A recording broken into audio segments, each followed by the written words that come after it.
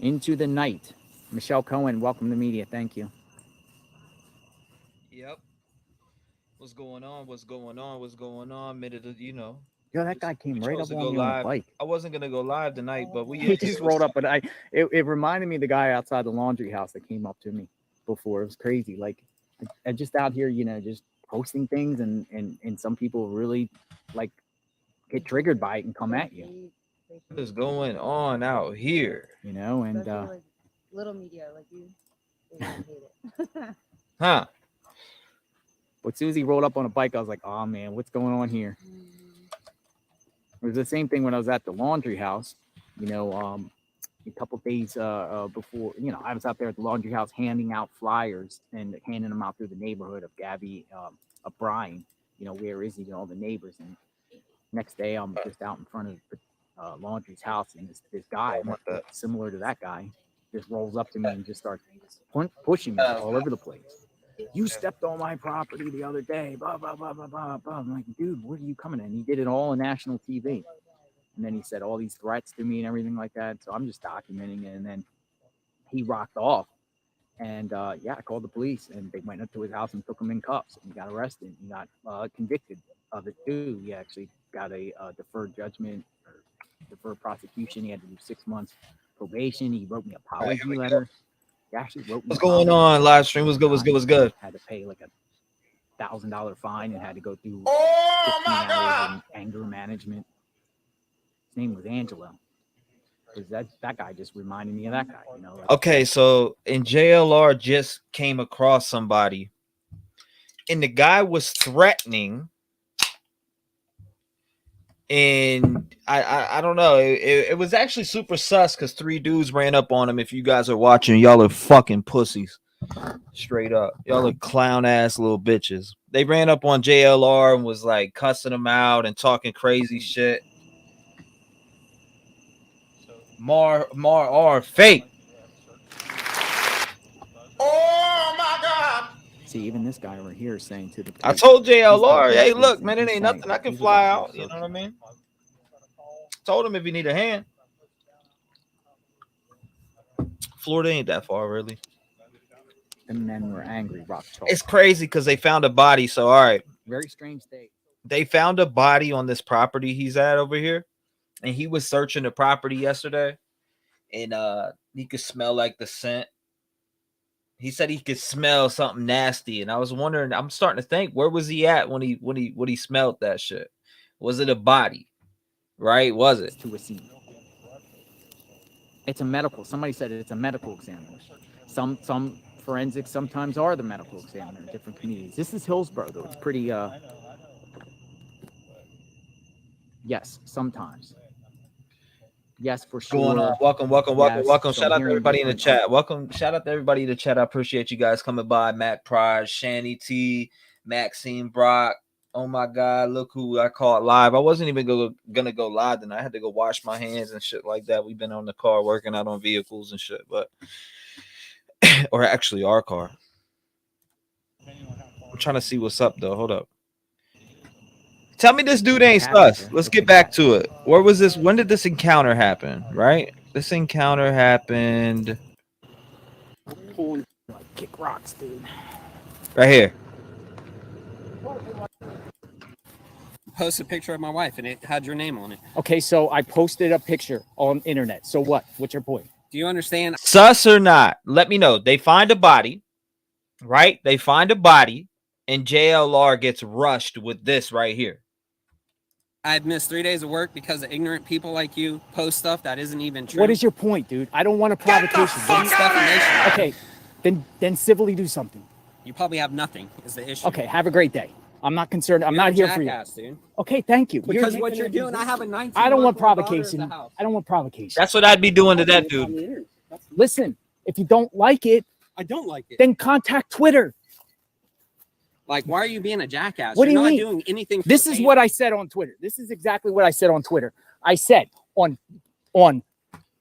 Okay, so what happens after this? Whatever these dudes do after this, what you'll watch, they come around with their phones and they fucking video record JLR's vehicle. So if something happens to JLR, we know who to look at, right?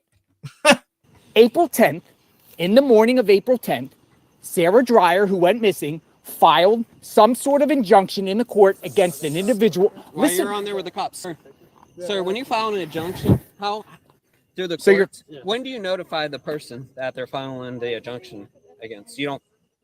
They don't need to be Dude, watch the way this dude looks at JLR too. Watch. notified. We wouldn't be notified, right? You So need to how get the fuck served. would we even know that she? so even was went there to the was court there an and injunction filed against I don't Stephanie know. Sumner? If there was No. an injunction No. filed, There's then they would judge come threw it serve out. you. Right, but we Judge wouldn't threw it know. out, but there was one.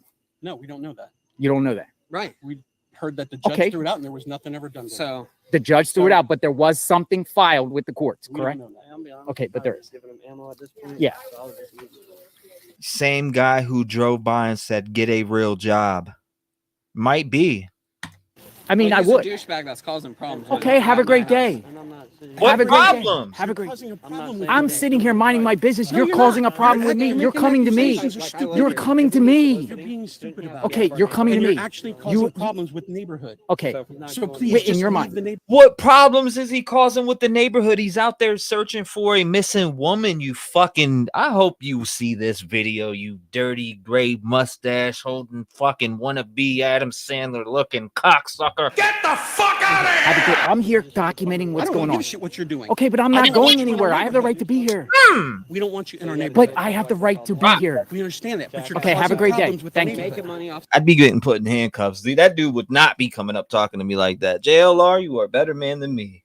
Somebody's poor. Have a great day, guy. innocent See you later. See you He's guys. making money off of. See you guys. Building I have a with right to be offense? here. I'm going to be here covering this case. Allegedly. I'm not bothering anybody. You These are. guys come to You're me. causing problems with this neighborhood. Listen, With the people who have live a in the great day, neighborhood. guys. What is this? A fucking gang rolling up on him? You see how they all three pulled up on him, and then watch what they do right here. This is suspect as fuck. Who the hell does this? Guys, take care. Take care. Have a great day. God bless you. Take a great. If you were on camera, you would probably be calling me all kinds of names. You stupid. Why would I do that? I'm not into that. You're making assumptions, dude. I don't want no problems. See you later. Your concerns to him. We're not going to have a disturbance here. Yeah, see you later. It's freedom of speech. If he wants to stand here and record and do what he wants to do, he can. What's up, Have a Tree? great day, guys. Miss Tenfold. Please refrain from just putting anybody in the JLR, he's a neighborhood. bodyguard. That's a fact. With the stupid things that you said. Who's this guy? You voice your concern to him. Definitely needs a If he wants to bodyguard. stay here, we're not going to make him leave. Okay?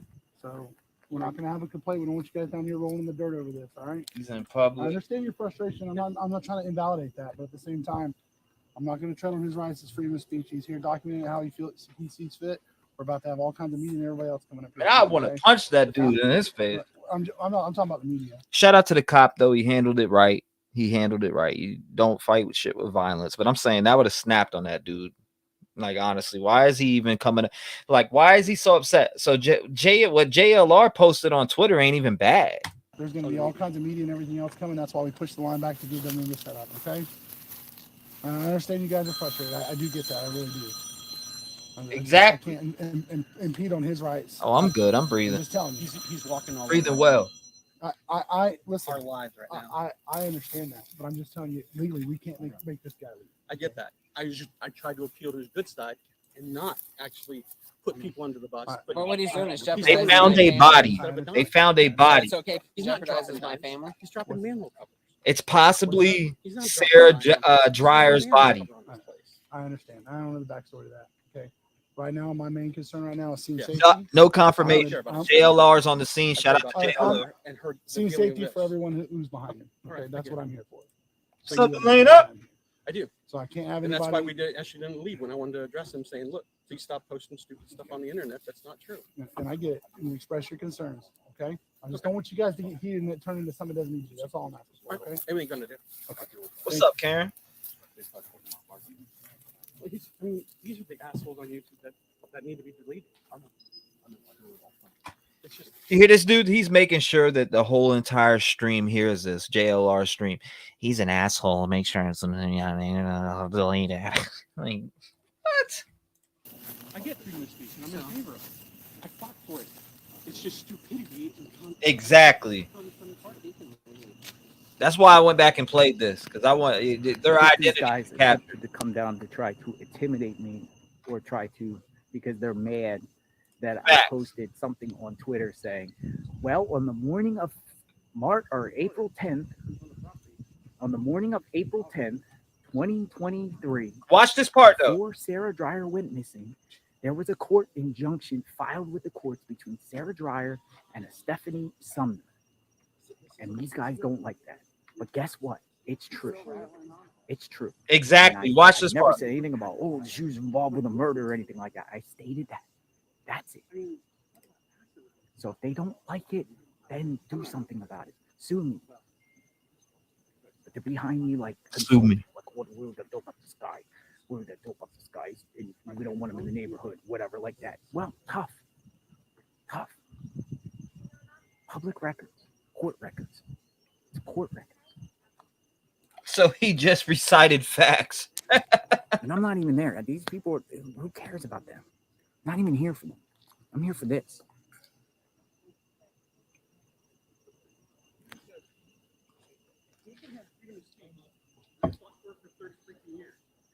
I went over there and sent them a donation for all support.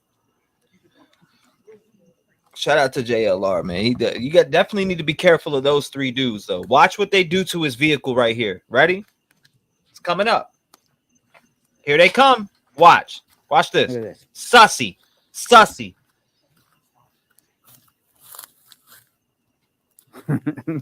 Look at this.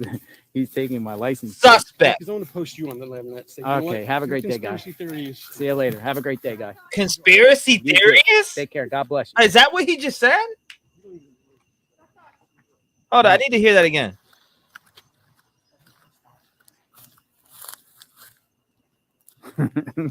Look at this. He's taking my license plate. Yeah, because I want to post you on the lab net. Okay, have a great day, guys. See you later. Have a great day, guy.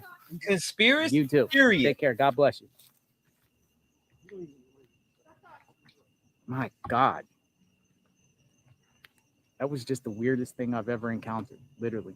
Guys come around and start taking pictures of my car. Tiny shirt club. Let me go get my tiny shirt. Hold up. He was looking at me super weird. It was strange. It was like a bizarre encounter. For sure. Well, what was the injunction about? What was that injunction about? What was the injunction about Sarah Dreyer on the morning of April 10th when she went missing against this Stephanie Sumner? There was an injunction filed. What was it? He validated it, but he said, Judge, throw it out. Judge, throw it out. What was it?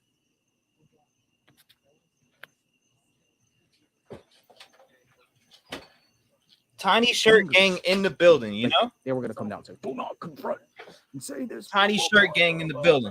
I deal with this nonsense all the time. You're good, man.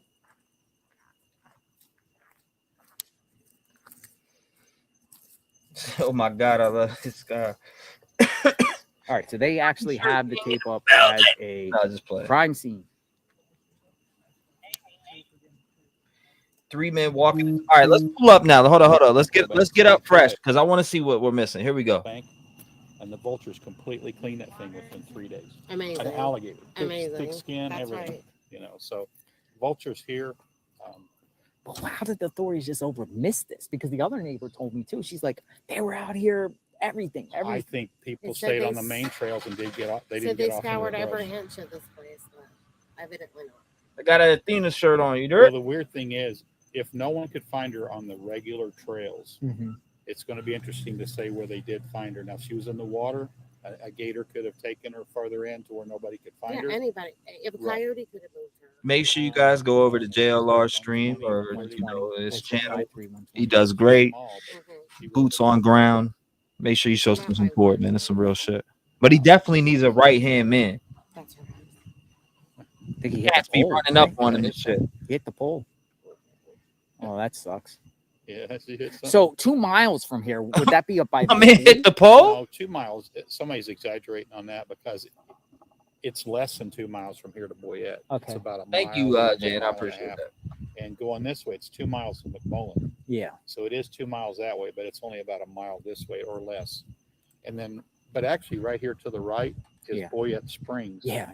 So we've got 3 houses in Boyette Springs. Watch out for those dudes Wildbrook. who took. Wildbrook's the street that's up here. So it's only 3 blocks to the right here. Okay, so I went there. So this preserve runs So straight. watch Yeah. out for those dudes who took and then your L plate. shapes They over might try here, some and that's funny where the shit. county, the Hillsborough Agricultural Center is. Yeah, and there's yeah, I a saw school. that. Yeah, So there's a school.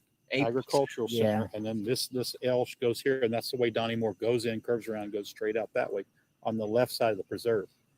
But Boyette Springs is right over here, and like I said, Wildbrook comes around with Sedgebrook, and it's a hard straight line. So So this creek runs into Lithia Springs, yeah, and all that right in there's greenery and pond and creeks and stuff. yeah. So I was back there yesterday, right? About straight ahead. Then I got the back of somebody's homes in like a pond or like a pond. Well, the Right. pond's probably the one that runs in behind the schools. There was actually somebody that died in that pond last year or the year before. There was- Oh, There shit. was an alligator in there that jumped out. Not from the- confirmed into the yet. water. It was Oh, huge. was that Yeah, in they are front of Yeah. you were somebody But there was posted, some yeah, that sort was of there was insane. some sort of like Gators ain't playing with Appreciate us. you, Kathy. it was like a Yeah. house somebody made in the water there for something. Like Yeah. Shout out to everybody in the chat. Kathy, Shani T. Not confirmed if it's her yet. No, definitely I not. was scared. There's no think about this. There's no humans in there except for what just happened recently. yeah. So they're completely. It's like it's not nobody's traveling through there. So the gators are out. It's mating season also. You guys are giving great insight, by the way. So, like I told him, I said, I just put in chat, but he really do think about this. If somebody took your fucking plates like that now they got your information, right? There's a problem. Somebody wandered off from the school into the pond. Is it either a couple of years ago? There's 2 or a 3 years problem. ago? Yeah, couple you're years right. ago? Mhm. So I know there's water behind It's the just school. time goes by so fast. It seems like yesterday. Right, Yeah. Karma. I know the school. Facts. Has a big trouble for that. Oh fuck, I live right by. So there. everybody- Never Lived fenced right that? by there. I Live. don't even know. I don't go in Is there. that jail? I- Yes, it we is. went It to is. both there once or twice. Never went back. So Mhm. People were wondering why that no one put flyers around. The family. we don't know. Said no. We heard that the Hillsborough County Sheriff's Office was involved in saying certain things. We're not sure what's going on. I was asking these guys over here why weren't they The posting court it will on subpoena. Yeah. Oh, good. website. I got an extra copy of it The just in YouTubers, case. you guys are the only ones keeping some information Of going that on, part. So we didn't know what was Yeah. going So on with that. last week I was out here. I was out here twice last week, right towards the end of the week. And one of the times I was live streaming, and I noticed there was a lot of activity in front of the parents' home. So I respectfully said, "Hey, I'm going to go up and try to get some information, at least so I can share with everybody." 'cause we didn't Exactly. know. About that. So I Were you the guy I that turned. found Petito? Gabby Petito? I didn't or- find out. No, we didn't Somebody find out. said there was a Gabby Petito YouTuber in here that was. I don't know Oh if yeah, that's that true or was not. that's a streamer. I guess he goes by Doug from Northport. He was part of finding people. I and was about to stuff like say. that. So I went up to the house, but I put the camera at a not facing. Thank you, them, DC. I appreciate that. But I wanted to ask the family. And welcome to the Rev Game family. What's- It's what's the B Jan. I situation? appreciate Well, it. the biggest thing is being respectful. That's Yeah. the best way to do that. And I wouldn't. The situation is, if the HCO, I wasn't planning on going live, but I said, fuck it. We got to do a live tonight. I was live on my second channel for what? 4 hours, 3 hours, something like that. We're live again. Come Yeah. on. anyway, Stop playing with me. But We need to this get up could to be a date. criminal investigation. I have no idea. I don't know. There's a no joke here, I know especially they've done mating that season is After all here. the people were searching there, I'm glad they finally got it. get some Yeah, it's closure. just getting Family so get some long, closure. man. Pray for her children. I'm Yeah, in. it's I'm in. Terrible. They can take my plate. No You big guys deal. live in the neighborhood too? No, we live in Christina Lakes. Oh, you're on the other side. Yeah. I like that, Dr. 30. Those guys are talking and stuff. Yeah, I know where you're at. Behind the library. I love you, live strap. Thank you. I appreciate that. I'm just chilling right now. Haiti rat, keep it real. So did any vehicles go in? Yeah, they actually. What happened was what I was noticing. Someone came. A guy came with a truck, and I think the guy in the truck got out Was he and going to the unlocked play it. Yeah, probably going to. And then he left, and then they started. After he left, they started going. So I'd say about 4 or 5 videos Early or are live. in there. At that Appreciate that. So the HOA probably opened the gates. Yeah. So this whole development's in HOA. Short shirt gang. Absolutely. Yeah. Yes. Yeah, those Thank you, gates are always Kathy. closed, 'cause when we came out here that night at 9, What's up, Trina? definitely was closed. All right, so if you just came in, JLR is live out here reporting live. This is his channel. He is live right now. I'm just watching it from my channel. Also, I seen some weird shit going on, so I figured I'd get on here and add some commentary to it, because I thought it was suspicious that these 3 guys walked up. And, first it started off with a vehicle backing out. JLR's been out here searching. I've been watching it the whole time.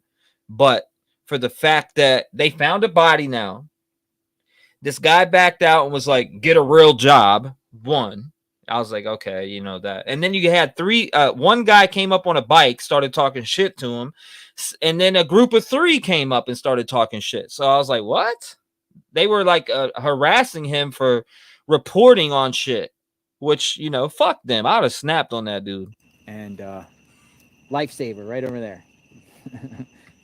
That's a cool battery pack you got. And she brought water too, which was like totally cool. I was out. Shout there out for to her 2 hours too, today. by the way. Yesterday I was out there for 2.5. Yeah. So when you were looking, you've been here, how many days you've been here? 4 total. So did anybody have canoes? Yeah, No. well, that's what they Nobody said. had Get a real canoes? job. This was the first day I actually seen somebody like on the trail saying they're searching. But nobody was in canoes checking the water tributaries. Nope. Okay, I that didn't makes see a lot of What's sense up, Linda? Because there's a lot of water in there, and that's when I was telling my wife that if they're going to find her, they got to get in there where the gators are, Trina, in the thank you. water- I the appreciate that, waterways. Trina. Thank you. And if I didn't have any canoes or any boats, that makes a lot of sense. To not find Yes. her for 9 days. Yeah. They were looking 2 miles back there. Might open up the This panel in a right little here, bit. You though, never right know. here, that's not even back here. This right here is the lake that's behind us. Mhm. This over here, where the dam drops down. these are Yeah, all Pete, they were creeks. pushing up on JLR, like, really I grilling saw them. a big alligator or an alligator in that right there, in that where the dam goes off. I've got like Homie as looked big as nervous they to get, me. 10, 11, 12 footers, and Really? right behind my house. I want to say the world record is like 11 or 12 feet. Oh my Oh, yeah. My gosh. You know how the county catches them, right? No. So what they do is they take a Cornish hen on a big fishing rod and they'll hang it like 5 feet out of the water. Yeah. So the smaller gators can't get it. The big ones can come right out with their tail and get them 5 feet out of the water. So that's how they get the big ones out of there. Wow. Cornish hens. Cornish hen. Yeah. Anyways, So is this like a safe neighborhood? absolutely. Yeah. It looks beautiful. I Safe mean, I think it's neighborhood. awesome. I think like there's homes along the lake there. That's it. That's prime real estate. Exactly. Right. It's like it's a beautiful place. That's why we're shocked this is going on here. It's also pray it's not like a crime. Who is he It's talking? pray it's not a crime either. I don't know. Crime. I'm not. It's just the devil's in the details. Yeah. It's like, you know, I hope he was it's a shame protection for the on family. him. Whatever's going on with that family, we all pray for them. Exactly. I think JLR is a felon, so I don't know if he does. Pray for her kids and her family that they have strength to get through. Ken's out in the wild. Anyways, man, have a nice evening. Thank sir. you. You too. Take Keep care. us posted. I'll go check it out. Yes. What's the name on the Jonathan Lee Riches Investigates.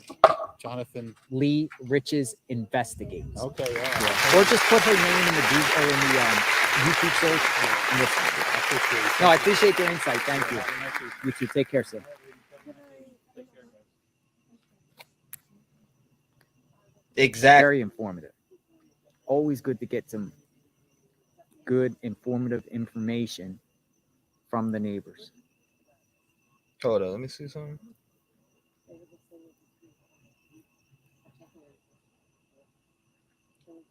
JLR has a slight Philly accent. It's because I was born in Philadelphia and eventually made my way to Florida. I can tell you firsthand, Florida, lot of activity goes on in Florida. It's a big state. You hear the term Florida man. I'll tell you a little story about Florida man. Now let me spin the camera. Tell you a little story about Florida man and why they say Florida man, because Florida is one of the best states to get sunshine law information. No, I agree. It's very. I'm glad easy they to made get it here. Mug shots. It's very easy to get 911 calls. It's very easy to get records on people. So it's so open and transparent in the state of Florida that there's so much craziness out there that gets exposed. So that's why you hear the term Florida man. Always You hear all these scary. Welcome to Rose. wild things. Thank you. I coming out of appreciate that, Florida with Trina. the Florida man is because people get records and they get the stuff and they share it. And you're like, wow, that's a crazy story. And then you got a lot of alligators, right? Appreciate you, Pete. Have a good one, brother. Sunshine Law. What's it called? The Sunshine State Sunshine Law.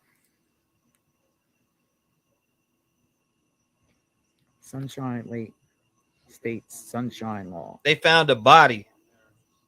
They found a body. This is just a wait and see. Slenderella, what's going on? Welcome. Yeah, I've been on for 5 hours. Amazing. I think this is the JLR record for longest live streaming. But we're in real time, people. I'm 5 waiting to hours. see what happens. I see you. You got a little Rev juice in you today, JLR. Oh, man, JLR got a little Rev juice in him today. Where is the body found? I was not at the vigil last night. So it's back here where I'm pointing my mouse. The body, they covered this area off, and a cop car, a couple cars, I'm pretty sure, went back here. 2 miles back from this location, they found a body. Wow. But remember, there's another gentleman that's missing from this area too. So no media here. JLR is the only media out there on the ground, boots on the ground, doing it right. JLR I am the media. It's just me. It's just me. I'm dumbfounded why the media didn't really cover this. It's just shocking. Sorry, Jay, you did it. Media hat. Did you guys hear about the burning guy? I'd wear a media hat if I had it custom. Is that wild or what? It is. Like, who would do that to somebody? Well, did they even know if it was a guy? Yeah, it's a guy. They haven't identified the guy, and then they're waiting for DNA. A guy? They have a person of interest, and they've been, a video of a guy entering a store. But a guy. So they're trying to get his identity, and then maybe they can piece together who this person is, because at the end of the day, it's somebody's. Allegedly, maybe it's that guy, the guys that rushed you, bro. Been missing persons reports, or allegedly, speculate. Circumstance. There was just a body found in a creek here too. Really? After the burning. Really? Here? Oh yeah. I saw that down in Gibson, right? That was about suspect 10 guy minutes away, right? This has been. I saw that at the creek. Crazy. That was right off the interstate, right? For sure. Yeah, I read about that. That was over the weekend, wasn't it? Maybe like Sunday. I think it was Sunday. Stay away from the gators. The burning body happened Saturday, and it might have been Monday. Sunday or Monday, the creek. Or Monday. I saw that, and everybody was like, "Is that could that be sponsor LaCroix? Could it be related in any way?" Sparkling water, mango. So Brandon Alexander, there's a gentleman that went missing. I don't know if he's been found, but there's flyers out there, and there's online circulation of a guy that lives on oh my God! And his name is Brandon, and he went missing. When did he go missing? 2 months ago.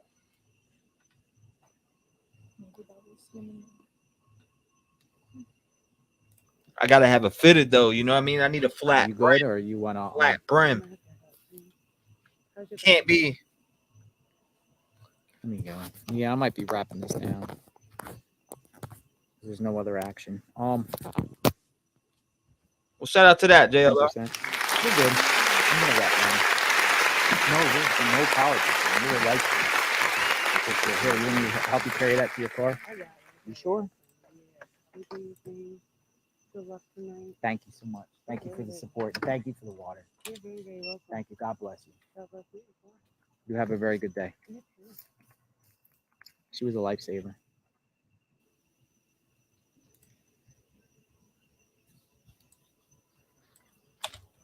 She was a lifesaver. Okay. All right, guys. This is what I'm going to do. I'm going to sign off. Don't know what else other kind of action that's going on, so I don't want to waste you guys' time. But thank you so much, everyone that's supported and contributed and brought awareness to the situation. Looks like there probably will be a resolution here. They might be here all night. They're working in the night out there. It's somewhere where there's no light, so it's very dark out there. They have crime scene on here. This is Dunedin. So we were out there looking this afternoon for 3 hours. Long time, and I appreciate all of you for just bringing awareness and praying for Sarah's family. I can't imagine what they're going through. They were Damn. out there. What's up, Mike? Dropping Mama? What's going on? They were out there. Got an issue because of that big They were rain the out other there day. finding answers about their daughter. We got to keep a close ear to this one. Some sort of resolution. So I will. We got more detectives here coming through. Here we go. Detectives coming through. Is it homicide? Oh yeah, homicide. Gotta be homicide. Could be a detective.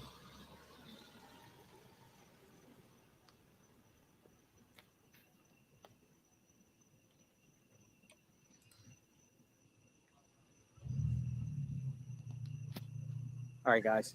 Everyone be safe. God bless. We'll talk soon. And pray for Sarah and her family.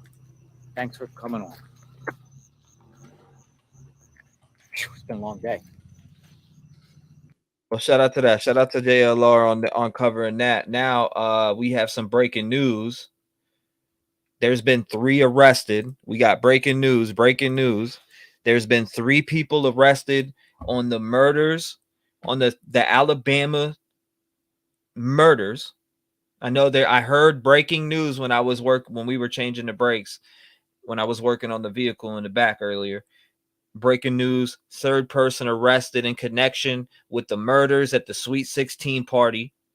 Now, let me find the official footage here that we could watch without getting struck. How can I pull up? I want to actually look at a decent report so we can get some. Here, let me do it this way. Here, right? 20 minutes. Shooters arrested. I don't want no big, like, huge stream platform. Alabama shooter 2 teenagers charged with murder with deadly gun attack. Okay, here we go. Before, I'm Jeremy Burkett, a sergeant with the Alabama Law Enforcement Agency. And on behalf of Secretary Hal Taylor and the Alabama Law Enforcement Agency State Bureau of Investigation. So the shooting that we covered the other day, all right? So the shooting that we covered the other day in Alabama, there was 4 teens killed at a Sweet 16 party, mass shooting, they would call it, right? Dude lit up there was 2 involved or 3 involved. They made a 3rd arrest. So they made a 3rd arrest earlier. I heard it. They said a 20-year-old was arrested in connection after these 2 suspects that they're speaking on here. I'm going to provide an update. Relative to the death investigation that occurred here Let's hear it. in Dadeville in Tallapoosa County. On Tuesday, April the 18th, at approximately 8 p.m., the Alabama Law Enforcement Agency's State Bureau of Investigation officially arrested and charged Tyree McCullough, 17 of Tuskegee, and Travis McCullough, 16, also of Tuskegee, with 4 counts of reckless murder each. That's 4 counts of reckless murder each. And I really want to, before we go any further, I absolutely want to thank this community and the information that was provided. And I also want to reiterate how important. You know what? Hold up 1 second. I want to actually read this one to you guys because this actually has more packed information in it. And it says, let me copy this here, right? Take this here, put this here, put this here. Okay. So I'm gonna put this up. I'm gonna be reading this to you guys real quick. This is crazy. Okay, hold on. Let me fix that. So it says, per report, it says, why is it doing that dumb shit? Thank you very much. It says 3 people, including 2 teenagers, have been arrested and now face murder charges in connection with the deadly rampage at a weekend Sweet 16 birthday party in Dadeville, Alabama, authorities say. Wilson Lamar Hill Jr., 20 of Auburn, was arrested Wednesday afternoon and charged with 4 counts of reckless murder, according to the news release from the Alabama law enforcement. So it says here. Authority. Okay, so Sweet 16 party. It says so the 3 people, including 2 teenagers, have been arrested and now face charges in connection with the deadly rampage at a Sweet 16 birthday party in Dadeville, Alabama. Authorities say Wilson Lamar Hill Jr., 20 of Auburn, was arrested Wednesday afternoon and charged with 4 counts of reckless murder, according to news release from Alabama law enforcement agency. It is unknown if Hill has an attorney. So it says Tyreek McCullough, 17, and Travis McCullough, 16, both of Tuskegee, were arrested Tuesday night. They also face 4 counts of reckless murder, said Sergeant Jeremy Burkett with the Alabama Law Enforcement Agency. So it says the attack Saturday night left 4 people dead and at least 32 others hurt, including at least 15 teenagers who suffered gunshot wounds. Given the injuries, more charges will be filed and both teen suspects will be charged as adults, 5th Circuit District Attorney Mike Surgis said. So it goes, we've still got 4 that are in the hospital, 4 that are in critical condition, Surgis said. This is just the tip of the iceberg. The carnage was on at least 165 U.S. or the carnage was one of at least 165 U.S. mass shootings with 4 or more shot, excluding a gunman, in the first 4 months of this year. Oh my God! What the fuck is going on?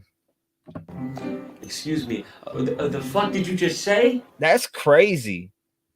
So, again, let me read this to you again. The carnage was one of at least 165 U.S. mass shootings with 4 or more shot, excluding a gunman, in the first 4 months of this year, according to Gun Violence Archive, but it's still not clear why the young victims were massacred. Oh, man, this might be the open topic up on panel. I mean, we could talk about other stuff too, but we can't get into a motive right now, Burkett said. That would be part of an ongoing investigation. We can't share that. Authorities also didn't say what connection, if any, if any, the 2 suspects had to Alex Doddle's Sweet 16 party. Their hometown, Tuskegee, is about 30 miles south of Dadeville. The party was in full swing when gunfire erupted. Witness said her 18-year-old brother, Phil Dodwell, was killed along with Marcia Emmanuel Collins, 19, Sean Kiva, Kiki, Nicole Smith, 17, and Corbin DeMontry Holston, 23. The Calypso County coroner said, okay, I got it. A candlelight vigil was held. But that's crazy. I mean, what the fuck is going on? Those stats are just unreal. That's 165 mass shootings that we've had in America in the last, and just this year in general. That's fucking insane, right? Tell me that ain't insane, man. That's a lot of mass shootings. 165 within the first 4 months of 2023. Can somebody explain that shit to me? Yeah, okay. Let me drop this invite. Can somebody explain that shit to me? What is up? Somebody come up and talk to me, man. What is going on? What is up with America right now? Good gracious. We can't catch a break. They're friggin' stupid. Esther says things are out of control. No doubt. Nice to see you, Esther. Nice to see you. I mean, we got things picking up in this. We got things picking up in Stephen Smith case. You know, we got the Idaho 4, which is always fucking my mind in a horrible way. Every time I wake up, it's Idaho 4. And then now you got this Jelani Day case. With the Jelani Day case, there's so many weird circumstances of that. And now, you know, this case that JLR has been covering, they just found a body, no identity yet. I mean, what the fuck is going on? Let me send this link again. Hold up, because I gotta pin this, and I'm in chat now. So let me pin the link up here. Make sure your mic ain't echoing and all that. And it's definitely gonna get worse, like Teresa said. If you want to come up on this open panel, well, I got a couple hours in me on open panel. What's up?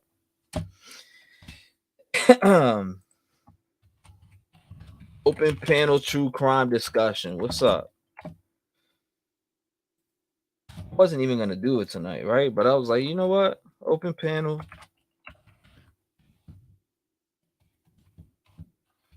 True crime discussion. Make sure you show me you are real.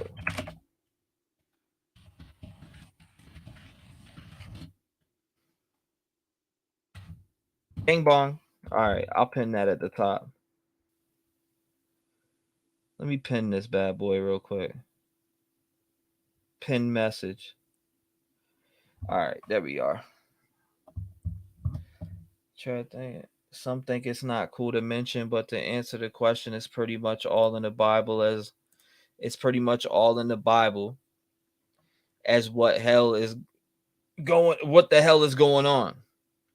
USA building a foundation to support a national police force. Rosie, what's going on? Been trying to figure out why I can only see Rev's rules column on the Discord. Been awake 28 hours. Body won't work. We'll get that figured. All right, let's get that fixed, mods, if we can. Please help Rosie. You should be able to get through though. I don't know. I have to look. I agree. Why the hell stop fighting children? It's so disturbing. No morals, consequences, cares, teachings involved with these people. It's totally nonsense everywhere. I just can't believe this. Mind blown daily. That's a fact. Mind blown daily is, you couldn't put it no better way than that. Constantly getting mind blown by all this bullshit going on. Here. Oh, damn. What? Chapin sister honored by fraternity sweetheart of Sigma Chi. I didn't see that. I just found that. Okay, this break. Hold up. This the breaks. True. Evening, T-REV. Just got home from my son's ball game. Welcome. I appreciate you coming by. Make sure you guys hit the like button. You already know what time it is. Hit the like button. It's free 99. It does not cost anything to scroll over to the left for 1 second and hit the thumbs up on it, or hit the thumbs down. Either way, it's, man, hit it. Michelle says these kids are on Adderall. It messes with their brains. I'll put it this way. Ritalin and Adderall didn't make me go shoot anybody. When I was a kid, I was on it for ADHD. It didn't make me go light things up. Oh shit! Congrats, Trev. Thank you. I appreciate that. There is no discipline anymore. Not at school, not at home. One grounds or disciplines them. Man, everybody in the Discord talking about open panel tonight, this and that. I open panel. Where are we at?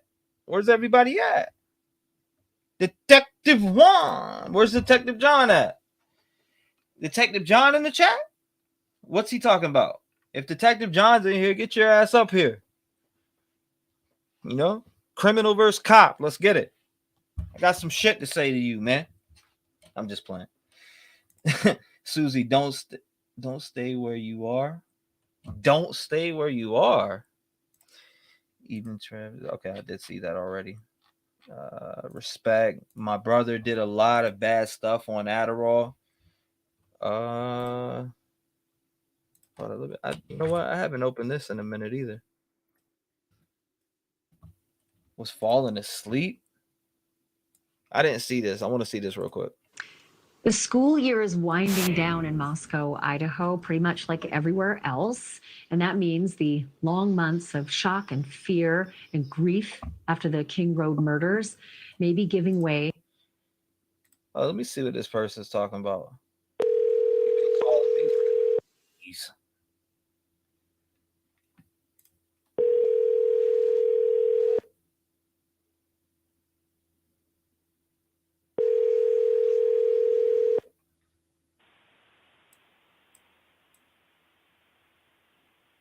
541, you've been calling me for days. What's up?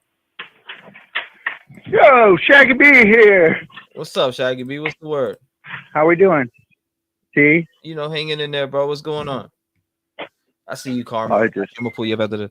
What's up? What's up, Shaggy? B, you can hop up on panel. What's up? Oh no. Nah, you don't do that. Well, I probably could out through Discord. Let me know, man. I put the link up in chat. Okay. I've been seeing you trying to call. What's up? Oh, I was just wondering if you were do the call in. Yeah. I'll be doing them. I just hopped on tonight. Let's probably do a little open panel, you know. Yeah. I was like, hold on, it's calling me. I thought it was crazy on the Koberger case that the IDs they found. Oh yeah, for sure, a fact. I mean, well, I haven't been able to. Why wasn't that in the affidavit before? It was though. Box. It was. Yeah. The IDs. Yeah, like okay. ID in a glove in a box. Yeah, that was on the affidavit. Right. For sure. Okay, I forgot about all that. It just didn't say. It didn't say. You know who's or what, but it did mention ID. Right. But yeah, no doubt, man. I appreciate you calling. I'm about to open up this panel. I got somebody back. Okay, thank you. But I'm gonna talk to you. Hit me. I'll have the lines open when I go live next. I'll be doing straight line. Yes, sir. I appreciate you, brother. Shout out to you, man. Shout out to Shaggy B. What up, Karma? What's up, bro? What's up, bro? I got fucking Karma in the building there. What's up? Whoop, whoop. Hello. How is everyone? We're hanging out, man. What's going on in this crazy ass world? I don't know, bro. It's sad. It's really sad. I mean, it's sad to see. You got all these cases going on. You got people fucking in court. You guys been watching that Gannon court case, which for that little boy. I don't know. I just can't stand listening to the mom talk. I was watching Grizzy's channel on a little bit earlier, and I heard her talking, and I'm like, man, I just cannot listen to her. She's got a lot of shit with her talking. It's every time I tune in, it's heard like a three-way call or some crazy shit going on. You know what it is, yeah? She likes to listen to her own voice. Like, for real, though. She likes to listen to her own voice. She's a nutcase. Allegedly. I'll say allegedly, but she is a fucking nutcase, bro. Honestly. That's Gannon's alleged stepmom at the time, right? Yeah. Not his real mom. Nah, stepmother. Yeah, she was hiding a lot inside of her, man. For real. She was hiding that monster for good. For a good 3-5 years, she hid it. And I've been watching the recaps that Grizzy made, and actually another person made a recap. I just like, I'll check the recap, and I seen who was it? It was the his dad and all. They were talking. He was talking to her, and she just was like crying and freaking out and acting like a big fucking baby. You think I would do that? Like, I'm like, oh my god, man. Thank you, Rocket Queen. I appreciate that. I'm like, really? Yeah, definitely. She's so narcissistic and so manipulative. It's insane that the dudes allowed it to go on for so long. But then I guess that's the other side of being in a relationship with someone as well. You get blind to things at a certain point when you try to ignore it for so long. I just don't understand the shit. I really don't. In this case that JLR was at tonight, that was pretty weird how that 3 dudes came up and started attacking him. Oh, the free tomatoes. I like to call them the little free tomatoes. What the was that about? Like, those dudes seemed genuinely like they had something to hide. Like, I hadn't worked in 3 days. Yeah, why isn't he working? What's stopping him from going to work? Yeah, what's the point? Yeah, what's stopping him from going to work? I mean, if he allegedly doesn't know what's going on. I mean, firstly, he looks so worried. He looks so worried. Dude looked like he was going to piss himself. And then he brings his buddies with him on top of that. because now he needs backup. That I was mean, it was so sus. And then you go and take a license plate picture. Like, for what? For what, though? I'd be concerned about that if I was JLR, with them taking his license plate like that. 100%. I mean, but their faces are all over the internet. I know 1,800 people seen that. Yep. I don't think they realized they were live. They said, I'm muting her. Real mom Landon. Real mom Landon. What? Oh, Gannon's mom is Landon? Yeah, she is. She is a nut. You can look at her in the eyes and tell she's a nutcase. Definitely. What was she like this?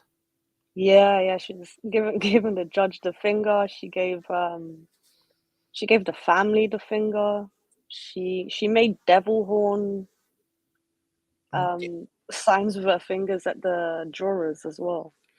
Now let's be honest, is she doing that so she can cop a fucking try to get off and like with some insane shit and be in a hospital? I don't get what antics she's trying to use in that courtroom. Oh, she's tried already so many times. That's why it took so long to go to trial. Because she tried. There was a point where she was refusing to eat. She refused to eat, and she claimed that the judge was sending people to kill her in prison. Absolute not. But the thing is, she's not actually crazy. That's the other thing, because she was assessed by 3 different doctors, I think it was. And every single one of them said there's nothing wrong with her. It's an act. Yeah, no, she's definitely putting on an act for. You can tell. You could just tell. Yeah. You could just tell where, I don't know. I think she's cooked based off everything I read on with her. Oh yeah, for sure. They have everything from the beginning till the end. There's no like missing parts. Usually you see a trial and you always have questions still. There's still a little bit missing here or there, you know, and you're still working it out in your own head. But with this, go ahead, you're good. I see Detective John down here. What? Detective Juan. What's up, Detective John? Can you hear me? Yeah, bro. We can hear you right, nice and good. What's going on? Right on. What's up, Detective? You're out. You're out in Florida, man. Did you see that shit JLR was in just now? I just tuned in. You talking about the shooting or? No, there's a girl missing, and he was over there covering it. Oh no, I didn't see it. Sarah Dreyer, I think her name was, or Dyer, one of the two. It's something like that. I've been watching him do the searches and conduct searches and stuff like that. And 3 guys came up to him and started jumping his throat. So I was like, I was weirded out. I was like, you need to watch out for those dudes. They started taking his license plate number and shit. Yeah, they were looking at him funny as well. The one dude had like those meth eyes, like. Yeah. He was on his shit like that. I was like, bro, the way that he's looking at him is like he really wants to hurt JLR on some real shit. Wow. Allegedly.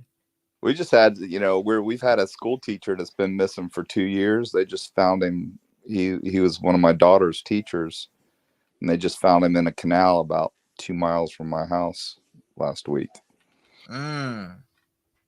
That's wild. We don't know if there's foul play or not, but he's just disappeared off the face of the earth. And then, we had a kind of a drought, and they just found the car last week. Pretty sad. But literally, it's, 2 miles from my house, if even that far. That's crazy. That's crazy, man. Yep. What the fuck? I chimed in because, we're talking about these shootings and everything, and, everybody's like, what's going on? It's sad, man, because we don't have family structure anymore. It's gotten so hard to stay in a marriage because we live in such a litigious world, and attorneys have made it so easy. Instead of, like my grandparents, they stayed together and they made it work. Families today, because of attorneys, you get together and a woman or a man, whoever, but it just becomes so financially beneficial for a woman or a man to walk away and say, most of the time it's a woman, hey, why do I got to put up with this crap? I can get paid and be pretty much free of this drama. And, instead of working on the family values and doing the right thing and trying to, stick with your commitment of marriage, it's just a vicious cycle. Now, the good news is, a lot of states are passing 50-50 laws. So basically what's happening is, if you're a good dad and she's a good mom, there's no reason, and the courts are starting to understand that there's no reason why you can't co-parent if you live within 50 miles. And what that's done is it's kept the dynamic of the family back together, because you don't wind up in court all the time fighting over this crap. Judges don't want to see it anymore. So split 50-50. And what happens in the end is they decide to work it out, because, she's not going to get paid or he's not going to get paid, and it's not worth it, so hopefully we'll get some changes. But, a lot of these kids are probably a product of, single mothers, no family values, no structure, just run amok. And, it's horrible. I mean, what do you do? I mean, it's just, I'm a Second Amendment guy. I believe in, everybody has the right to possess firearms, but I don't, as a Second Amendment guy and former law enforcement, I'm sorry. I mean, some of my peers would probably chastise me for saying this, but I don't believe people should have AR-15s. I'm sorry. Those aren't hunting weapons. Anybody that tells you that an AR-15 is people are using them to go out and hunt, they're full of shit. They're hunting weapons, but they're to hunt people. They're not to hunt animals. Use a 30-06. Use other rifles for that. AR-15s should not be. I'm sorry. I mean, I'm a Second Amendment guy. I have a son that builds AR-15s. I don't like it. I don't believe in it. He's on his own. He's in Georgia and he likes to build them. Whatever, but he doesn't like the fact that I don't like it. I don't think that people should be able to go out and buy an AR-15. Now, handguns all day long. I think more people that carry handguns, the less crime. Legally. Sane people. But, AR-15s have no business on the street. I'm sure that's going to... So, I mean, I know my brother, my dad, they own AR-15s. I know we got an AK-47 here back from Vietnam that was passed on. We got tons of guns around here. 380. Oh yeah, I've got 11 guns myself, but I don't own an AR-15. I mean, and I'm trained with an AR-15 and an MP5. I was on the entry team. I get it. If anyone should have an AR-15, it should be somebody like me or prior military. But a kid being able to go out and buy an AR-15, I'm sorry, it's just senseless to me. It's just there's too much propensity for mass shootings. I think it's when it comes to the AR-15s and selling them and shit like that, they really need to do a more in-depth background check, especially mental health, and you know what I mean. Yeah, but you know what? We can get into this political debate all day long, and people are going to banter back and forth on this. But bottom line is, the AR-15s they're going to get them. All this background checks and all these stringent stuff, that's all bullshit, dude.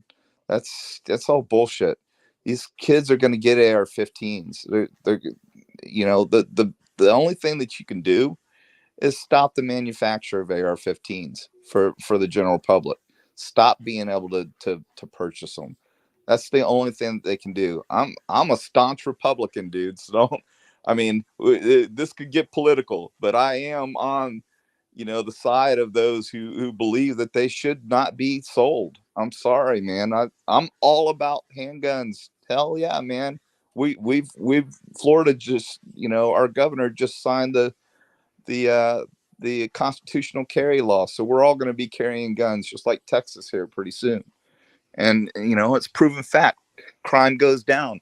You're less apt to go rob someplace knowing that there's probably some people in that are packing, you know, law-abiding citizens that will shoot your ass if you try and rob us. You know, you live in the Chicago area, dude. It's crazy. It's crazy, man. There's no fear in Chicago to go rob somewhere. There's no fear, bro. There's no fear. No doubt about that. I mean, but you know what? If you know, you've been on the streets, bro. I mean, if you're sitting with some people and they're talking about going and robbing a KFC or something, you're gonna think twice if you know that there's people in there legally carrying firearms that could be trained that will freaking pop a cap in your ass as soon as you turn your back. Nope. Hell yeah, I'll shoot you in the freaking back. Oh, I wouldn't even hit that place if you're thinking as a criminal. You know? Yeah, well, no. I'm just thinking. I get what you're saying, though. Yeah. I definitely get that. I get the point. It's crazy. I mean, did you hear what I said? 165 in 4 months. Yeah, well, you can. I'm sorry, man. You know what you can blame for that? You can blame the media for a lot of that too, bro. Is that above average mass shootings in America right now, though? 165 for 4 months, the first out of the year. Probably not. If you really look at the statistics, probably not. It's just being, it's just out there. It's being broadcast like crazy, and it's become a political debate. You got your Democrats and Republicans fighting over, assault weapon bans. So they're pushing the narrative. And, I have to say, as a staunch Republican, I'm all for getting rid of AR-15s or any assault rifles for that part, AKs, any of that shit has no business in anyone's hands except for military, police, or, somebody that's highly trained. America's never going to be invaded for one reason, and that's because everybody's packing. So we all, if China were to one day, heaven forbid, decide they were going to invade us, they don't have to deal with our military. They're going to have to deal with us. We're the militia. So that's why no one's even going to contemplate. Well, it says right now we're at a record-breaking pace. Yeah, I believe it, but it's probably not that far off. It's just, I can't answer that question. All I can say is defund the police and all that crap and all the crap that's going on. I mean, it's I was a cop for a long time, man, and I know people hate cops. But bottom line is, you got corporations like Walgreens and CVS that are shutting their doors, man, shutting their doors because let's say the fragrance department in Walgreens, they'll walk in. 2 or 3 people will walk in with a hammer and standing right next to customers and just bust the glass out and steal the fragrances out and walk out. Pause. You see this? You see the name on the screen right now that I got with the comment? Yeah. Oh, it should be on your phone. You see that shit? You talking about Paul or John? You said Paul or John? No, listen, look on your screen on StreamYard. I had pulled a comment up. You know how I pull comments on the screen? Look at the comment on the screen right now. It says Morgan, Detective John's girl. Yeah. What up, Angela? Hi. I'm Dar. Hey, Angela. Hi, how are you guys? Angela. I just wanted, so I'm like reading in the chat and listening to Detective Juan, and it's funny because, you're a staunch Republican. I'm definitely pretty left, but the one thing I think we agree on is that just the common person shouldn't have AR-15s. Like, no, zero reason for it. But I think this problem goes so much deeper, just like you mentioned, people splitting up, but just also even the couples that stay together, right? The cost of living is ridiculous. Mom and dad both got to work, kids being raised in daycare. By right. the time mom and dad get home, everyone's tired. There's no connection. There's no it goes so much deeper. It's the media, it's our phones, Oh yeah, it's just, this problem is way bigger than just banning guns or making open carry laws. Like there's guns everywhere in Chicago, but people still rob places all the time, even though they know there's guns all over the place. It ain't, it can go either way. right. So But you don't have law-abiding, gun-toting citizens around having dinner with their families, unsuspecting, of anything, but if somebody comes in there or wherever they are wanting to rob it, it's never in the back of their minds in these states that have these firm, stern, gun laws. You can't Yeah. carry, you can't do anything. Those are the states that have the worst crime because there is no consequence and there's no fear. So I live like 10 minutes from T-REV. So I get it. The county that I'm actually in, which is the county he's in, I just live closer to like the county fairgrounds. Right. Every year, gun show there. Every year. Through my town, all you see are plates from Illinois. That's it. Because we're like a hop, skip, and a jump away. But then my other thing too is like, I agree with you, right? But if I'm carrying a gun and I'm sitting with my family at, Applebee's, whatever, I don't know that I want to take that. I'm not a trained officer. I'm not in law enforcement. I don't know if I want to take that on my conscience, right? To shoot somebody. I'm kind of I mind my own business type person. Like, don't come at me, don't come at my kids. Right. That's it. You'd be surprised. You'd be surprised what you do if you're facing death, or if one of your children is facing, or your husband or whomever is looking down the barrel of a gun. Be surprised, but take the time to train and take the time to go shoot. Take the time to learn how to have a concealed weapon, and that's what we need. We don't need just a bunch of gun-toting people out there. That's. But what's going to happen is this fear because of all of the shootings. Like I did the math when T-REV was talking about it's averaging over one a day. It's 41 mass shootings a month we've had so far. Right. So what's going to happen is all these people are just going to get real fucking scared and buy up guns. And now these people don't know what the hell they're doing. Yeah, they don't. So I mean, it's tough. It's very nuanced. If the states really wanted to do it right and they wanted to have these open carry, constitutional laws, then require everybody to go through training, require everybody to pay money to do it. And also have better access to mental health. That's another right. issue. Absolutely. Well, here's the problem with mental health. You can't, because of HIPAA, and we have what's called the Baker Act here in Florida. I mean, that's you can't ask somebody if they've ever been Baker Acted. You can't do any of that because of HIPAA laws. I think when it comes to this type of stuff, that should not apply. I mean, you're talking about buying a weapon that could take out 50 people. So we're not using our common sense when it comes to these laws.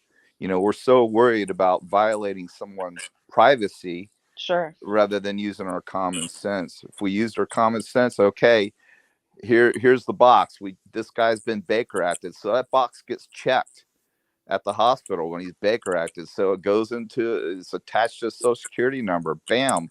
They do a background check. This guy was Baker Acted. He has some mental issues. So it's going to disqualify that guy because he could potentially be, unstable. I'm not gonna sell the gun to somebody if I'm a dealer that I know's, got some mental health issues. And I'm sorry, but that's common sense. I agree with you. Couple things. In order to put it in like simpler terms, right? Like technically our eyesight, right? When you go to get a driver's license, technically between me and my optometrist, I don't know if eye care is covered by HIPAA, but still that's medical care, but you still have to tell them if you wear contacts, or right. Absolutely. You still have to. But I forgot the other thing that I was going to say was, so I'm on the Indiana side of the border. I'm right over by Chicago. And the thing is all these gun sales are not going through dealers. Some of these states have just private gun sales. Just, you know, so then you get these people Yeah, that they don't even know do. who the hell they're selling guns to. They do. I mean, it's totally crazy. And you can buy AR-15s. You just can't buy the firing pins. Okay, so you can buy the bodies. You can put them together, and then find a firing pin somewhere else. So you can't. There's so many loopholes that you can that help you avoid being detected. I agree 100%. I think it's just it needs to be policed better, but I think that, but I think that the main thing comes back to the family unit and people being mentally healthy. That's what I think it comes down to. Yes, you do have single moms that are working 2 to 3 jobs. They can't be home watching their kid all day in the city. Kid gets tied up in the wrong crowd. You got that. It's always been easy to get guns in America. Of course, over time, right? The money in weapons manufacturing is just outrageous. So it's become more and more. But it's always been a thing in America, right? Right, Second right. Amendment. And we didn't have these. Like, I'm 36, and like I was just a school shooter drill would be out of my damn mind when I was in school. Like, Right. that would be just incomprehensible. And my kids do that more often than their tornado and fire drills. Well, I just saw When I somebody. grew up in the 80s, right? Shit was different. Like, Somebody that's just the real put. Somebody just posted, and Florida needs new lawmakers. Really? Then why is everybody moving to Florida? That's the most ridiculous thing that you could possibly say. Florida, we're thriving in Florida. We didn't shut down for COVID. This state is the best state in the country right now, and I we think need Angela's static. Yeah, No. I don't. That's kind of. I mean, don't insult my state. I'm not insulting anyone else's state. I mean, Florida is a great state to live in. Indiana is booming, but that's just because everyone's leaving Illinois because the crime and taxes. Yeah. So, My Angela, you first sound like a wife was robot. from Muncie, I do? Indiana. Yeah, for a second. I Okay. mean, right now you do for some reason. If you back out and come back in, it'll fix it. Okay, all right. It should fix it when you do that. But yeah, the gun debate is it's never going to end because it's bigger. Where you been at the last couple of days though? Because it's been heavy open panel talks in here. They've been talking about the Idaho 4, man. And I've just been so busy with work. I get home late. I'm exhausted, and I don't even turn the TV on, man, half the time. The Idaho 4, the Jelani Day case. That Jelani Day case is crazy too. I don't even know anything. I have to look at it. Send me a link and I'll look at it. It's Jelani insane. Day. Yeah, it's insane. It's right here by me, like right around the corner. It's insane. It's just as insane as the Idaho 4. It's just as insane as. Okay, so the dude was a doctor. He disappeared. Like, he went to the dispensary, bought a joint, legally, and then Jelani Day went to. Where'd he go to? After that, like, his car was found in the woods. Plates were off of it. His phone was sold to a kiosk. Literally, his body was found in the Illinois River. It's the case. The Jelani Day case is crazy. But I have questions about this case because in order for you to sell the phone, don't you have to be able to open the phone for them to really make sure it's your phone? That's what I was thinking. Right? Has whoever sold it would have. Yeah, I don't know how it works over there, but in the UK, you have to prove it's your phone. Oh no, I feel like there's hackers, there's ways people get around all of that over here. I don't think it would be too difficult. But the FBI claimed that they can't get into it. That's what doesn't make sense. Yeah, he was an aspiring doctor. There's just some weird things in there. Okay, so he had the toxicology report showed that he had weed in his system, coffee, and nicotine. That's it. And then the fact that his vehicle was found on, I want to say August 26th. He disappeared on the 24th of August in 2021. The Gabby Petito case overshadowed the case. The cops treated his mom like shit. The coroner said he never seen anything like it in 50 years. Then you had 3 different coroner, or 2 more look at it other than the first one. It's the case. The whole entire case is very suspect. There's red flags all over it. It's that they deemed it as a suicide. They won't say what's in the journal that was in his vehicle. And the DNA test off of the joint were, what was it? Undetermined. Like, I don't know. It's just super weird. But why would he take his plates off of his vehicle and drown himself in the Illinois River? I don't know. I mean, I don't know anything about the case. How old was he? What was he? 20? Hold up. He was like 21. I had to, let me make sure though. Was he in a relationship, or was he in a 25? 25. He was 25 years old. He was a graduate student in speech pathology at Illinois University when he suddenly disappeared on August 24th. Vehicle found on the 26th. Like I said, plates were missing. He was seen on surveillance at a dispensary buying a joint, and he just completely disappeared off the face of the earth. And then they found his vehicle in the woods with the plates off, a journal inside. They won't disclose what's inside that journal. You know what I mean? They won't give any information further after that. So it's weird. Then the no organs, something about no organs, and I don't, bro. It's super weird. How long before he went missing did they find his body? Okay, so the 24th of August he went missing. They found it September 4th. And was he in a relationship? Was there a bad breakup? Nothing. No relationship. As far as I know, he was new at the school, but a lot of people are sus at somebody that he went to school with.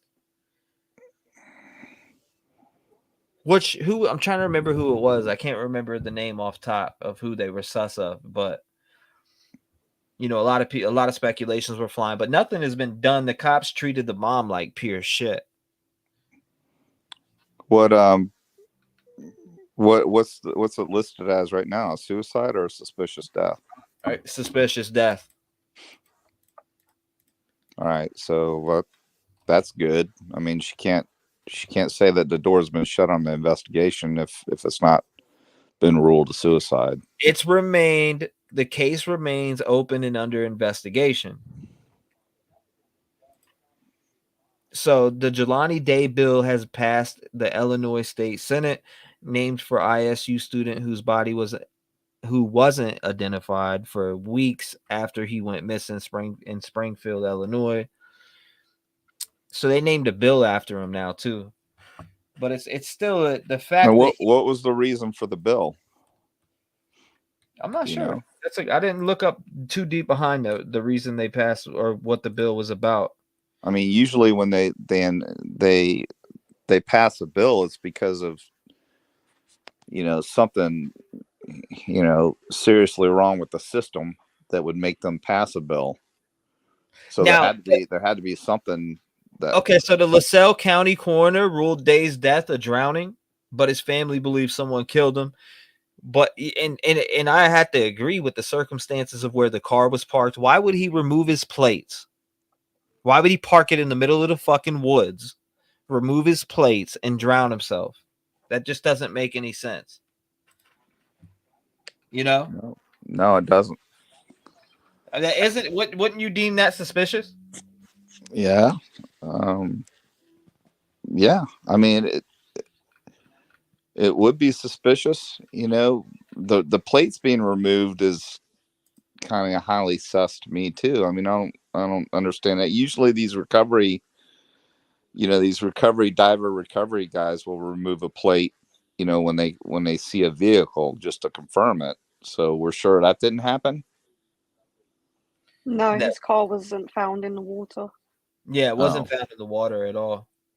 It was found actually how many miles away from where his body was found? It was found almost, I think it was it 2 miles or 10 miles? Yeah, I thought it was 2 miles. But his body was in the water. Yeah. Yes, his body was in the water. Gotcha.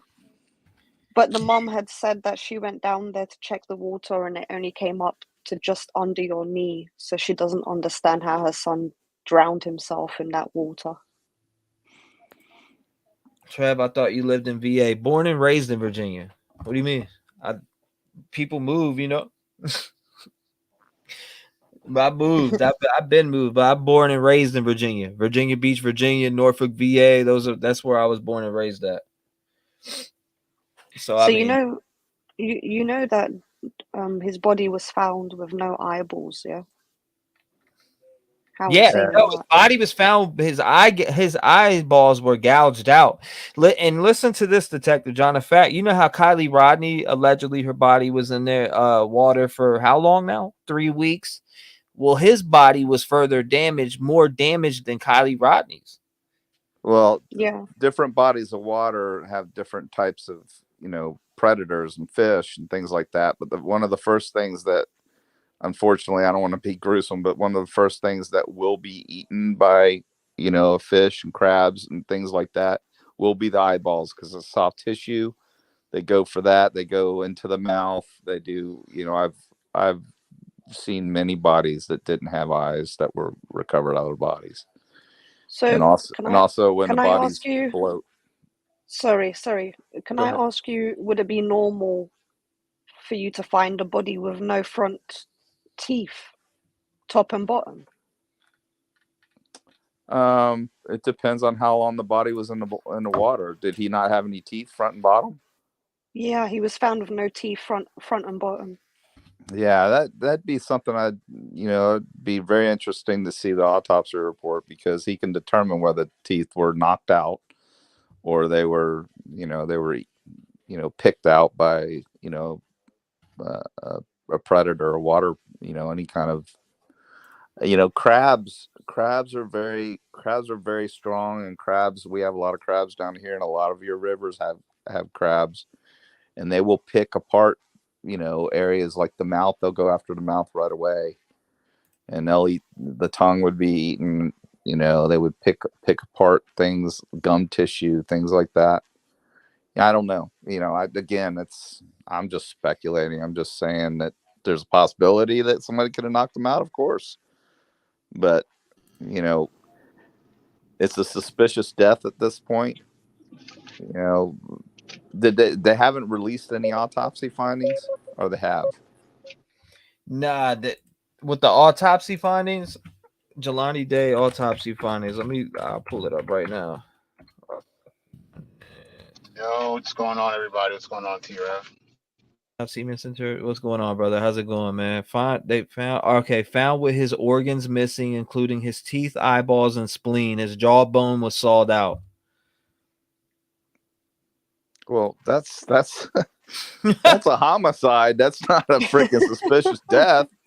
If exactly. His jaw was sawed out, and if they see tool marks, that can't be right. The cops are treating his mom like shit too, bro. Yeah. So the jaw was. They're saying that the jaw was there. So they're showing tool marks from a saw actually cutting through bone. It says right here. That's what sawed out means. Yeah, autopsy. Let's see. Claim. Coroner's report saying missing grad student Jelani Day was found with his organs missing, including his teeth, eyeballs, and spleen. His jawbone was sawed out. Now it says AP's assessment falls to LaSalle County coroner, who first examined Jelani Day's recovered body, said it was severely decomposed, but no body parts were missing. The coroner said the jaw was removed to assist the identification, and that all parts of the body were returned to the family. The facts: the body of Day, who attended Illinois State University, was found in the Illinois River on September 4th and positively identified on September 23rd before the discovery of the body. Day had last been seen at the Illinois State campus on August 24th, according to reporting by the Associated Press. Confusion around the initial autopsy report, a second pathologist review of Day's body, and details in Chicago Sun-Times story led to false posts on social media stating that Day's body parts were missing. Coroner reports Jelani Day's organs were missing when he was found. So his organs were missing when he was found, said one of the most published. Okay, listen, I'm gonna get morbid here. People, People gotta hear this. Okay, you're talking about August in Illinois. Okay, it's hot as hell. The water's hot. The water's warm. And I'm just gonna give you an example of one of my cases. She was in the water for 7 days. When we recovered her, it was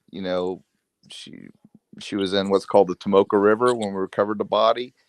They did the autopsy and the organs were missing. The reason why they were missing was because actually the gray matter, the brain, actually turned into pudding basically. And it was determined that the brains were coming out of the nostrils and the ears and everything else. This stuff happens in the decomposition phases. I mean, I don't mean to be gruesome, but when we did the autopsy on her, I was right there when he removed the top of the skull, and what brains were there were nothing. There was just, it looked like pudding. And that's what happens to the internal organs inside the chest cavity and the lungs and everything else. They start to break down. And sorry, people argue. I'm telling you the facts. This is the real world when it comes to this stuff. I mean, it's not Well, they did see it's his gruesome. organs was liquefied. So Yes, that's what happened. Would water life liquefy his organs? Would what now? Would water life liquefy his organs? Would water liquefy it? Yeah, I mean, water would accelerate the decomposition process. The only way that it wouldn't is if it was frozen, in the 30s, that would preserve the organs. But in August, it's just going to accelerate the process so much within, a couple days.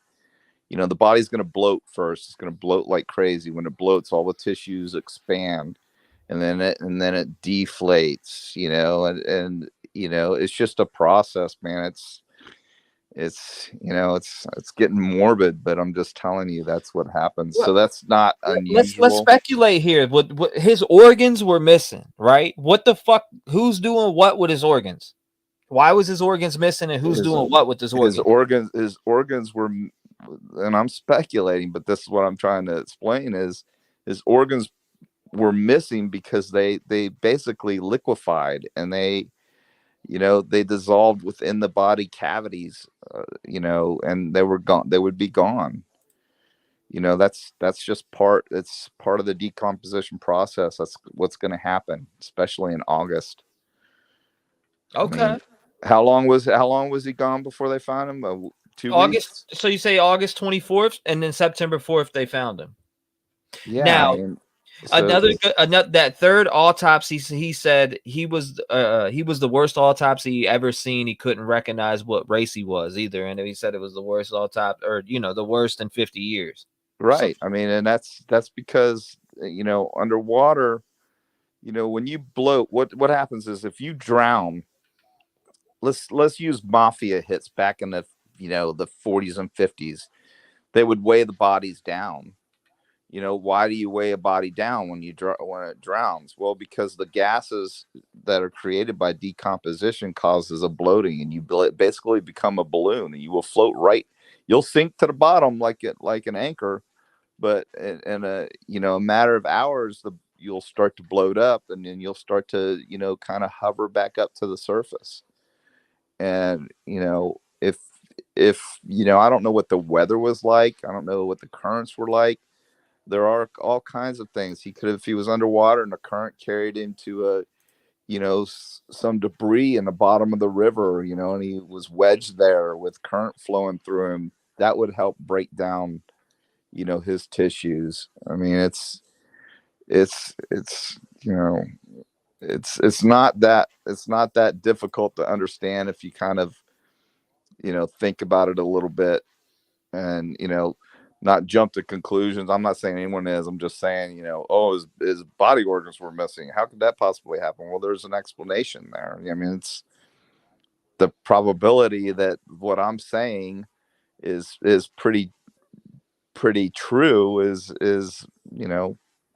It's just the fact. I mean, that's what happened. He was in there for, 15 days. Now, So, what would be the difference between him and Kylie Rodney, though? But if Kylie Rodney was allegedly in that water for 3 weeks, different waterway. Okay. That waterway where Kylie Rodney was found was not a fast moving waterway. It was not a major river. It was very clear water. It was probably fresh water. So the Illinois River is not the cleanest river. Yeah, I mean, you live up there. I lived in Champaign for a long time, so I know Illinois. And but where she was found was, pretty clean. I can remember seeing the drone footage. I mean, you could see the car on the bottom just with a drone. I guarantee you couldn't fly a drone over the Illinois River and see a car on the bottom of it. Now, here's another thing. Ask Detective John if he believes his fancy car made him a target. What was his car? I missed all that. I'm sorry. I don't know anything about the case. No, I know you know nothing about it. I'm going to pull it up right now. This is his car. I'm going to drag it over, put it on screen real quick. Here his vehicle is right here on the screen right now. It's this, what kind of car is that? We got a little delay, so I'm not seeing it yet. You should be able to see it on screen, but let me go back. Yeah, what's coming up right now is ask Detective John if he believes fancy car made him a car. Yeah, I'm listening to you on my phone at the same time. This one right here. Jelani Day family questions, police investigation, autopsy. But it's this white car, bro. It looks like it's like a Chrysler 300, but it's like a newer one. Yeah, dude, that Would that make him a target? Yeah, definitely could make him a target. I mean, definitely could make him a target. Do you think Michael Jordan's dad was killed because he was Michael Jordan's dad? Hell no. He was killed because he was in an SC, was it 430 or something, 300? I don't remember what it was, but they went after him for his car. Had nothing to do with. They didn't even know it was Michael Jordan's dad. What's up, Angela? Okay, so I was going to say, I'm really not sure if these things are connected, and it hasn't been reported on much, but Trev, have you heard about the suspected serial killer in Chicago? I keep hearing things like right, it's really quiet right now, and there's only a few because they're brushing it off. So all these bodies are coming up in the in the loop, basically both sides of the river. They say it's most of the time it looks like the person was maybe walking home, fell in the river, drowned and died, or it was suicide, or whatever the case may be. But then as I was doing some digging, there were people posting TikToks or on YouTube saying they were walking home from the bar and were approached by a strange vehicle in Chicago and all these other things. So the news yet isn't reporting on that side of it. They're just saying, a 20-year-old male was found in the Chicago River, suspected suicide, no foul play, whatever. But there's so many of them that's starting to pile up. That's not being talked about enough in the press. So a lot of people are starting to wonder if maybe there's a serial killer. Now, I don't know if the other case has anything to do with it because it was so far, long ago. It was last summer. But I keep hearing rumblings about it, and it would kind of make sense. I don't know if it's a sex trafficking thing. Maybe through the city, they're trying to pick people up, and that's who's approaching people on sidewalks, walking home drunk from the bar. Mm-hmm. Or, and if these are really suicides that they're finding, I don't know if they're connected, but it's very strange because you'd think we'd hear about it way more, but you don't. You have to dig for it. You have to you can't even put in Chicago serial killer. You have to put in Chicago serial killer 2023. It's just, there's not much out there about it, but it's very strange how all these bodies keep popping up in the river, in the city. So I don't know if you've heard anything about it. I don't know if maybe something's connected. Who knows? But I don't know if anyone in the chat has heard anything about it either. Are you talking about the smiley face killer? I don't know if I've heard him called by that name. So there's a documentary on it where all these young guys just disappear out of nowhere, and then their bodies are found in shallow water, floating, dead. Where was that at? Do you know? I'll search it now. Okay, thank you. Because Yeah, these bodies I'm are looking turning up at it like now. mad. I'm looking at Yeah. it now, and it's a big thing that people are talking It about is. for sure. It is a big thing, but you're not seeing it much on, ABC or NBC or Fox, like local news. But people are talking about it on Reddit, on TikTok, like sharing their experiences, and this is going on like now. But the police, I forgot one video I watched. It was a resident. There was a district like council meeting. The guy lived within the district. This was like a resident. He was very active in speaking to the community about, hey, there really might be a serial killer. Like, this is what's going on. No one's talking about it. And when he tried to enter the meeting that he had every right to be in, because he's a resident in that district, they had like kicked him out. They didn't want him around. They don't want him to, like, it was this big controversy. Like, why are we keeping this so quiet? Why doesn't the community know? And what are the odds that all of these young people are turning up dead in the Chicago River? Yeah, that's wild. Yeah, I just didn't know if you had heard of it. It's something that I randomly stumbled across, like I said, on TikTok, and then I went down like a rabbit hole as usual. But it is very, very strange. I don't know if you can look up, because I'm on my phone, I'm in bed, but I don't know if you can look up how many bodies have been found so far since maybe, I don't know, I think it's been going on since like December. There's been quite a bit. That's wild as shit. Sorry, my sound's cutting out. I do think it's suspect how this license plate was off his car, and how they don't want to really disclose what's in his diary, and how they can't get in the phone, and it's just odd. No, like, why not be transparent? The community wants to know. Like Trev said, they've been treating his mom like shit. It's just, but people have been outspoken about it, wanting the answers, and they're just very tight-lipped about the whole situation. Right. So the thing is, they're tight-lipped, but if it was just a simple suicide, what's the tight-lippedness about? You know what I mean? Right. If it's so clear it's a suicide, why are you so hush-hush about the case? Why is there barely any information about it? I mean, I agree. you know? Yeah. If anything is a cover-up, I think that might be an actual cover-up, if anything. Something's odd with that case. I'm black myself. No black guy is gonna go wandering in the woods by himself and just go jump in a river. Like that's not happening. Like in Chicago, like that's not happening. It's not happening. Either he met with someone, or I mean, they did say he is a swimmer, so maybe he went in there for a swim, but I don't know. His mother said he was a swimmer and he could swim well. So the fact that he drowned is just weird. I think he met up with someone, and I think he met up with the wrong person, and they killed him and put him in the river. I dropped you the link to the Chicago murders in private chat. There we go. Yeah, that shit's crazy. I'm gonna be checking that out. I gotta definitely report on that shit for a fact. 10 bodies so far. Thank you. I knew it was quite a bit. 10 bodies so far. That's crazy. I mean, and they're not really talking about it like that. 10 bodies are washing up in Chicago again. Now there's a new sinister theory about what that is. This was February 8th, 2023.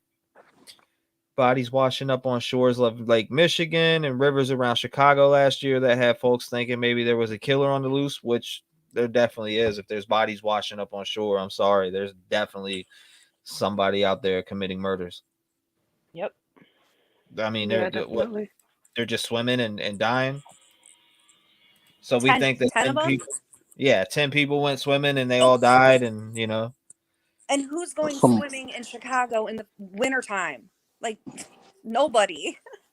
from what I It's know, cold as fuck. Yeah. from what Detective John said, what did he say? Fuck.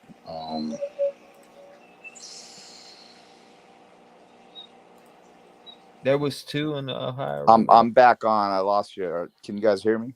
Yeah, Yeah, you're good. You're good. I hear you. Detective John made a good point, but I forgot what he said. I'm pissed off now. We're talking about the decomposition of bodies during the time of the year.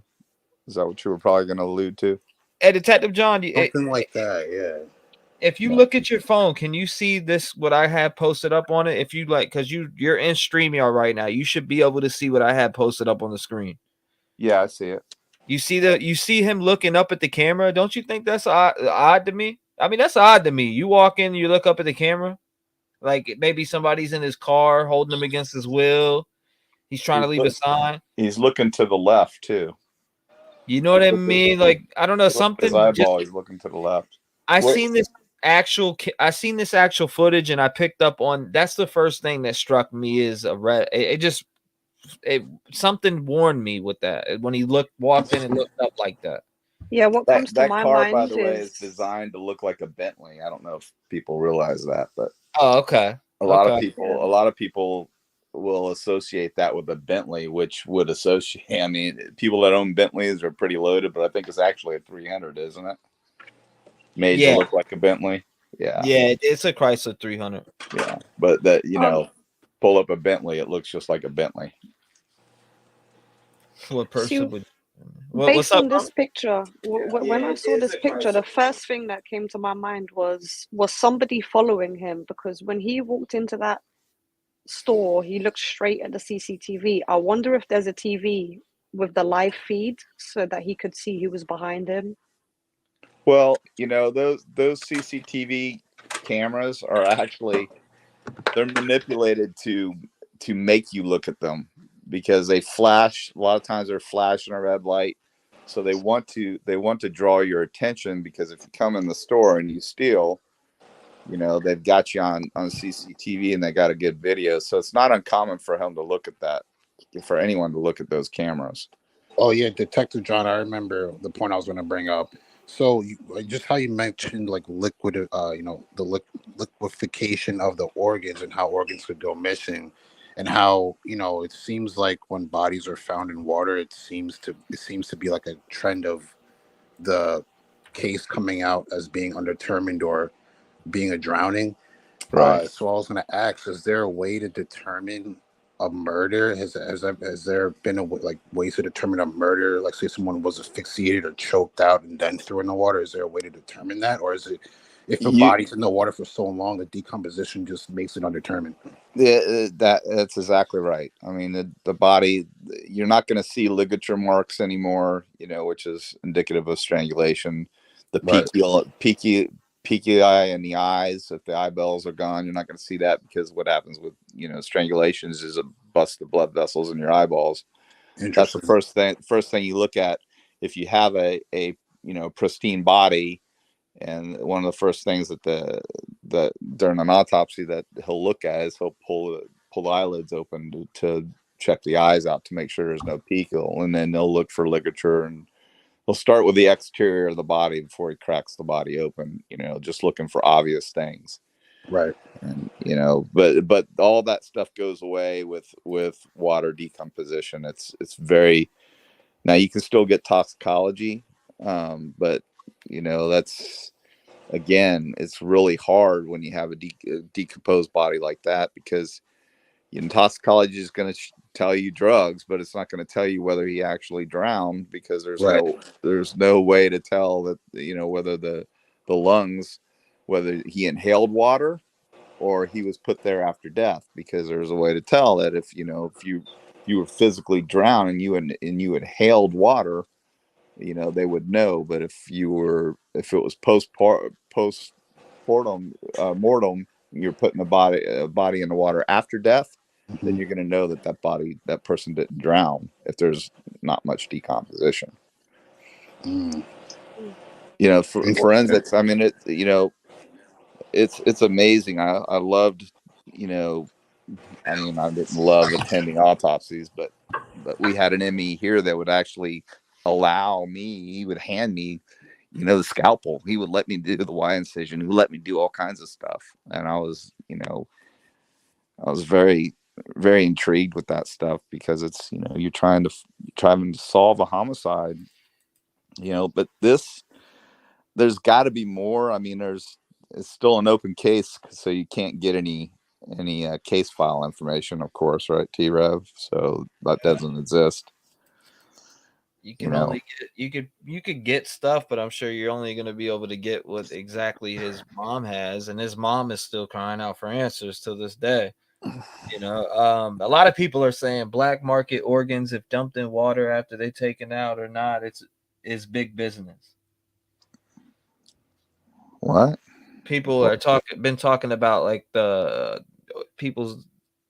organs being a big business, people selling people's organs and shit like that. No organ's going to be viable if it's been sitting in water for 15 days. I mean, no, but I'm saying I think what they're implicating is that they're saying is if somebody, took him, killed him, took his organs out, then, shit can't his body. Right. You know what I mean? Like, got rid of it. That's what what kind of condition was the rest of the body in? I mean, again, somebody was getting blown out of proportion.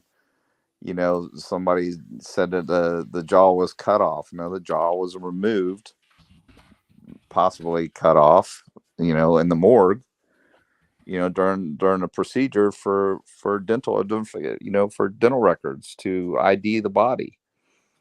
But I mean, were there any incisions, indicating that organs were removed? I don't know. Does it say that?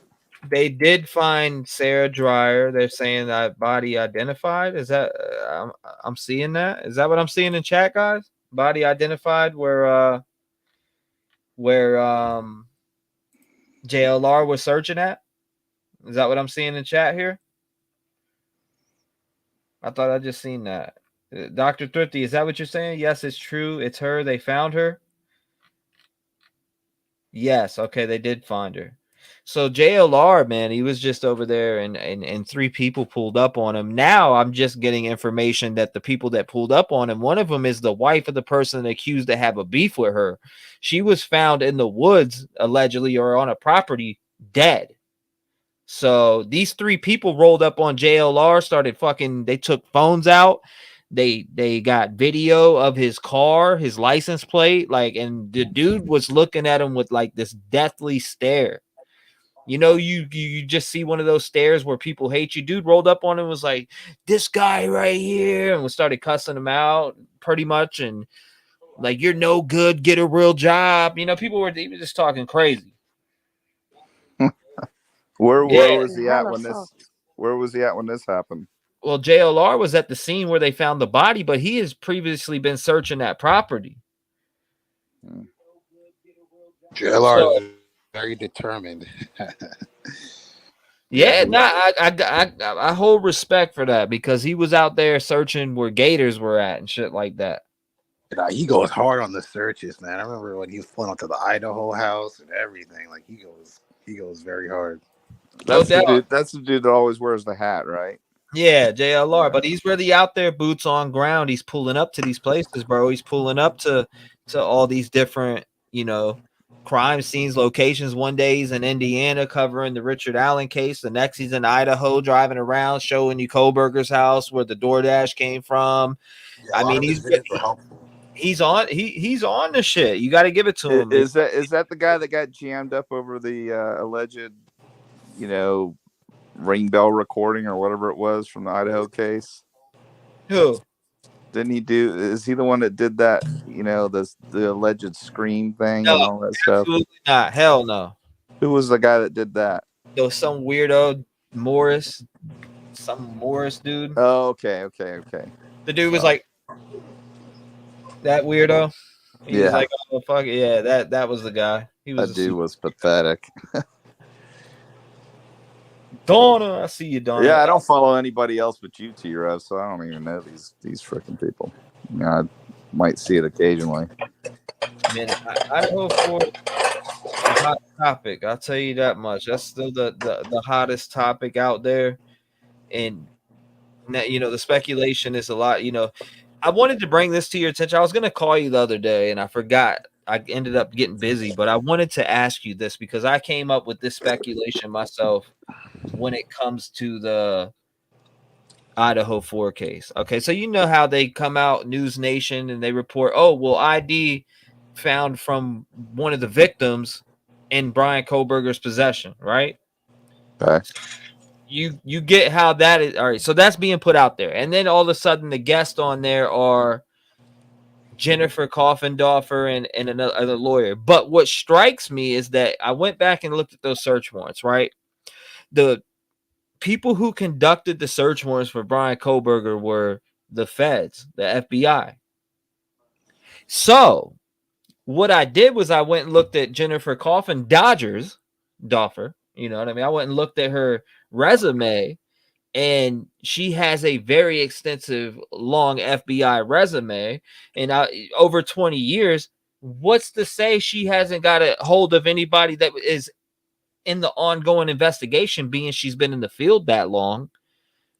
And so you're saying a conflict of interest? I'm saying in general. I'm not allegedly speculating. I'm just putting puzzles together because this information comes out of left field, and they say, well, victim's ID found in Brian Kohlberger's possession. Who could have access to that information? Well, the puzzle I put together was, and this is allegedly speculation, it's not true if you haven't heard it from law enforcement, but Jennifer Coffendorfer, pull up her resume and then look at who conducted those search warrants. Who's pillow talking? You know what I mean? Right. She's in the FBI. Do you not think that she has the reach to hit up anybody with the FBI? Maybe that she worked with, or they're still in the field now and she's retired, but they're still in the field. She has that 25-year experience in the FBI to be able to get maybe the information like, oh, maybe she talked to one of them. They were like, yeah. Well, going back to the search warrant from Kohlberger's apartment, wasn't there miscellaneous IDs listed? There was so it said ID in glove in box. Okay, so this is the one that was potentially in the room after he's, after he killed the girls. So here's my theory on that. He probably did take the ID, and it's very common to take a trophy. And the girls, they didn't. None of that video did I see a single purse or anything. So they're going out bar hopping. They carry their IDs in their back pocket or front pocket.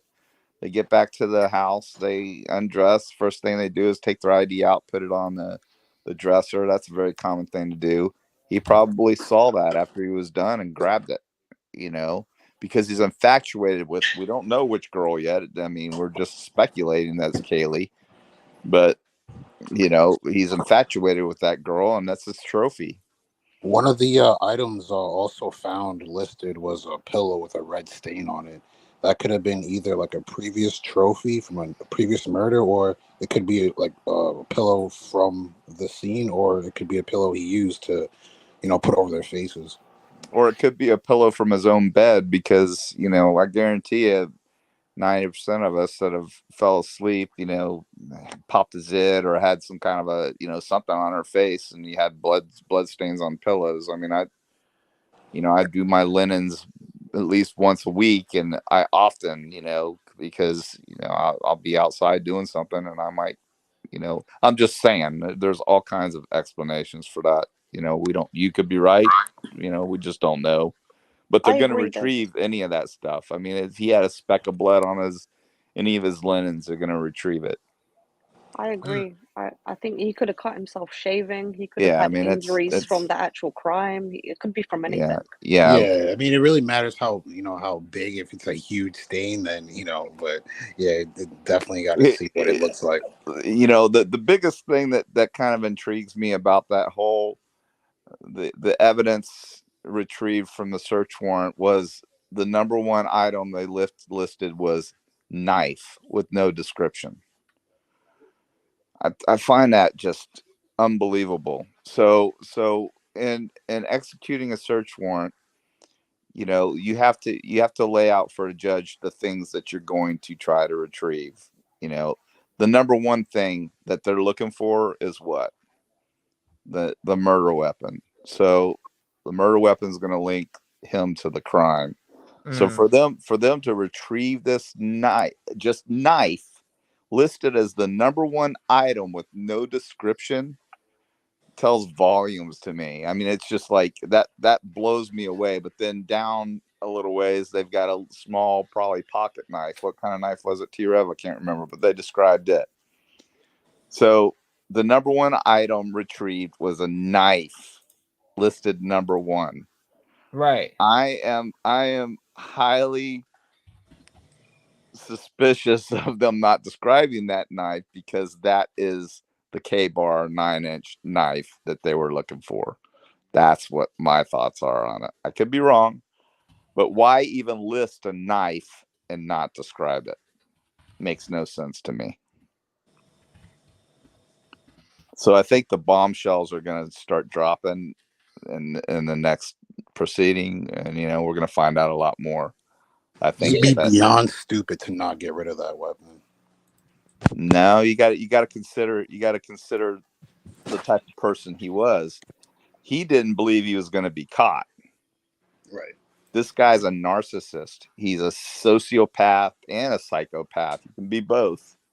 But my theory is this guy was gonna, you know, he committed this crime and he's trying to be a professor, and you know, it's like a book. You know, you're one day going to be talking to, you know, teaching a curriculum, and you bring up a case that's an open case in your own town and have everybody have their own theories on it, and then you spin it into whatever you want to spin it into, and whoever comes closest gets the best grade. You know, I mean, it's just, that's the type of person this guy is, I believe. I mean, that's just, you know, I just don't think getting rid of the knife even crossed his mind. I think he would keep it because he's cocky. Detective John. Yeah. I have a question from last night. We were talking about the layout of the house and Dylan, you know, that shock phase and all that. I wasn't on last night, but go ahead. Well, no, I understand. But I do have a question. If he had been in the house, and well, I mean, not saying during the time he was in the house, could he have approached her, threatened her, and put her in that shock phase without killing her? Because I mean, I know some killers will leave people behind. Is that a probability? Anything is possible, but I doubt it. I don't think you know, he had a vision issue. And he basically had tunnel vision with that issue. So he had no peripheral vision. He saw snow, you know, where you and I, you know, if you hold your hand out to the, you know, by your ear and you bring it up to your face, you'll start to catch it pretty quick. He didn't have that. He only had peripheral I mean, he only had straightforward vision with very little peripheral. So if you're coming down those stairs, that door's right there on your right. She could be standing at that doorway after hearing the noise and just kind of peeking out, and he could walk by her because he's got to get out of Dodge. Yeah, but he's coming from the opposite direction. He was coming not down the stairs. He was coming from Xana's room towards her. And before he headed to the kitchen. Right. I heard that. Yeah. My question about that. Well, one of the things that I was thinking, you know, because we were talking about how come she was in, you know, it took her 8 hours and the fear state and all that stuff, or that free state, you know. I had thought maybe. You think maybe he said, you know, you better not say a word or I'm coming after you and your whole family, or something to that effect? Well, perhaps? I mean, could he was trying to get out of there, you know, maybe he saw her and scared her, you know, without killing her. Because I'm still a believer that he didn't come in to kill 4 people. I think he came in to kill. He had a specific agenda and some. Oh, I agree too. I said that. I think you and I Xana. are of the same agreement. So I think I Xana agree. being awake and ordering DoorDash caused a change in the events of that night. I believe he was following social media. He knew exactly when she was going to be home, and he knew that this was his only opportunity because she was going to Texas.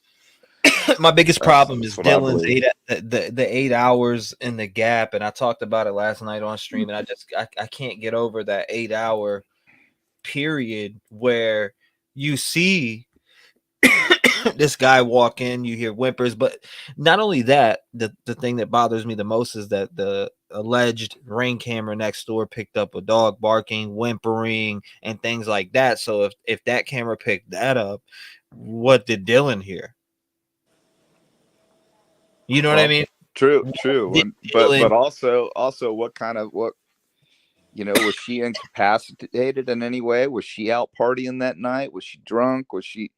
She was watching TikTok. She was watching TikTok in her room after she got DoorDash. Yeah, no, I saw that. You could be wasted watching TikTok. But I mean, she could have been very wasted. I mean, there's all kinds of variables. I mean, I don't see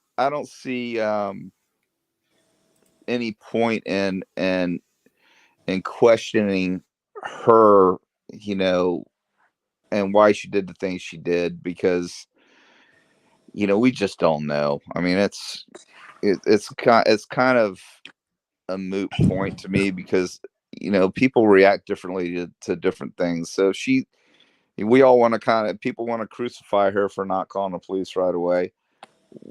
Maybe she just blanked out. People go into shock. I think earlier months ago I equated it to that scene in Jaws. You remember when the girl's on the sailboat with her boyfriend, and and he got knocked out of the boat and ate right in front of her, and then she just curled up in a little ball and hid. Would you consider shock phase being scared? Absolutely. Because some people were trying to tell me last night that, oh no, she wasn't scared, she was just in shock. Well, I'm like, she had to be scared. Then that's what would put you in shock. I think terrified is more like it. Yeah, the people react differently. You're not talking about, I'm sorry, man, you're not talking about a girl from the streets here. You're not talking about a girl that's none of these kids. You're not talking about kids that have been through some shit. You're talking about kids that probably have had a silver spoon in their mouths most of their lives, have been taken care of. They haven't seen any of this type of stuff, right? So again, I don't know that to be a fact. I'm just kind of using my common sense here. I mean, you've got all these kids had nice cars. I mean, they're not, these aren't kids from the hood. These are kids from freaking well-off families going to a major university. They're living large. They're having fun. They're not experiencing what you can go 5 miles down the road and experience. T-REV. They don't see that kind of shit. It's like so. I mean, there would have to be a lot of blood for this to seep out these. I mean, you got it going over the drain pipe, whatever this pipe is here. You got it coming down here. That's the first thing I found. Remember when they were just showing, then that wasn't even zoomed in on. I'm like, dude, that is blood. There's a seal plate. So the frame of that house has 2x4s running across the floor, and then they have studs going up, and 2x4s are fastened to that foundation. So what happened is blood is very viscous. It's more viscous than oil. So when whoever laid against that wall right there, and I'm not sure, we can all speculate who that would be. I would imagine it was, what was that Xana's room? Was that his room that was? I don't remember whose room. Yeah, Xana. So it could be, he was thrown up against the wall there, or she was, and laid there within a couple feet of that wall and bled out. And that blood seeped under the seal plate and down the side of that wall. And by the time it got down to there, it was coagulating so it wasn't running real fast, you know. But that's blood. I mean, don't that care what photo, anybody said. it's coming from where Ethan and Xana were. So I mean, Right. So that's whoever gotta was be a up, lot of blood. whoever was closest to that wall is, I mean, you're talking about, again, you're talking about a 9-inch K-bar knife. This knife is designed to do massive amount of damage.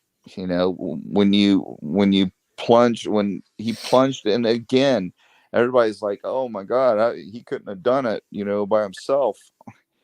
Look, man, if I take the K-bar knife and I just plunge it anywhere in your body one time, I don't care if it's in your hand, in your calf, in your foot, it's going to incapacitate you to a certain extent. I mean, that's, but you know, you're talking about a guy that's not in bad shape. He's going up against 3 women and only one guy who could be shit-faced. We don't know, man. We're not going to know till you know, this all starts to unfold, but they're not telling us anything. If you think about these girls, you know, shoot, their bodies weren't even 9 inches. Right, You know, exactly. 9 inches So thick. you're They're right. so tiny. Kaylee and Maddie, if he plunged that into their chest, it went through their back. Right. I mean, you know, or vice versa. I mean, you're talking about, it's not going to take a lot to incapacitate with somebody with that knife. You know, and I agree. I don't think he went there to kill 4 people. In fact, Ethan wasn't even supposed to be there. So, you know, I'm sure they were out partying. He was probably, you know, they were probably getting it on in the bedroom at some point, got their DoorDash or whatever. I don't know, before or after, who knows? I mean, I know when I was, you know, I go out with my girl, I'm coming back, we're getting it on, you know, more than likely. You know, I'm just being real, but he's, you know, he's, yeah, I think that, you know, I think that he planned on killing Kaylee or Maddie, whichever one he was infatuated with. I'm guessing it's Kaylee, and I think that she coming back into town, and then you know, I used the expression diarrhea of the mouth before on social media, but I used that for a reason, because this is what parents need to start paying attention to, because these kids are telling everybody everything about their lives, where they are 24/7. And if you have somebody that's potentially, you know, you can't use the word stalking, and because the person has to know they're being stalked, but they're being surveilled. You know, when that happens, and you're given all this info out all the time, you know, you're just a target. And by Maddie posting that Kaylee this was her, something to that effect, that she's gone after tonight, you know, it could have set the wheels in motion for something that he had been planning, but never, you know, never capitalized on, because the opportunity never presented itself. Well, guess what? Bam. This got Did out you hear there. the rumor about him trying to identify as a girl? I mean, I've seen in New York Times and a few people report on it, but there's a big rumor out there that he's trying to identify as a woman now. And have you heard that at all? I've And what do not you heard think about that? Do you think it's I've not- bullshit? I think it's probably bullshit. Okay, and another one was, can you ask Detective John how he thinks BK got to and from scene if we assume car we see turn is DoorDash, not BK? I think if it's DoorDash, I mean, that's an open and shut case. DoorDash has all your information, but I don't Well, think we the know I he don't think used the his car DoorDash because I don't think the DoorDash has any bearing on this case whatsoever. That was just a fluke. well, we know he used his car for sure because it was caught on camera, and Right. That car was yeah. pivotal. I think they were eating. We're getting I from the beginning, the one thing that I said was going to nail him was his car. You know, and that's why when they had that car, remember when they had that car on the side of the road, T-REV, and everybody's like, that's it. You know, you had this podcast going, and everybody's going, that's got to be it. I'm like, that's not it. There's no way. I'm telling you, that's not it. You talk about when they were standing on top of the house drinking the beer and the No, beer. not that one. I'm talking about when they found that red car on the side of the road. Oh yeah. And the guy that hit me up. It was a white Elantra. It was, coincidental as hell. But everybody's like, "Why is that car sitting there?" I'm like, "Because that's not the car. It's not the car. I'm telling you, it's not the car." And that's when I said, you know why they're not on it? Because they know where the car is. They're already surveilling the car. They know they have a suspect, and everybody's like, no way, that car's abandoned. I'm like, I'm telling you, that's not the car. It's not the car. it just would make no sense. They'd be all over that car if that was the car. And they damn sure wouldn't allow people to walk up with it and walk up to it, touch it, and take pictures and all that stuff. VIN number, people getting the VIN number, etc. Yeah, it was crazy. I'm like, you guys are wasting, not you. I'm just saying people are wasting their freaking time talking about this damn car. All right. Why are you so positive, Detective Job? Because they're not sending anybody to that car because they know that's not the car. It was a wild goose chase. It was a wild goose chase. It was ridiculous. Karma, you said you watched the new they had a new something out on Idaho 4. What was it? Was there anything new in that came out? No, nothing new, but it's just presented in a different way.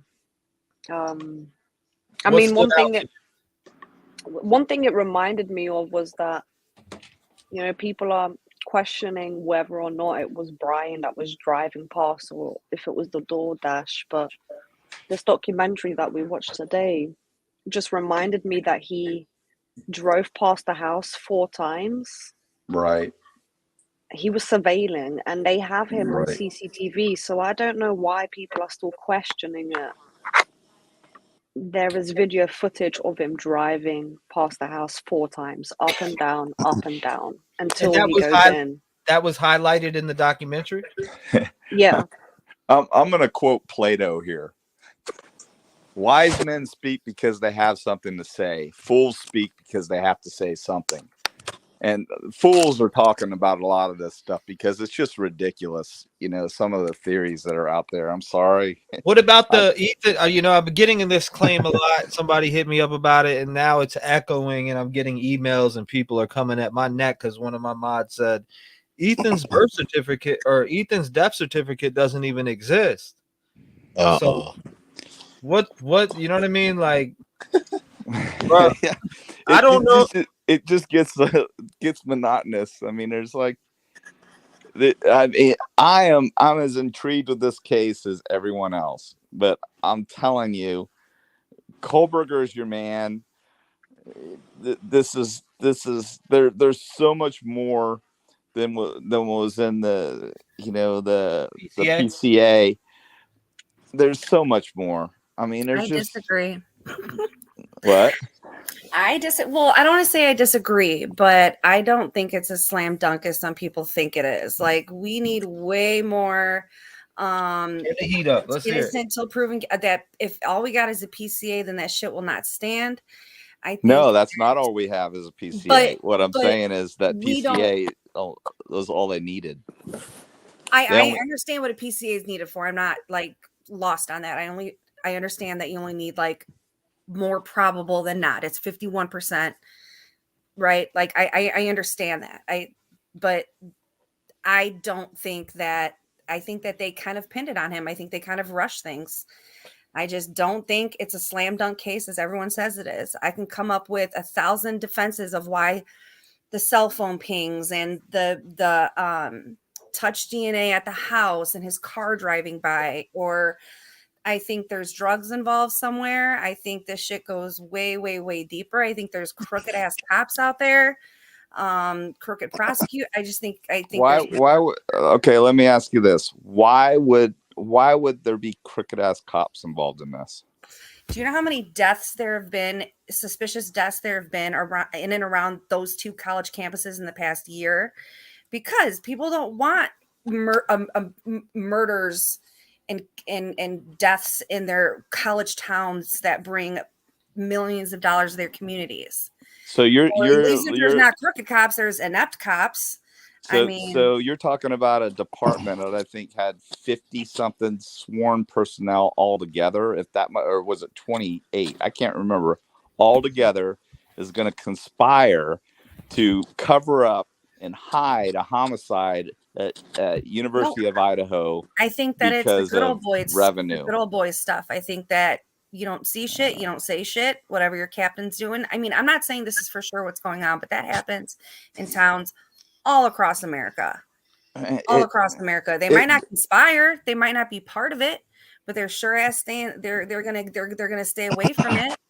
So I just think of reports coming out. An officer and a chief of police is going to put his whole career online over a highly publicized quadruple homicide. Well, that's the whole For thing. what He reason? wanted to get a conviction quick because his career is on the line and the whole nation's looking at him. He wants to hurry it up. That's why this went beyond thousands of him. innocent people in jail. Yeah, this went way beyond him. You've got 3 different agencies involved.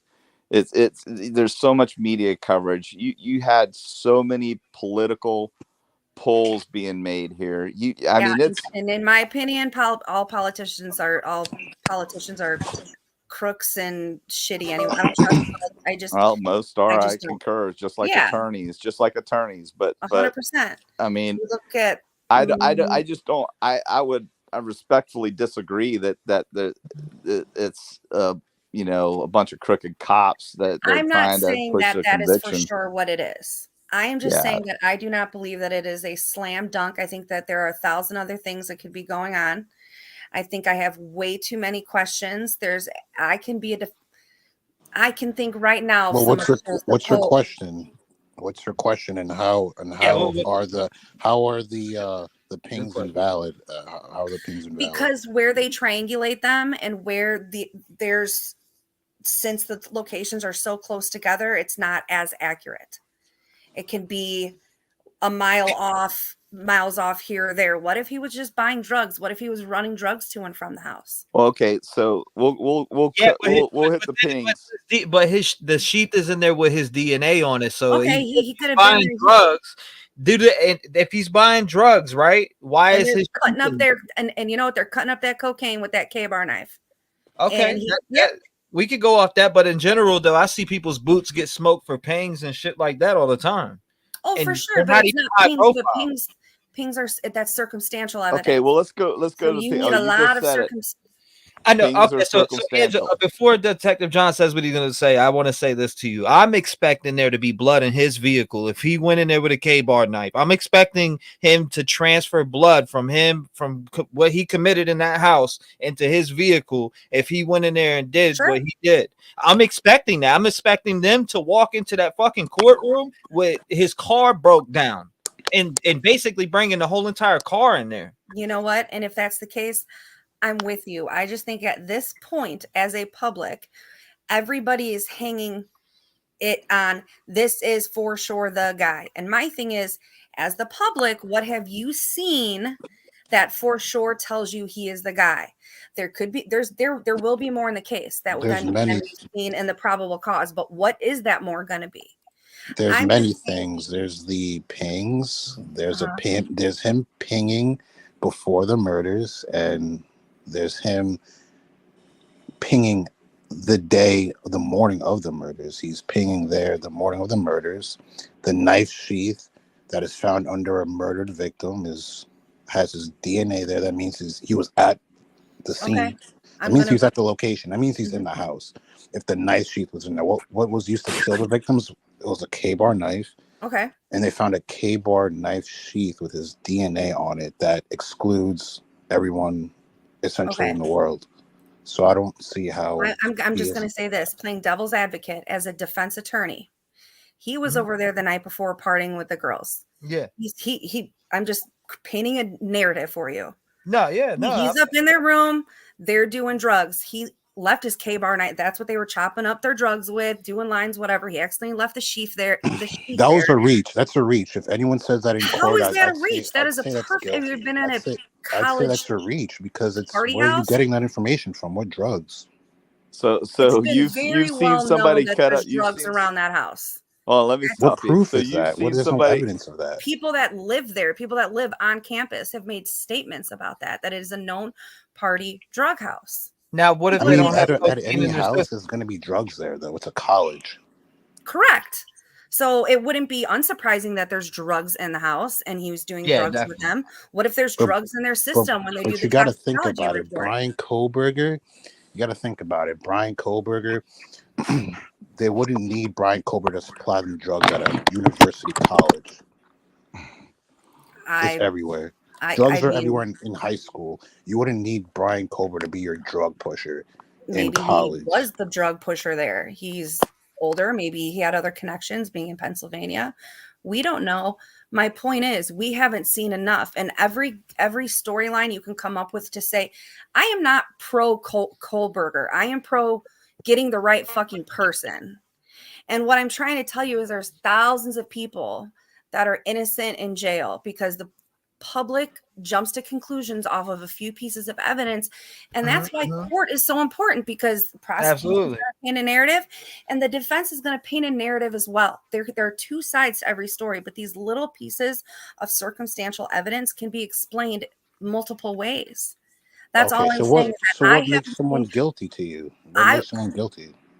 I mean, if his blood DNA was found at the scene, like T-REV said, if any of the victims' blood DNA is there, if they can actually put him physically at the crime scene. Yes, his phone was off before. Yes, his phone was off after. He could say it died.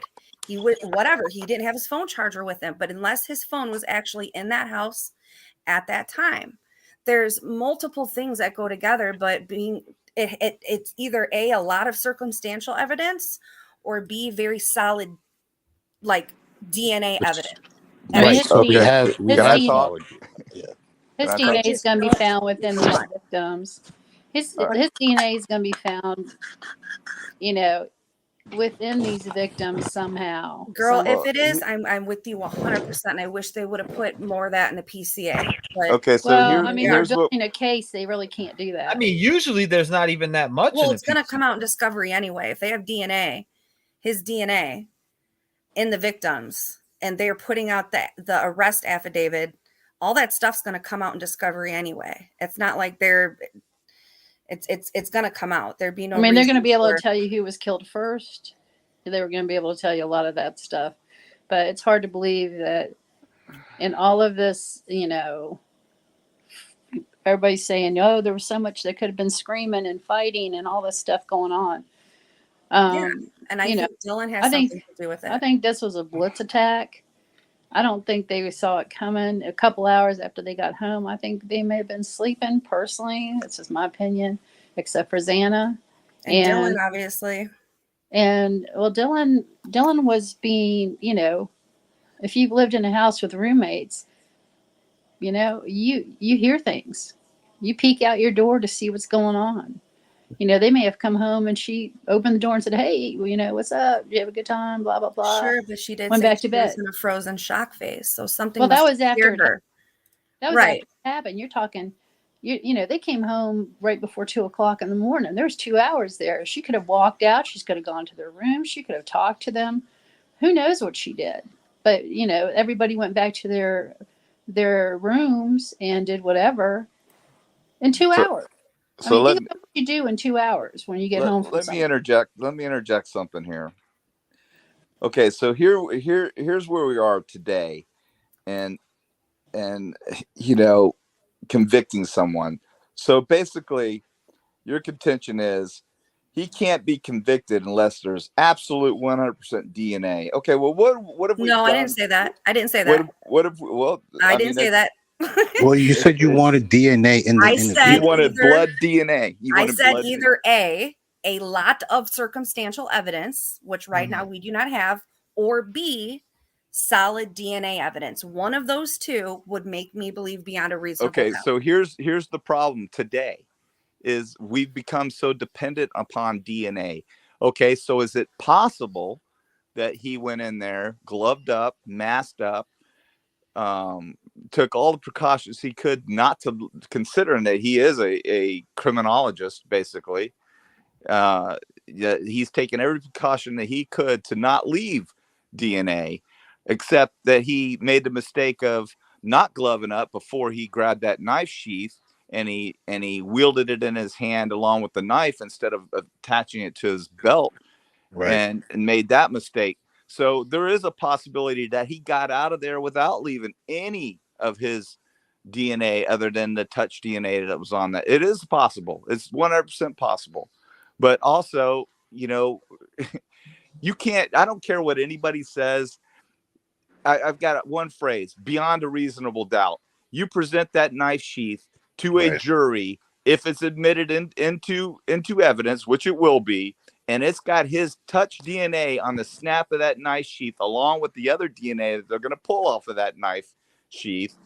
You cannot explain that away. And it, beyond a reasonable doubt, if you got a jury, one person in that jury that believes that he was in there cutting up cocaine and left his knife sheath there with a 9-inch K-bar knife cutting up cocaine, I'm sorry. I'm ready to move, because that would be the biggest travesty I've ever heard of in my life. This is not an OJ moment. Okay, but this is what I'm trying to say is there's 6 of us up here. I see other people in the comments in the chat. This is what a jury would be. I understand you're in law enforcement, so it's different, but for the average person, right, that's listening to this case, I'm waiting for trial. I'm not saying he didn't do it. I'm not saying he wasn't involved. Maybe there was a second person. The timeline is really tight for me. But sitting here as of today, almost 4:20, there is not enough on my plate for me to be like, yep, firing squad, like this is that dude. Like, of course, there's not. So it of course not. But I'm going to lean 100% that there is a plethora of more evidence, and the PCA only listed a fraction just to be able to get the SWs to get to get the ball rolling. There's tons more evidence. I mean, but all that evidence too can point to more people being involved. I personally think Bethany might be in protective custody. No one has heard a word from that girl. No one has heard anything. She's on a gag order. She can't talk. None of the victims' even before she was on a gag, before there was a gag order in place, before Kohlberger was even arrested. No one has heard a peep from her since. That's not uncommon. That's not uncommon. I mean, well, I know, like I said, you're in law enforcement, but no, I get it. I agree with some of the things you're saying, but T-REV, but I've watched countless videos and neighbors and people coming out and speaking. Oh, I've spoke to this person. I've spoken to that person, and people getting interviews.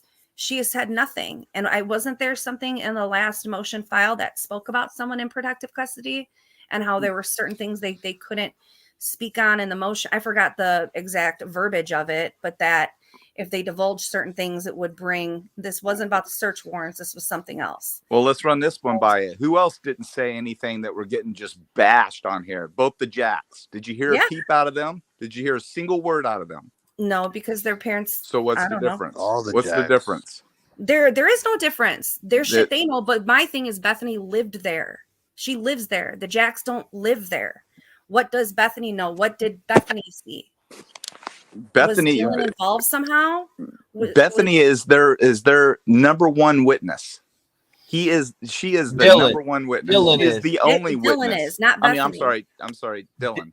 Dylan's the number one because she said she's seen the bushy eyebrows. I'm talking about Bethany, the other one. Bethany was also downstairs, bottom floor. You come in the first door, you make a left, go past the stairs. She's in that back room. But Rev, do you remember when this all started? We were told that Dylan was also on the main floor. Yeah, we were told that, and then we found out later she was second floor, which the room was literally right by that backsliding door. So we were told one thing in the beginning, and then the PCA came out and it was something else. And then it's something else, and it's always something and something different. Well, so I don't think people realize that it was a 3-story building from the beginning. I think most people do. I mean, I at least did. I wasn't confused. Some people didn't, though, is what I'm saying. Yeah, they were under impression it was a 2-story building. Why does it have to be that because Bethany's not talking that she's not part of this case in a bigger way than what we think? That's exactly what I think. I think maybe. I mean, I'm not saying. I'm just saying. You know, I don't think anyone's saying that she's not part of the case. Certainly wasn't saying that. She could. She's a witness too. No matter what. She might hold more information than we know, but they're not going to disclose any of that. It's, there's a lot of things that they can't disclose just because of the protection of the investigation. They can't, give us the information to make us feel better and make see what we what we know and what we don't know. If they give us too much information, he could walk.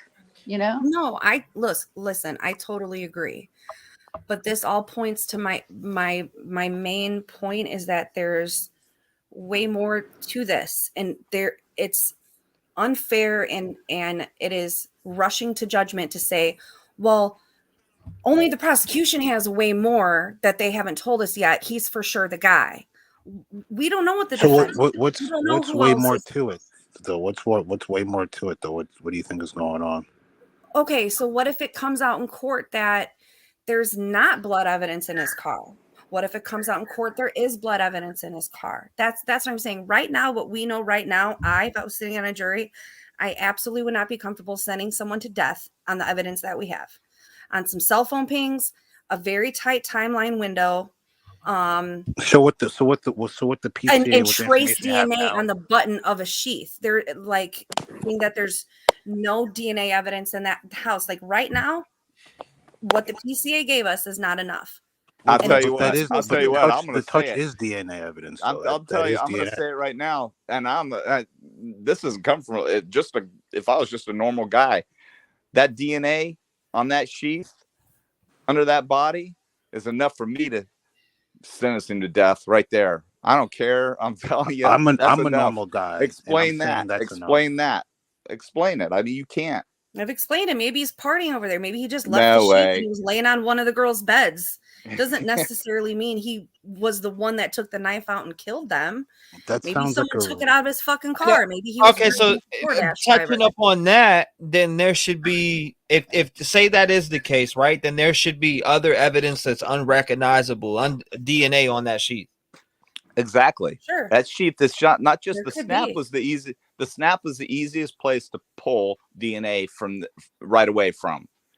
If there's other DNA on that sheath, I think that you have a problem. Which there's going to be. I'll 100% say there will be other DNA on that sheath because it's a leather sheath. They sent it away. They sent it away. Yes, that's what testing because they couldn't do it in the lab. That right. was originally sent. That's exactly what they did because it's a porous material. It's gonna take a different process to be able to extract the DNA from it. Whereas you had a metal snap, that's with a snap ring that's very easy to swap. To me, I think it's like common sense. I mean, the DNA was there. Before the DNA was even brought up, they had the men's vehicle description, right? They had that pretty accurate. They had the men's vehicle description. They have the men driving around there. And then you have the circumstantial evidence, the pings that places him at the scene or around the location of the murders. And then you have the sheath of the DNA, which is solid DNA, which is brought to a lab to make sure that if you look at the PCA, it says it's 99.9998% match to Brian's father. So the only person who has the right to launch who's driving that is Brian. So common sense would tell you that he is the killer. What if he had someone with him? Well, let me ask you this: do you believe in the death penalty? To be completely him, honest, yeah. I go back and forth. I go back and forth on the death penalty because I think one innocent person that's killed by the state is too many. However, there are sick fuckers out here that don't belong here. So to be honest with you, I'm kind of impartial. I don't know how I feel about it. It's kind of a case-by-case basis for me. Firefly said Murdaugh had no blood on him, no weapons, and he was convicted. Yeah. I mean, it's possible. Didn't Murdaugh have a little bit more time? I don't know. I didn't. You know what convicted Murdaugh? You know what convicted Murdaugh is his vehicle. Yeah. His vehicle convicted him because it was unbelievable what they got off the satellite intel from that vehicle. And another point with this Idaho 4th, and I always bring it up, I'm like, well, if they definitely have enough to hold him to see his day in court. Well, yeah. You know what I mean? They definitely have enough there so we can't know. But I mean, people can question it all day long, but in the court of law, in the United States of America, they have enough to hold Brian Christopher Kohlberger to see his day in court, whether he's guilty or not. Right, but that's only 51% preponderance of like evidence. I mean, it's got to be more probable than not to hold somebody. But what about all the testing on everything they collected? We don't know what results are back. You know what I'm saying? And I say this every live. I say it. I'm like, look, you know, if it comes back just the sheath and that, the defense is gonna have a fucking fighting chance. 100%, and that's all I'm saying. If there's when they more do evidence. the jury selection, the defense is going to battle, prosecution is going to battle on what type of juror they want. What type of juror do you think? Who do you think is going to want you on that jury pool?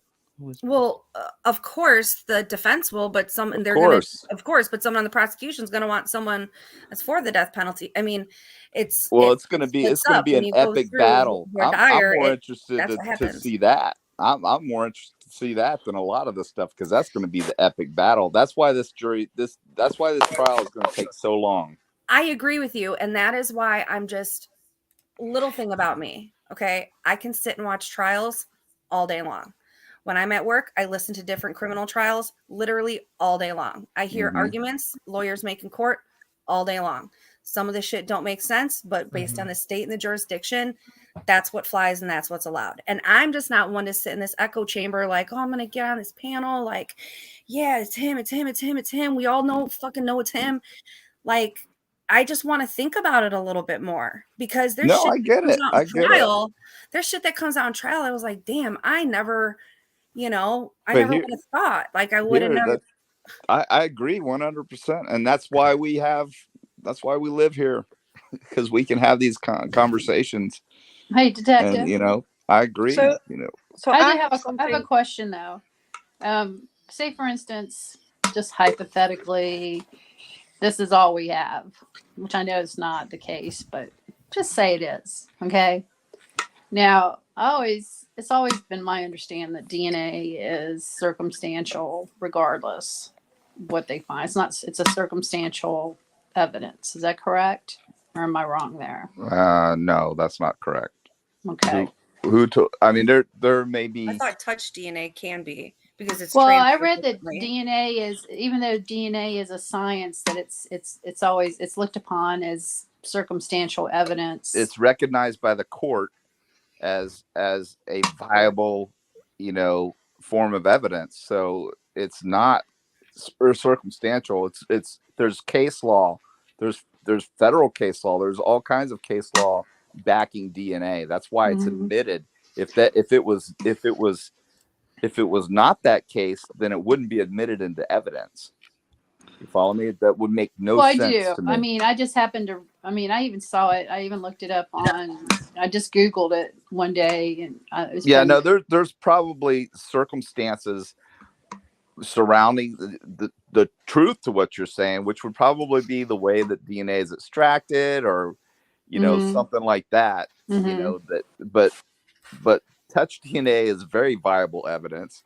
Blood DNA is irrefutable. Right. I mean, it's not, but again, if you look at the OJ case, when DNA was just starting to hit, what won that OJ case had nothing to do with DNA. No, had to do with everything shrinkage of that blood, with racial tension. It had everything to do with racial tension, good attorneys, and the fact that the prosecution allowed him to take that wet, shrunken glove out of an evidence bag and try and put it on his hand after it shrank.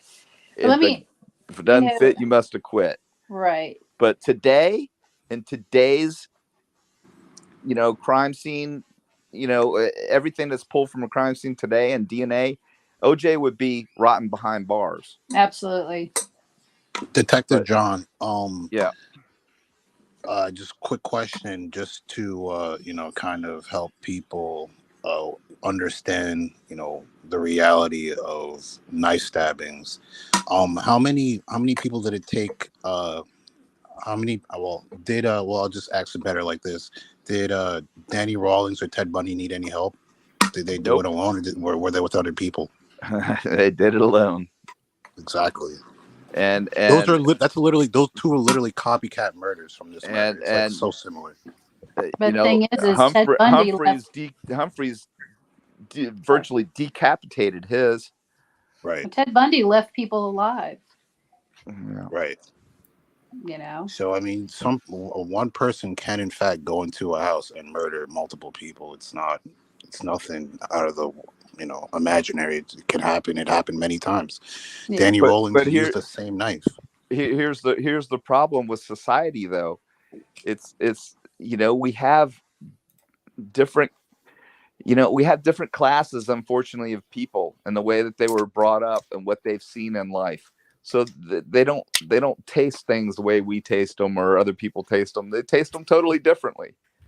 It's people, different strokes for different folks, and some people just don't want to believe that one person could possibly do this. It's 100% plausible that he did it alone.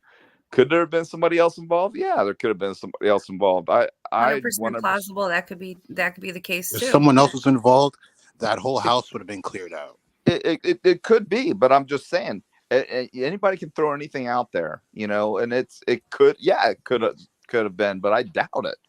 It's very unlikely. He did this on his own. I'll say one thing. In my opinion, I've had a lot going on in life. I had a death in the family, so I haven't been keeping up as much. So I will say I don't know a ton about the ID situation. If you guys can tell me what happened. Was that found in Pennsylvania? Do we know whose ID it was? Do we know how many IDs? From what I understand, it was found in a glove inside his car, correct, T-REV?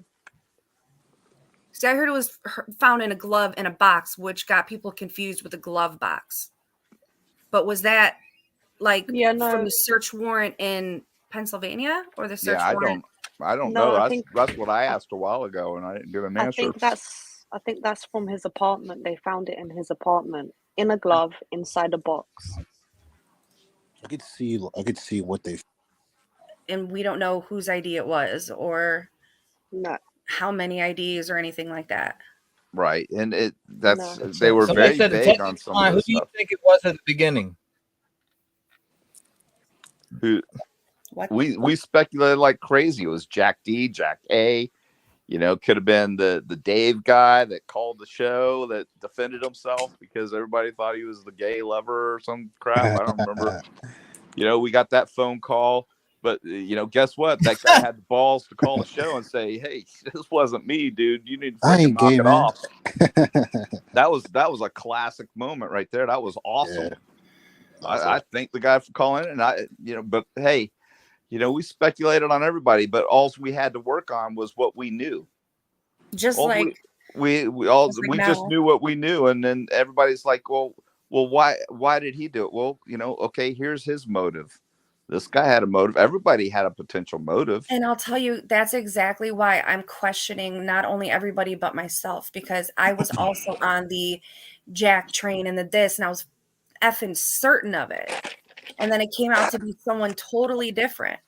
So I'm trying to just pause and question things as they come. What gives me some pause is reports of parents of these students that go to these colleges that are right next to each other, talking about the issues at these colleges, the kids going missing, the girl that committed suicide, but her best friend said it wasn't suicide, and she's been trying to get the file from Moscow PD and they will not hand it over. There's things that give me pause and make me go, okay, well, there's no answer for this, or I'm just one to where I want to see the trial and I want to hear both sides and what the evidence is before I made the mistake I did before. And right. So to answer OJ's question too, OJ Clapp had an answer. He said that, who did I think it was? Well, I said numerous times, this could be none of them. It could be somebody we have no idea who it is. We don't know anything. But what we had to go on was what the media was giving us, which was you had an ex-boyfriend, first suspect. You had another dude that was creepy at the food truck, another suspect. You had, the frat guys, other suspects. So who had the motive? So this is all we had to talk about for months. So, so all we're laying out is if this is a potential suspect, what would his motive be? So, no one's pointing a finger saying definitively it was anyone, especially me. I never said it was definitively anyone. I said, if somebody were to ask me today, based on what we know, out of all the suspects that have been named, the ex-boyfriend would be the most logical, suspect. But I will say this in the most respectful way, Detective John. The whole reason I piped in was because at one point you were like, it's the guy, Kohlberger's the guy, he's the guy. And that's what kind of made me play devil's advocate to begin with, because you were just like 20 minutes ago. So here's the thing about that. I know so much about investigative techniques and what it takes to put a case together and what it takes to go before a grand jury or a jury. In your jurisdiction, true. No. But wouldn't you agree that there are, look at the Murdaugh trial. How I watch other attorneys talk about how the hell did his partners not know that money was missing? Like, as far as his financial crimes, like the Murdaughs ran shit. Like, that's just how it was. No one questioned them. And then there's all these rumors about this church in Moscow. Right.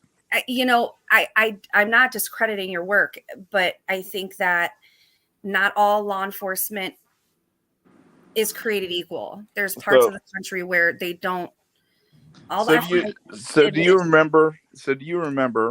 I'm not trying to cut you off, but because I got to get off here soon. But do you remember when the chief was being interviewed and how timid he was in the very beginning, and how, he looked, looked unpolished, unprofessional, like he didn't know what he was doing. Sure. He was overwhelmed. Do you remember all those times? Yeah.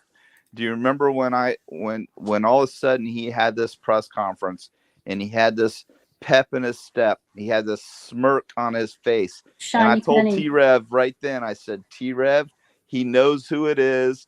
They're gonna make an arrest. I'm telling you right now, he has that smirk on his face and he has pep in his step. He's not divulging anything because they already know who it is. They've got evidence, and they're gonna make an arrest soon. I said that point blank based on his body language. And I'm telling you right now, there is so much more to this case. And we've just been given just an inkling of, a minuscule portion of what they developed in this case. I'm telling you right now, they've got social media. They've got all this other stuff that is going to be circumstantial that they're going to put together. They've got DNA. I believe that car is going to destroy him in more than one way. I mean, you're not going to stab to death, 4 people and walk into a car and not transfer any blood evidence. I'm sorry, I've been doing it a long time. It's not going to happen. It's possible, but it's very, very, very improbable that that's going to happen. So they cut sections of the seats out. They probably removed, interior door trim, all kinds of stuff, and sent it off to the lab. That's why he was scrubbing that car so hard, because he knew that there's DNA evidence in there. I'll say this. I hope and pray they do have the right guy, because whoever did this belongs to the jail. So I hope and pray that they did their due diligence and they do have the right guy, and things go the way you say, and we all don't have to start back at square one.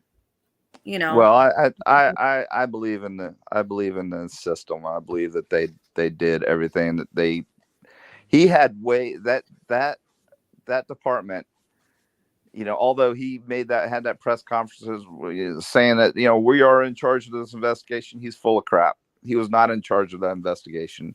That investigation was way beyond him, way beyond his department.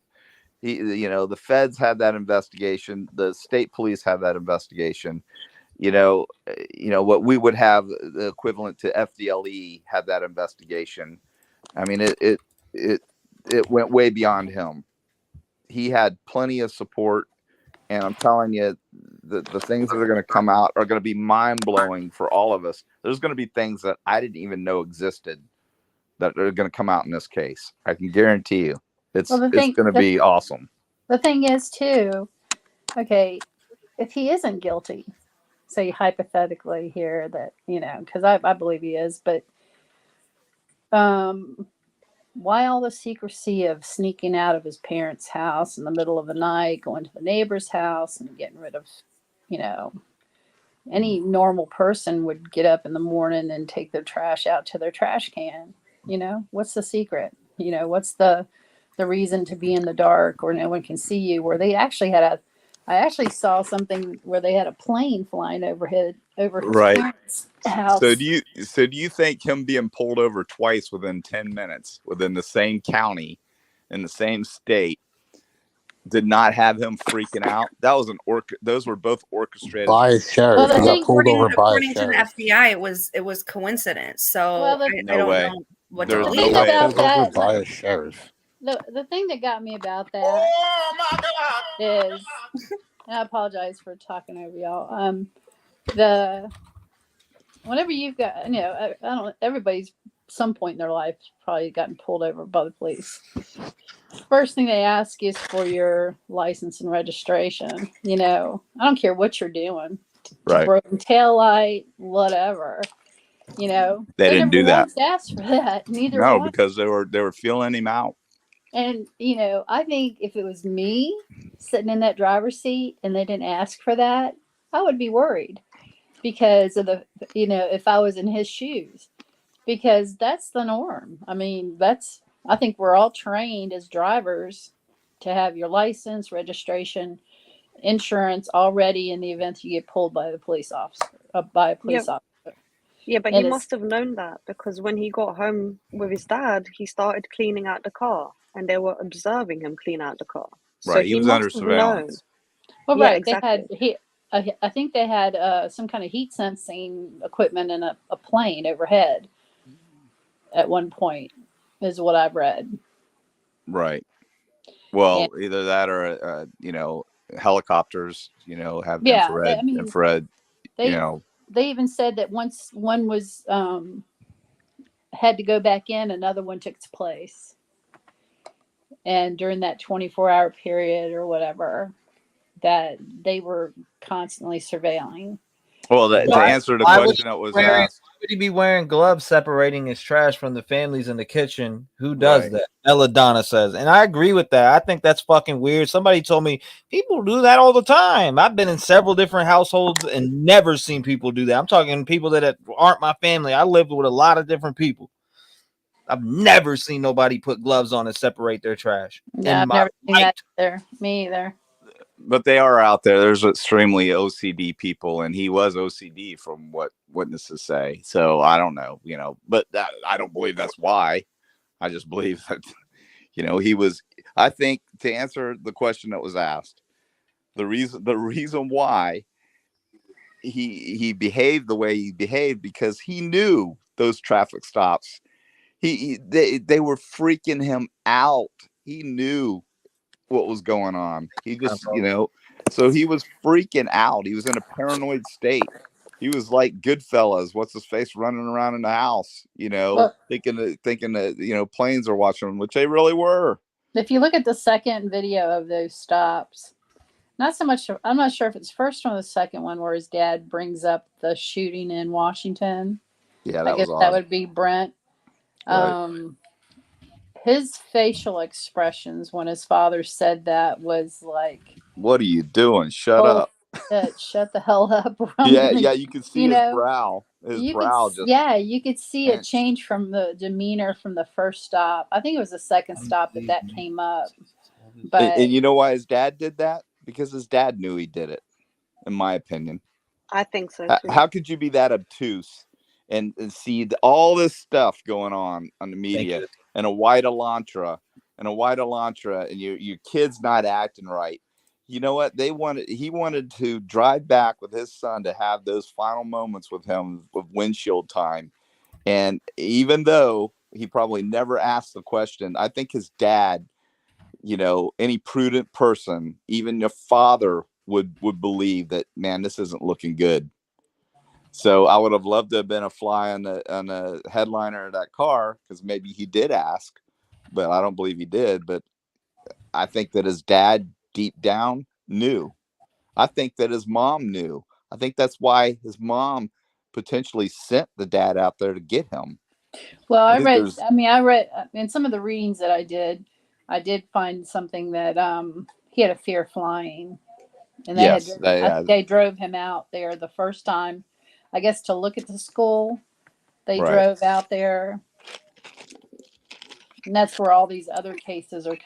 These cases that you're talking about in Washington and Oregon and all that stuff, because he was in those areas at that time. What do you think about? All right, so Hollis says, "Oh my God, please!" He was under a aerial surveillance for a while before the pullover.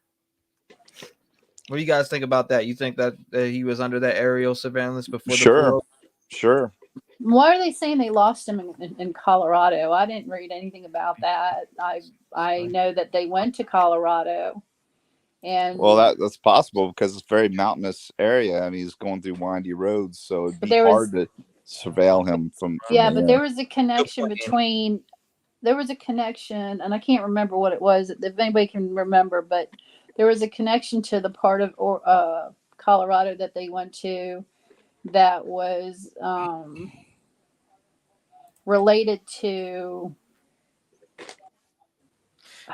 What do you guys think about him carving Somebody I can't their remember. initials in his fucking arm, in their arms and shit? There's a Brian Koberger fan club out there that carves his Ridiculous. I think there was a GPS tracker placed on the car before he even took off. Oh, Annie Potts made a good she said, "Do people really believe he took things all the way to PA? FBI lost him for hours in Colorado." Where'd you see that at? But I mean, that's a good point if it's true. It's a very good point if it's true. Yeah, I didn't see that, and I saw that he went to a location, and I can't remember, but somebody within this case, it was a location that had something to do with them, and I'll have to look through my notes because I did write it down, but I can't remember who it was right off the bat. Why did where did it come out, and where's the source that they lost him? I think everybody makes good points, whether it be from a defense angle or from the prosecution. I respect both sides because in general, yes, we are, and if we are put into the criminal justice system, we're presumed innocent until proven guilty, correct? But in general, I'm not a fucking lawyer. I'm not a judge. I'm not nothing. I'm just somebody that's a public person looking in. And I personally think that BK is the guy, but I can't wait to see more evidence that will be able to seal the deal on if I really 1,000% am behind. Like I said, there's gonna be more. Okay, so what they give in the PCA is light, because if you look at all these other cases, when you look at PCAs and compare them to evidence after the fact, we know that there's so much more investigating factors after just a PCA affidavit. The search warrants, the shit that they collect, the evidence out of his phone, the evidence, things that they collect. There should be a trail of things that point at Brian Koberger if he is our guy, other than the sheath. I mean, yeah, the sheath and everything they put that in the PCA to sprinkle shit, but I am expecting more overwhelming amount of evidence in a stabbing of 4 that includes either a K-bar knife, whether it was a K-bar knife or not. You stab 4 people to death. You're not just walking out of there no blood on you, getting back in your vehicle and not transferring anything, in my honest opinion. This is what worries me about that, is that as far as I know, didn't his attorney, this high profile attorney, get a different case acquitted based on some sort of some poor conduct from like an officer involved? So it worries me. Chain of custody, was that all done properly? Is he going to get off on a technicality? Like, that's what worries me about this as well, because his attorney, as far as I've read, she's a shark, and they said that one of the police officers had a tarnished record due Okay. to some inappropriate behavior in a different case. It wasn't even. It was something that he was in trouble for. Yeah, you got it. Sure, but I think he testified in that case that she got dismissed or got her guy off of, but she dug up during that case this suspect behavior or tarnish whatever this officer did that testified in the trial that she was, participating in, and that is what got her defendant off. Well, whatever he did, it wasn't bad enough for him to come off the force because he's still there. Yeah, he wasn't even, IAD got involved and he's still there. To get the case thrown out. That's what I'm saying. People get off on technicalities. Detective John, if chain of custody isn't done properly, if certain things aren't handled the correct way, the defense can eat that up. Well, I got crucified in the beginning of me coming onto the show, and T-REV can attest to it, for me attacking the investigative techniques of the police. This guy is anti-cop, blah, blah, blah. No, I just know what I know. And I know that, first of all, they didn't bag those windows. They should have bagged every window. You should not have been able to stand out in front of that building and see anyone moving at all inside that building, period. That was like the dumbest, 101, mistake I've ever seen. That was crazy to me. So by not bagging those windows, not from the inside, you bag them from the outside because you want to preserve evidence. But then not only did we see that, and this is where the defense is gonna have a heyday. And if they don't, they're idiots, because I would pick it apart. And this is what I was saying, and I was getting crucified for saying it. But walking in and out of that crime scene with the booties on, you take your booties off. You throw them in a crime scene biohazard bag. It gets tagged and destroyed, or it's actually held until the case is over with because of stuff like this. Then you reapply. Not wearing a hairnet, standing over clearly what was evidence because they're photographing the heck out of it. Some lady got on and said that her son's a crime scene tech, and they really don't do that anymore. Bull crap. I'm telling you right now. Why would you even take a chance of introducing your own DNA, even though you have to provide samples of your DNA if you're investigators so they can exclude you if DNA is found? Why would you take the chance to even risk doing that, period? So there's things that I saw that were like just absolutely insane to me. And I get it. I mean, that's what I'm saying, in your jurisdiction or the places you've worked, or maybe when we see police work in certain areas, right? Like we expect a certain standard, but there are these I'm not trying to be disrespectful, but no, I referred to it as a podunk department because that's basically what it is. It's a small department. They did not have the training to do this case, period.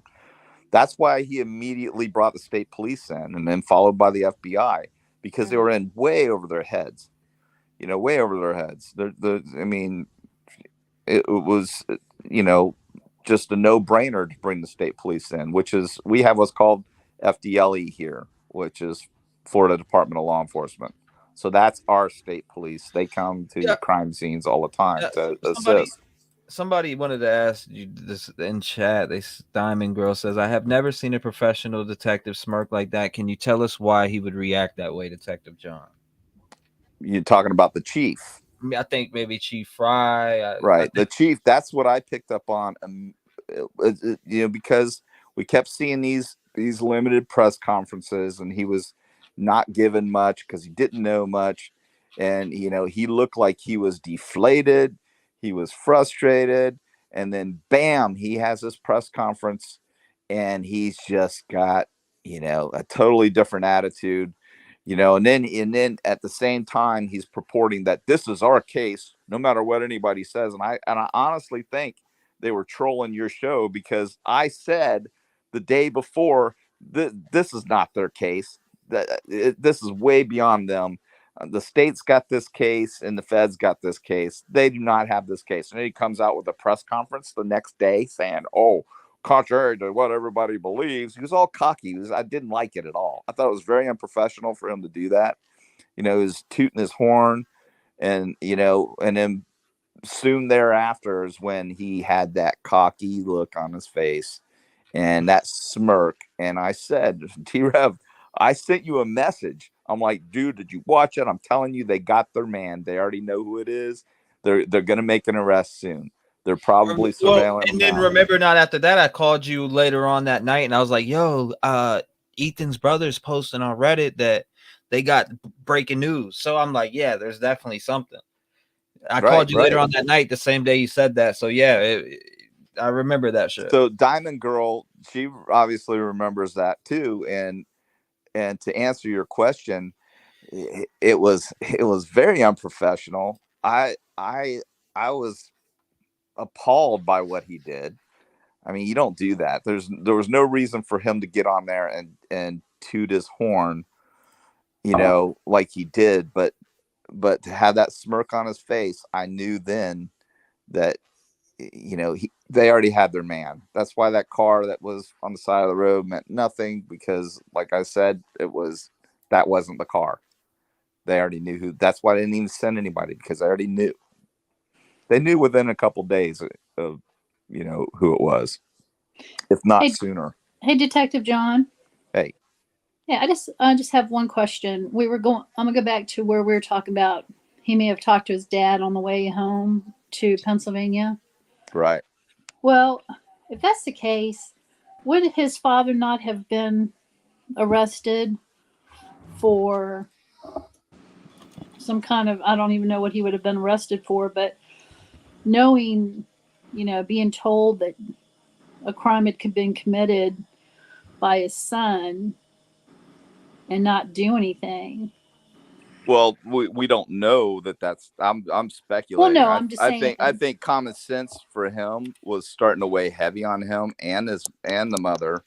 I think that they, good Lord. I mean, if my son, my son's in Hawaii right now, but if he was in Hawaii and he was living there and he had a white Elantra, and he's acting a little fidgety, and he's in the criminal justice, trying to be, he's into all these serial killings and stuff like that, I'm going to start putting two and two together.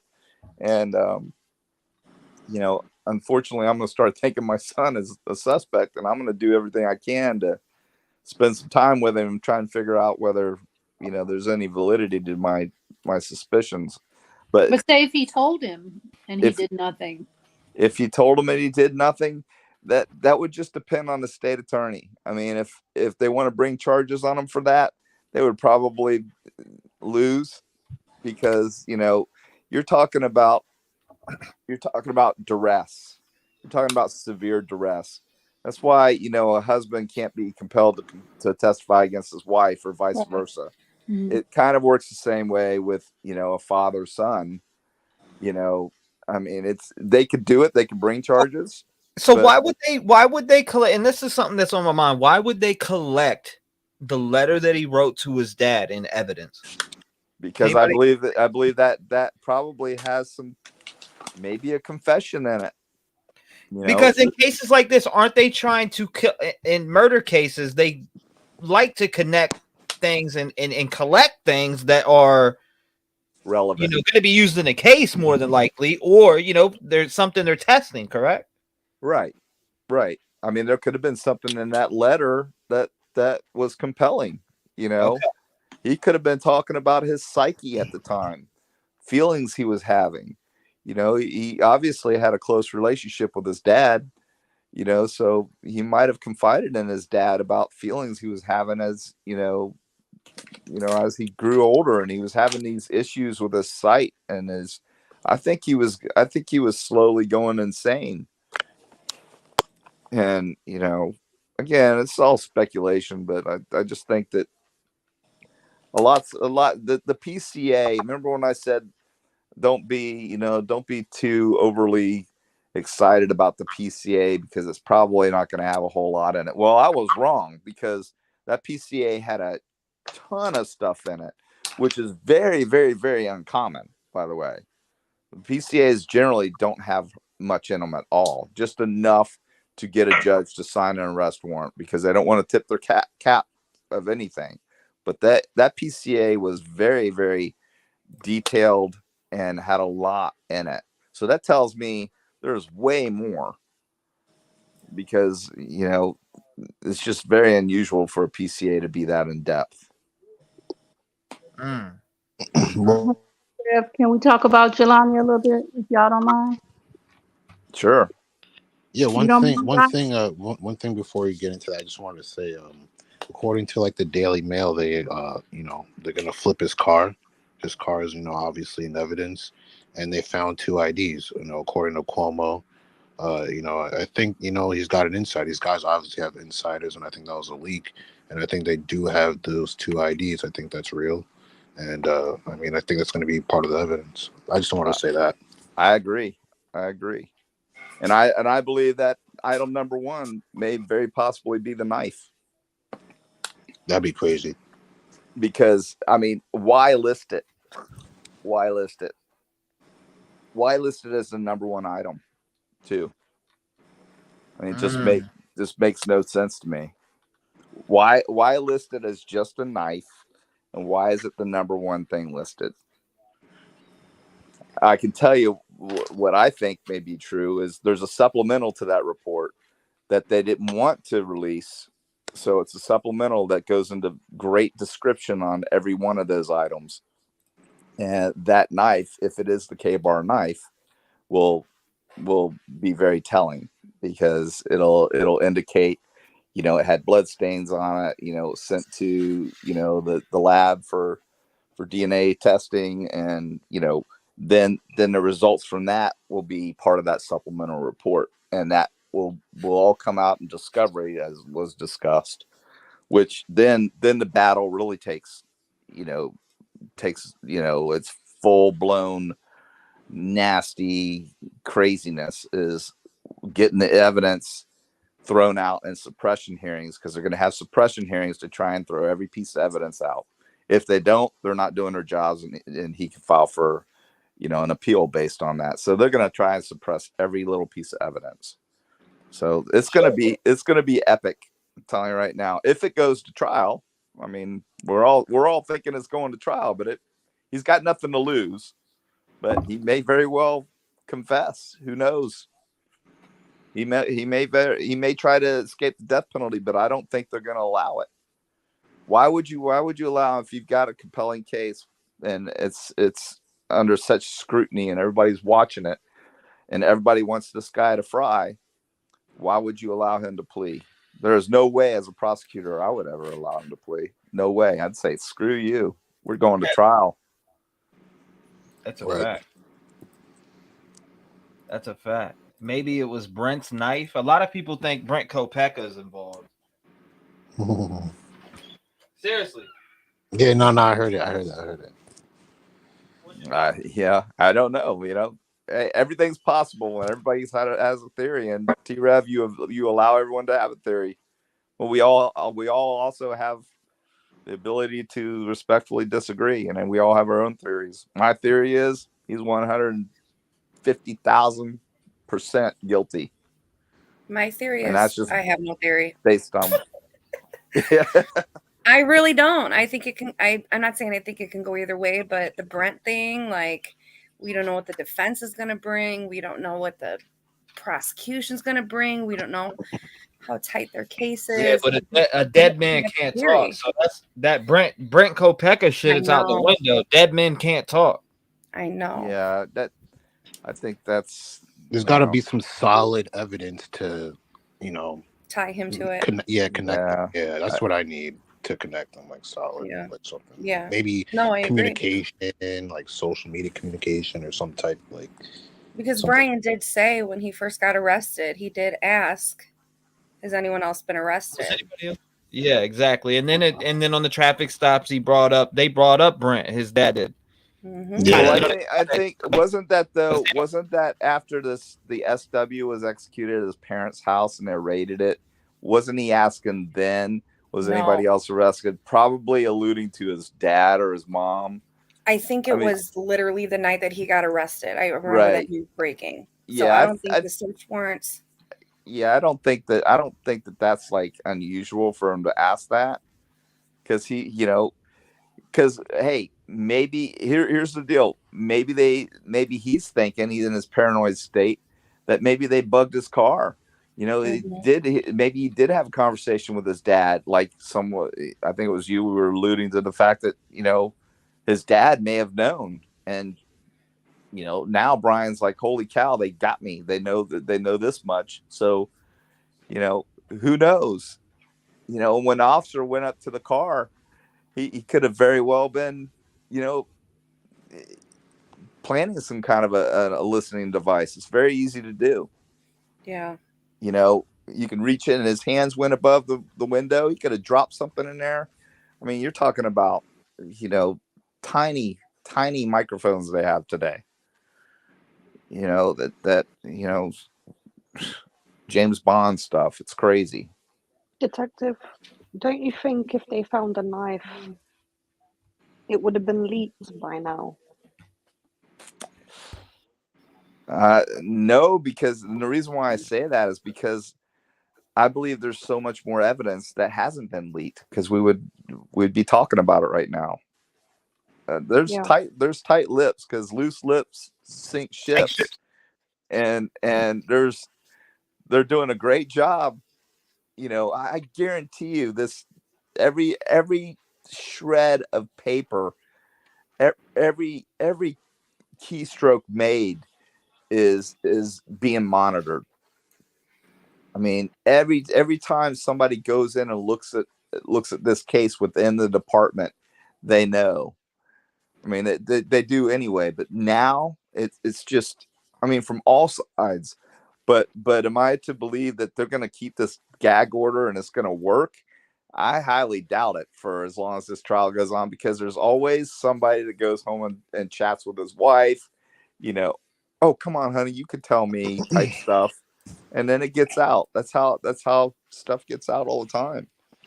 Wait, I have a question. If anyone knows, the gag order that's in place for like the attorneys and the public and all of that gag order that's in place, does that expire once the trial starts? I know jurors can't speak to each other. No, it doesn't expire.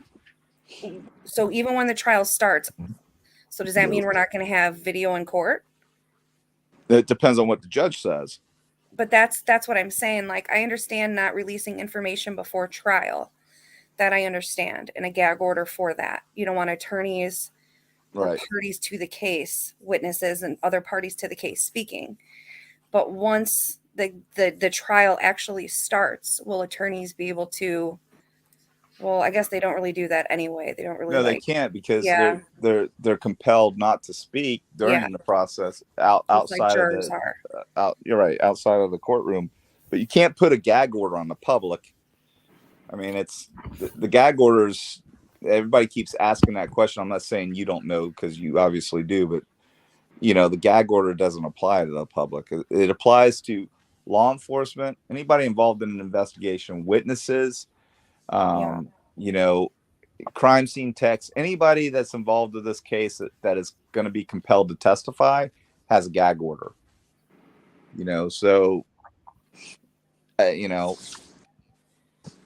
I'll be surprised if we don't start getting leaks out, because people pay big money for that stuff. Mm-hmm. Yeah, and, Cuomo. yeah, I'm not a Cuomo fan, but I don't really believe anything that guy says. But anyway, he's the networks will pay. Yeah, if somebody called they pay millions for sure every year for information. For sure. That's what pays the bills. You get these sponsors. Yeah. And don't law enforcement and these news stations go hand in hand, right? Pretty much. They try to. It's like we've got some sheriffs around here that don't trust the media at all. Won't divulge. They'll have a PIO, public information officer, that will go out and do press conferences, but a lot of times chiefs or sheriffs, they won't get behind the camera. They'll let their PIO do everything unless it's like a crazy huge case and they got pressure on them. But you can't. I mean, that's what's wrong today. You know, there's just so much bad press out there. It's insane. You know, people can say anything and get away with it.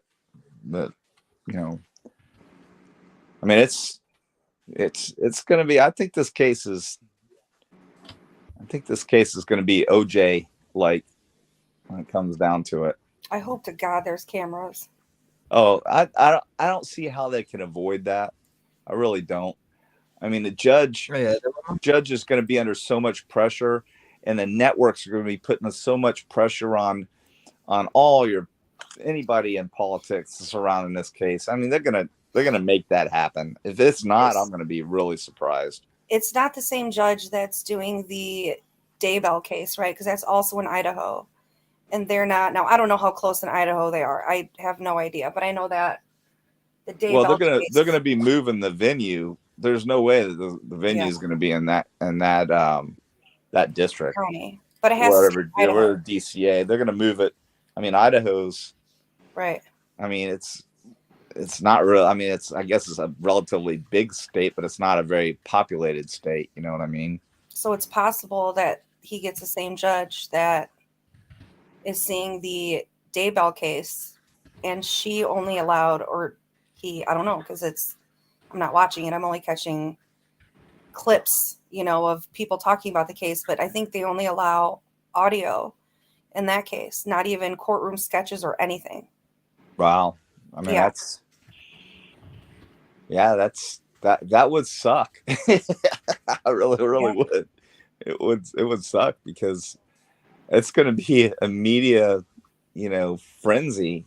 Well, I've heard attorneys talk about how the day and age that we live in. So after the Murdaugh trial, Buster obviously was getting a lot of death threats, and people obviously with this new case that's going on with him possibly being involved. But even if not, the people in the public are just going too far, contacting these people, taking pictures of them in their houses, and just, so I've heard some attorneys talk about how it's scary because now judges might err on the side of no videos in courtrooms because it puts the parties of witnesses and people in the trial at risk. But then now that's also infringing on, our constitutional rights as a public to be witness to these trials. Right. So it's a slippery slope. Yeah. I agree. I mean, it's kind of weird because, again,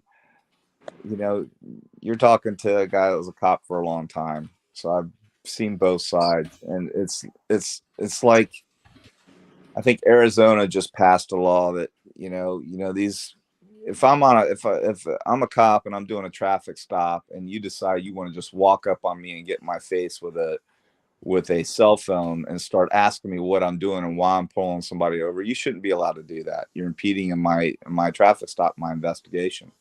And that makes an officer uncomfortable because I got to not only keep my eye on the guy I got pulled over who could be a mass murderer, we don't know, and some guy standing behind me that could do anything. So Arizona just passed a law that you can't come within, I can't remember how many feet, but it's actually not that far. But you can't come within 10 feet or something, or 8 feet. I can't remember what it was. I thought it was ridiculous to even implement that law. But at least they're creating a barrier where you can't come within so many feet of an officer and engaged in, his duties, or you'll get arrested. Mm-hmm. And I firmly 100% agree with that. Sorry, people are like, oh, you should be able to, you're a public servant, you should be able to be recorded. Yeah, to a certain extent, but you shouldn't be able to antagonize, an officer doing his job. You shouldn't be able to do that. And that's what's happening today. It's happening every day. And I think it's extremely wrong. That's why I would never, ever, ever in a million years advise anyone to be a cop today. That's why you can't find cops. That's why they're given bonuses and they're, they're begging people to be cops because no one wants to be a cop and deal with that crap anymore. Yeah, not gonna lie, if I was a cop, I would be a no nonsense cop. If I was a cop these days, like I would always have my hand like ready to shoot, honestly. Well, Because I've got a friend's son that's, we have Volusia County here. That's the sheriff's department. And we have, your municipalities around it, Daytona, South Daytona, Port Orange, blah, blah, blah. And the municipalities all go to the academy at Daytona State College, but the sheriff's department just took over their own training. So they're doing it in-house now. And it's so intense now with role playing. I mean, they're actually getting in your face, expectorating on you, throwing, well, it's not really feces, but what's deemed to be feces on you, and shoving phones in your face, and they need to do that. That's part of the training that they need. But that's how bad it is. That's how bad it's gotten. This whole defund the police thing is just blown me away. I'm so pissed off about every time I hear that, but defund the police. But okay, why weren't you here at my house when my wife was beating me or my husband was beating me, or, why weren't you here? Well, okay, well, you defunded the police, it's just we live in a nation of laws, and if you can't accept our laws, then go to another country like China or Russia, where you're censored. You can't say anything. This is what people forget about our country. But to be able to walk up to a police officer engaged in an investigation and shove a cell phone in his face and start badgering him like I see these YouTube videos, yeah, forget about it, brother. That's why I wouldn't last. I'd body slam somebody and cuff them in 5 seconds if they came up on me and I warned them to get away from me during an investigation. Sorry, just being real. I mean, yeah, you got a point. You got a point. Sorry, guys. I just want to say bye. I'm gonna jump off. Is Thank it you for having me. Coma? This is like friggin' 5 a.m. Are you from Aussie? Almost Are you in 6. Australia? UK. Okay. Yeah. Almost 6 a.m. You better go to bed. I know. I'm gonna pass out. You gotta catch that Ghanan trial in the morning. Oh, god damn. Yeah. You gotta be up in time. Shit, it starts at what? Well, I mean, you got some time to get some sleep. You got some time. Yeah, I got a few hours. All I got to say is they finally got the Jack Ripper. You got time to get some sleep. I appreciate you coming up, Karma. No worries. Thank you, guys. Have a good night. Get some sleep and be ready to watch that trial in the morning. Will do, bro. I'll see you in the morning. I mean, it'll be the afternoon for you, but yeah. I'll talk to you All tomorrow. Right, guys. See ya. Thank you for joining me. Thank you. God bless you, girl. Later to Karma. Shout out to Karma. Worldwide audience, T-REV. Thank you.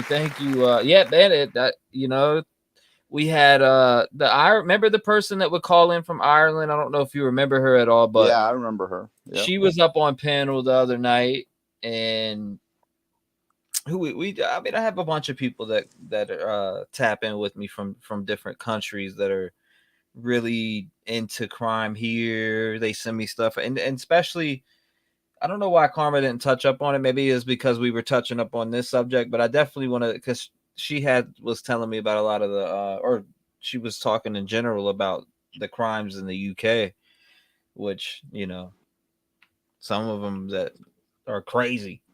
All right, I'm going to respond to this smack guy. How do you catch crooked cops that plant drugs or planting guns if they don't want you to film? Come on. Give me a break, man. You think that you walking up to me with a cell phone, you're gonna catch me planting a gun or drugs? Give me a break, man. That is so overrated and over the top garbage. It just drives me crazy. I was in narcotics for a long time. I was on street crimes for a long time. I never, ever, ever. I never even heard a white cop use the N-word.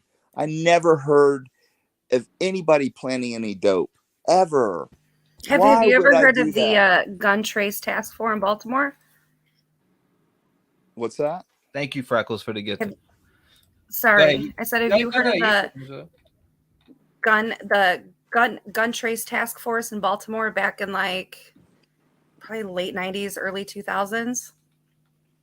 Almost all of their task force was arrested because it came out literally on video and body cams that they were planning drugs, stealing money when they were like raiding houses. I'm not saying that doesn't happen. I'm just saying it's you know, how many hundreds of thousands of cops do we have in this country?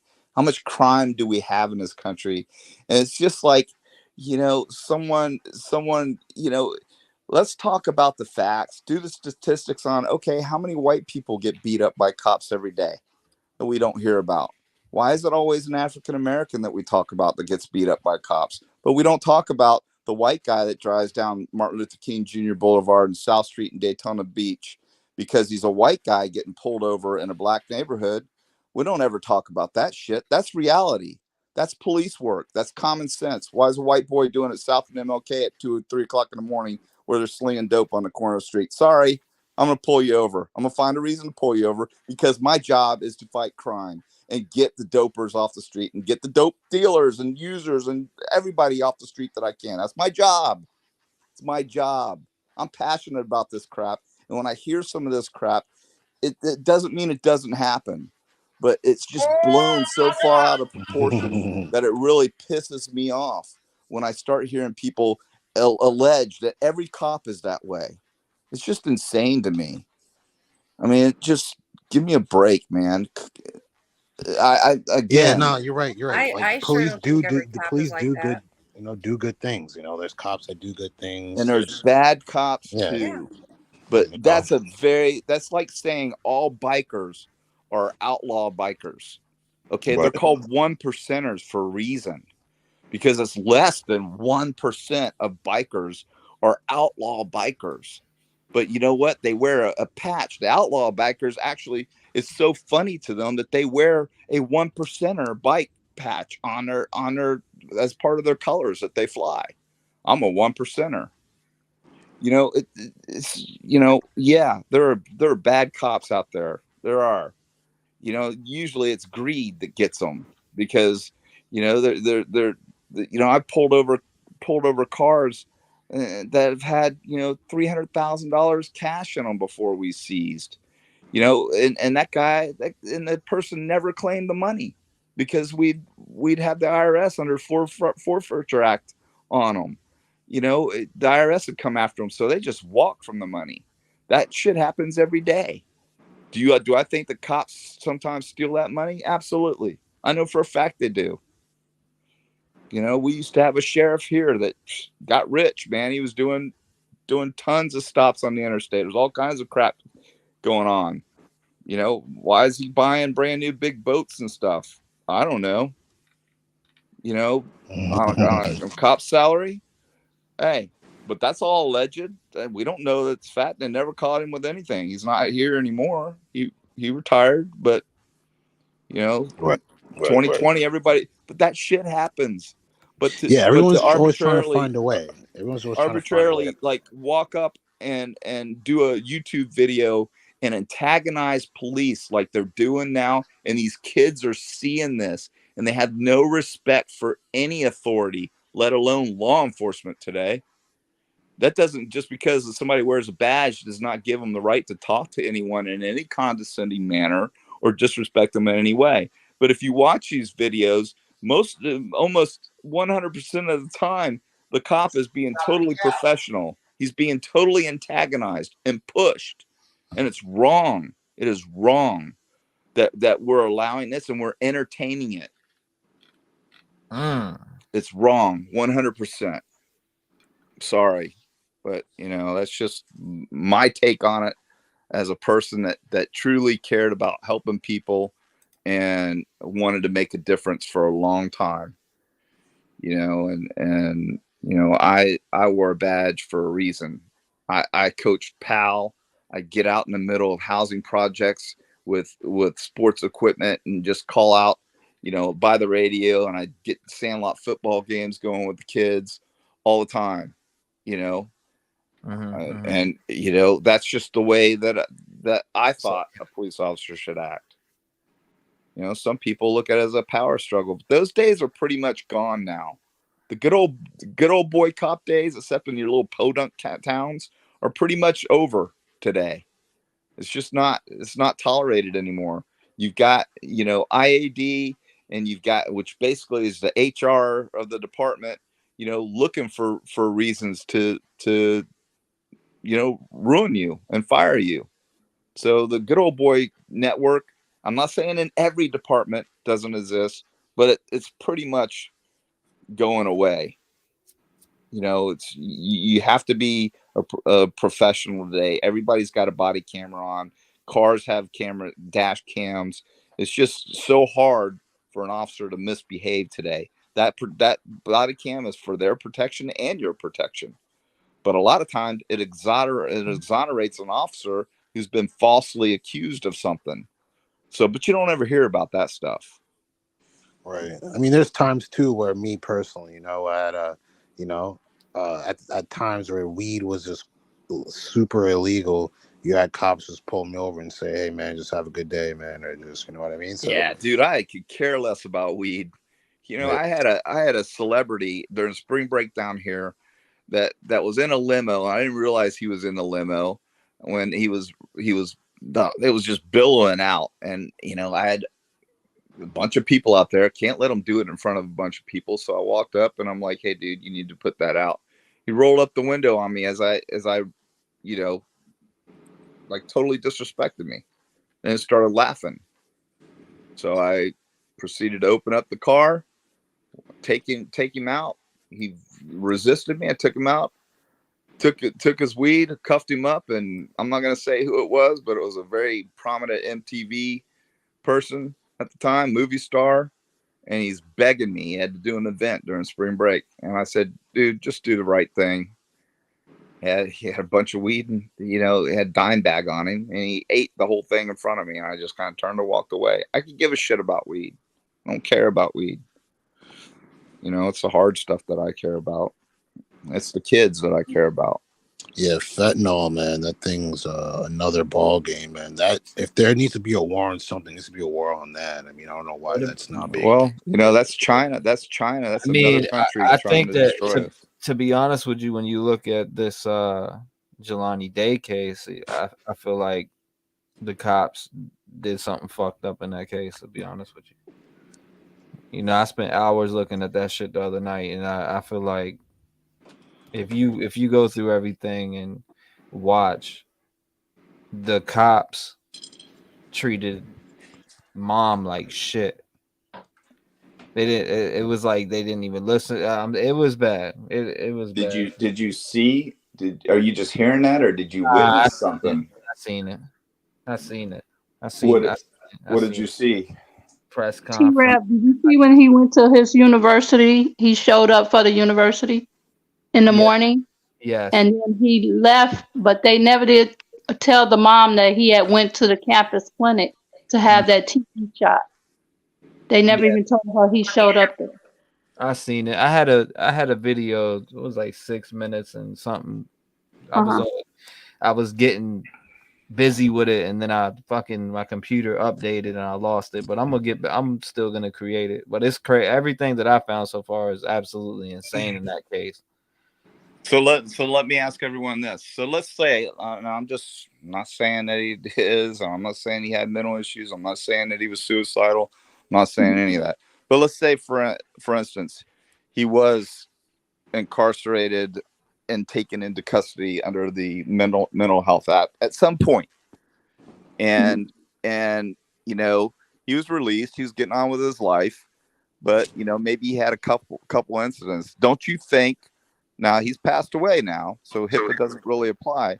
But don't you think that we all, you know, should have the right to know that you know, he's got mental issues and he's got depression issues and things like that, rather than HIPAA being enforced and no one knowing? So we're all speculating whether he was you know, unlifed, or he committed suicide. I don't think he committed suicide.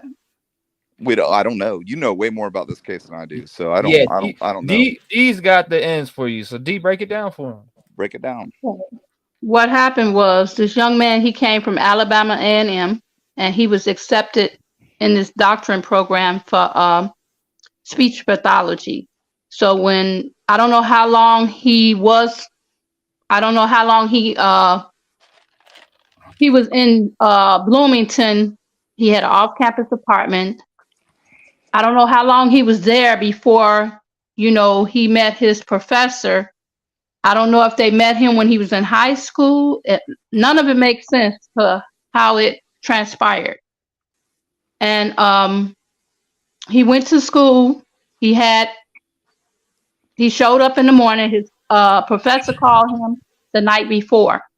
She was blinging his phone up. I don't know if he responded to her. He showed up for the class. He checked himself in. They claim he went to Starbucks.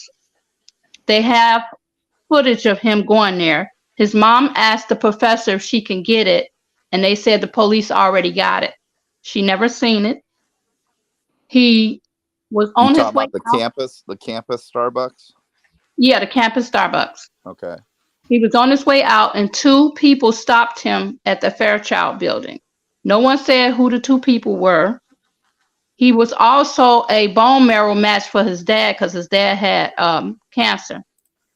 So he never got the bone marrow. His dad died right after him. So I'm thinking that maybe those was body brokers talking to him, because they do have a donor program at the university.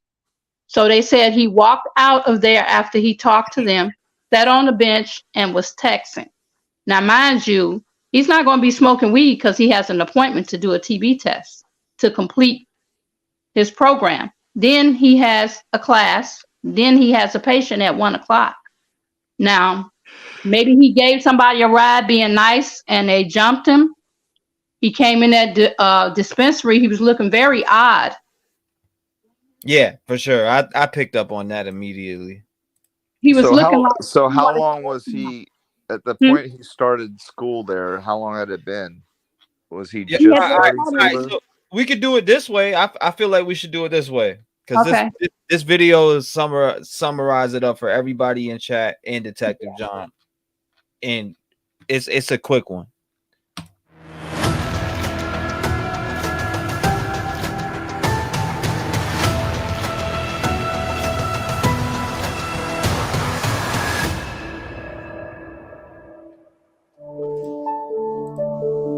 He was a bright student with a promising future. He was so smart. He'd get all his work done before anybody in the class. Then, a sudden change in his daily routine. He missed class. Does that sound like your brother? No. A reliable son goes missing. A relentless mom goes looking. I gotta do something. I gotta go look for him. Every second counts. But as you'll see, it would take more than a day before anyone realized the search was needed. Hey everybody, my name is Jelani Day. 25-year-old Jelani Day was the fourth of Carmen Day's 5 children raised in Danville, Illinois.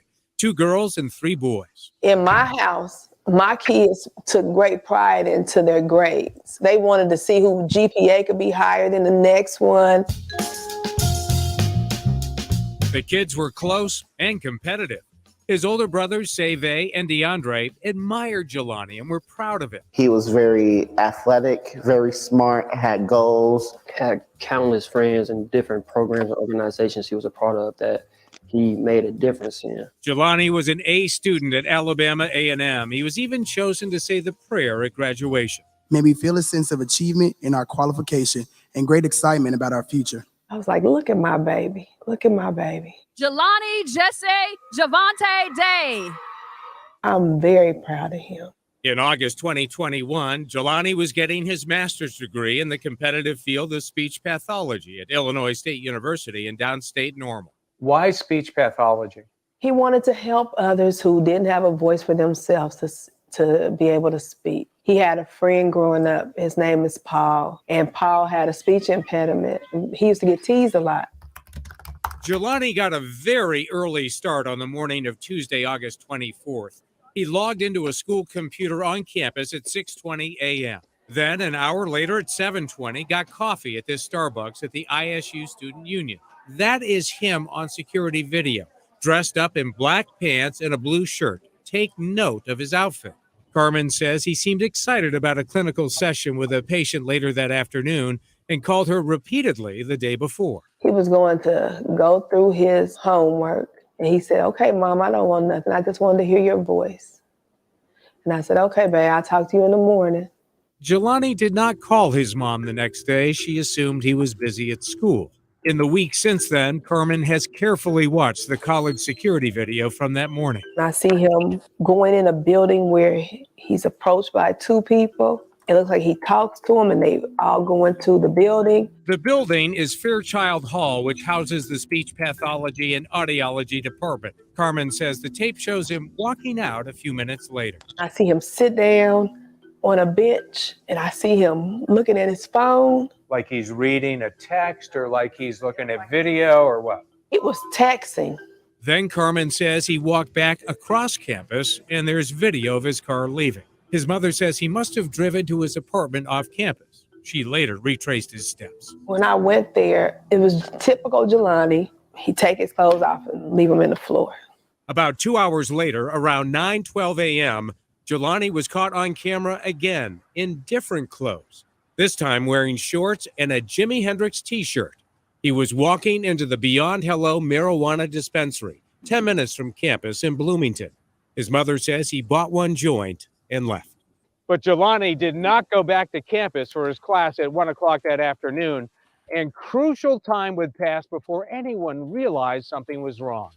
24 hours later, when he missed class for a second day, his professor was now concerned enough to alert the school for a wellness check. What happened to my brother? His brother DeAndre, a middle school teacher, was the first relative to get the news. Police came knocking on my door saying, "We were looking for your brother." So I called my mom and my sister. "Have you heard from him?" They said no. Immediately, Carmen knew something was terribly wrong and says she tried to convince police to go all in, even though she says they told her adults missing a short time only trigger a full search if they're in danger of hurting themselves or others. Did you tell the police that he was in danger of hurting himself or others? I said, but at this point, I don't know.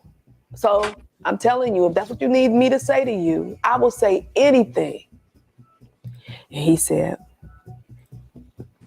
well, I'll get back with you. Police tell us under state law, all missing persons cases are taken seriously right away. So when Carmen reported Jelani missing at 8:57 that night, they say they went to work, calling hospitals, friends, and relatives. As the investigation began, detectives focused on that security video and started looking for more pictures from stores, homes, and gas stations. Every investigation in 2021 is ultra reliant on video cameras and electronic data. The story of the missing college student would eventually go viral after a rallying cry on social media called out the national media's attention on the Gabby Petito case, noting the racial disparities in the coverage of people who go missing. I'm glad that it's getting media attention. It helps us with our investigation. Even with the coverage, the key question remained, where on earth did Jelani go? What caused him to leave this campus, change out of his dress clothes when he had such an important class that afternoon? Who was he talking to? Who was he possibly texting? What was said in any of the messages?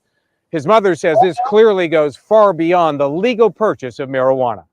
Something changed, right? Something changed. What happened? I don't know. I've been trying to figure it out. You think the answer's on that phone? I do. I believe that it is. That day, Jelani was driving a car he was proud of and careful with, a 2010 white Chrysler 300 he got from his grandfather. He put the car in the shop, got the car painted, got the car repaired, everything, and he paid for it all by himself. On Thursday, 2 days after his disappearance, Carmen says she received an email when a story broke saying her son's car had been found an hour north in Peru, Illinois. She says a detective finally called. I already heard about it, so I'm mad. I'm very upset. And he said, where did you hear about it from? It's like, it's in the newspaper. It's on the news. Carmen scrambled to get to a wooded area near the town's YMCA where police have been searching the car. To me, it's unusual the way his vehicle was. You know, it was off of a parking lot inside. It wasn't like deep into a woods, but it was off a parking lot. That's very unusual to just find a car like that. Investigators recovered several items inside. Some of the clothes he was wearing at the dispensary, a partially smoked marijuana cigar blunt, and Jelani's journal. Was there a clue in what was written inside? Police won't say. We collected a lot of evidence from the vehicle, and we were using a lot of that. They say there's no blood. They say it doesn't look like anything was disturbed. They don't see any signs of foul play. Does anything about this make sense? Absolutely not. Nothing makes sense to me.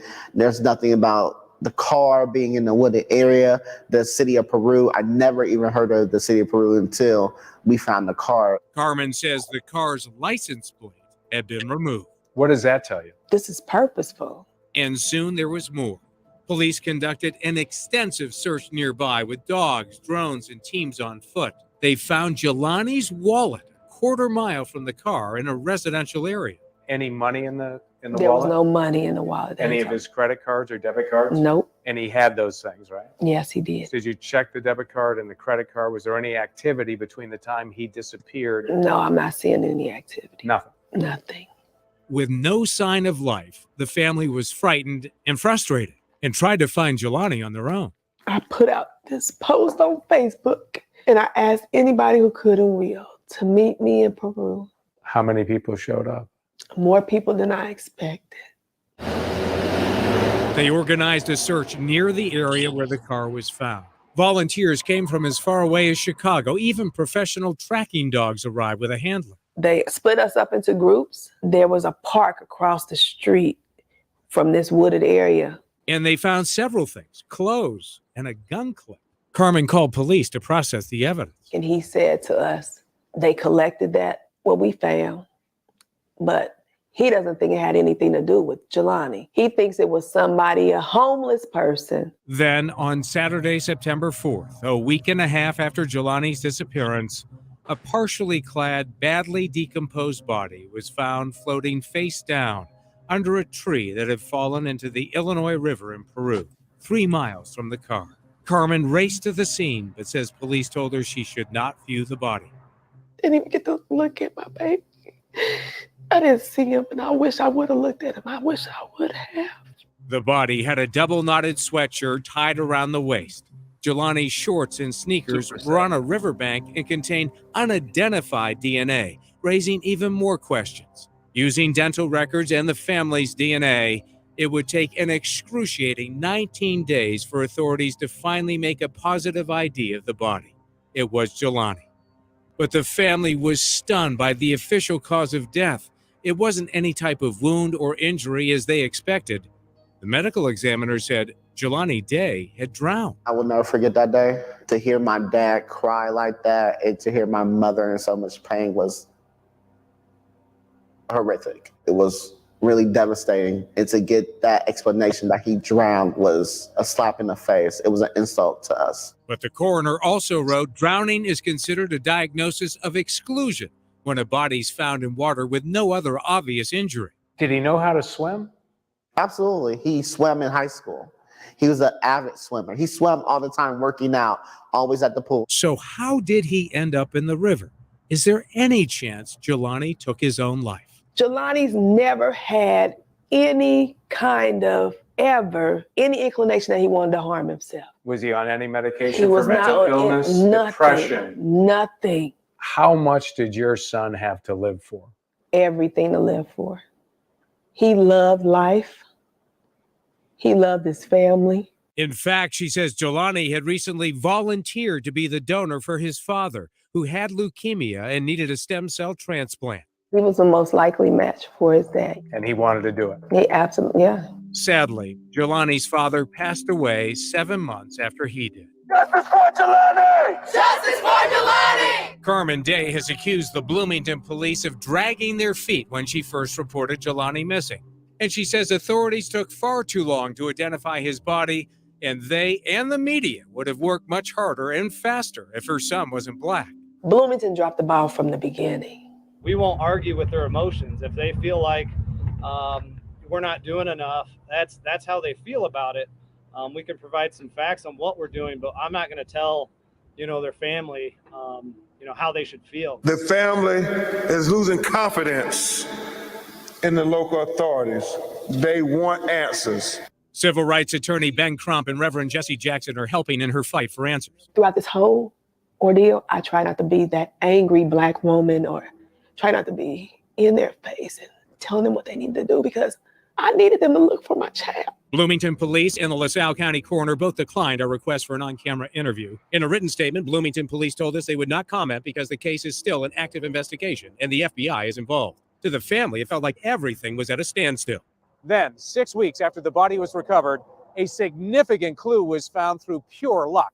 A man was driving on the highway when he pulled off on one of the Bloomington exits to secure a mattress that was tied to the roof of his car. He just happened to look down at the side of the road and saw an iPhone. It was Jelani Day's. What do you want to know from that phone? I want to know who's involved, who was he last texting in his last hours, who was his last conversation with. Through the Freedom of Information Act, we obtained heavily redacted emails from the FBI to Peru Police. One is called Extraction Report, Apple iPhone, 23 chats and 17 messages. These details have been cross-referenced from Jelani's contact list. Another notes 6 phone numbers of interest. But a detective also writes nothing crazy on Jelani's phone extraction. The information they have is apparently from Verizon's call records, but they still have not figured out the password and gotten inside the phone to see what was written in the messages. Has anyone come forward to say, yeah, I was talking with Jelani that day on the phone? Nobody came forward. It's people that I found out that he went to go see that day at the medical facility on campus. They didn't even come forward and say, yeah, I remember talking to him that day. Police sources close to the investigation tell us his phone was turned off at 9:21 a.m. while Jelani was believed to be in the parking lot leaving the marijuana dispensary. Video shows him driving away. His iPhone was later tossed from his car onto that roadside on I-55 North, south of mile marker 158. The question is, did Jelani do that, or did someone else? Do you think there are people out there with information? Absolutely. I think people are withholding information for some whatever reason, but I don't care. The Day family has lost a brother, a son, and now a father, but say their will to find justice for Jelani will never wane. And I'm trusting God that everything I'm doing to find out what happened to him will not be in vain. This is not going to be an unsolved mystery.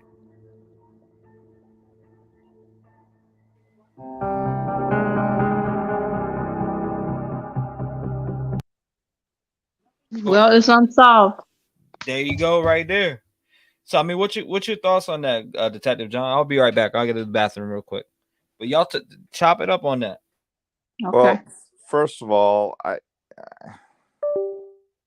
just don't understand why it's got to become a racial issue immediately. I'm going to put that out there. I think that's got nothing to do with the investigation of this case. His race has nothing to do with anything. Gabby Petito was a social media. She had her own social media thing that was all out there. No one knew who Delonte was. Gabby Petito's was well known. I mean, she had her own little show.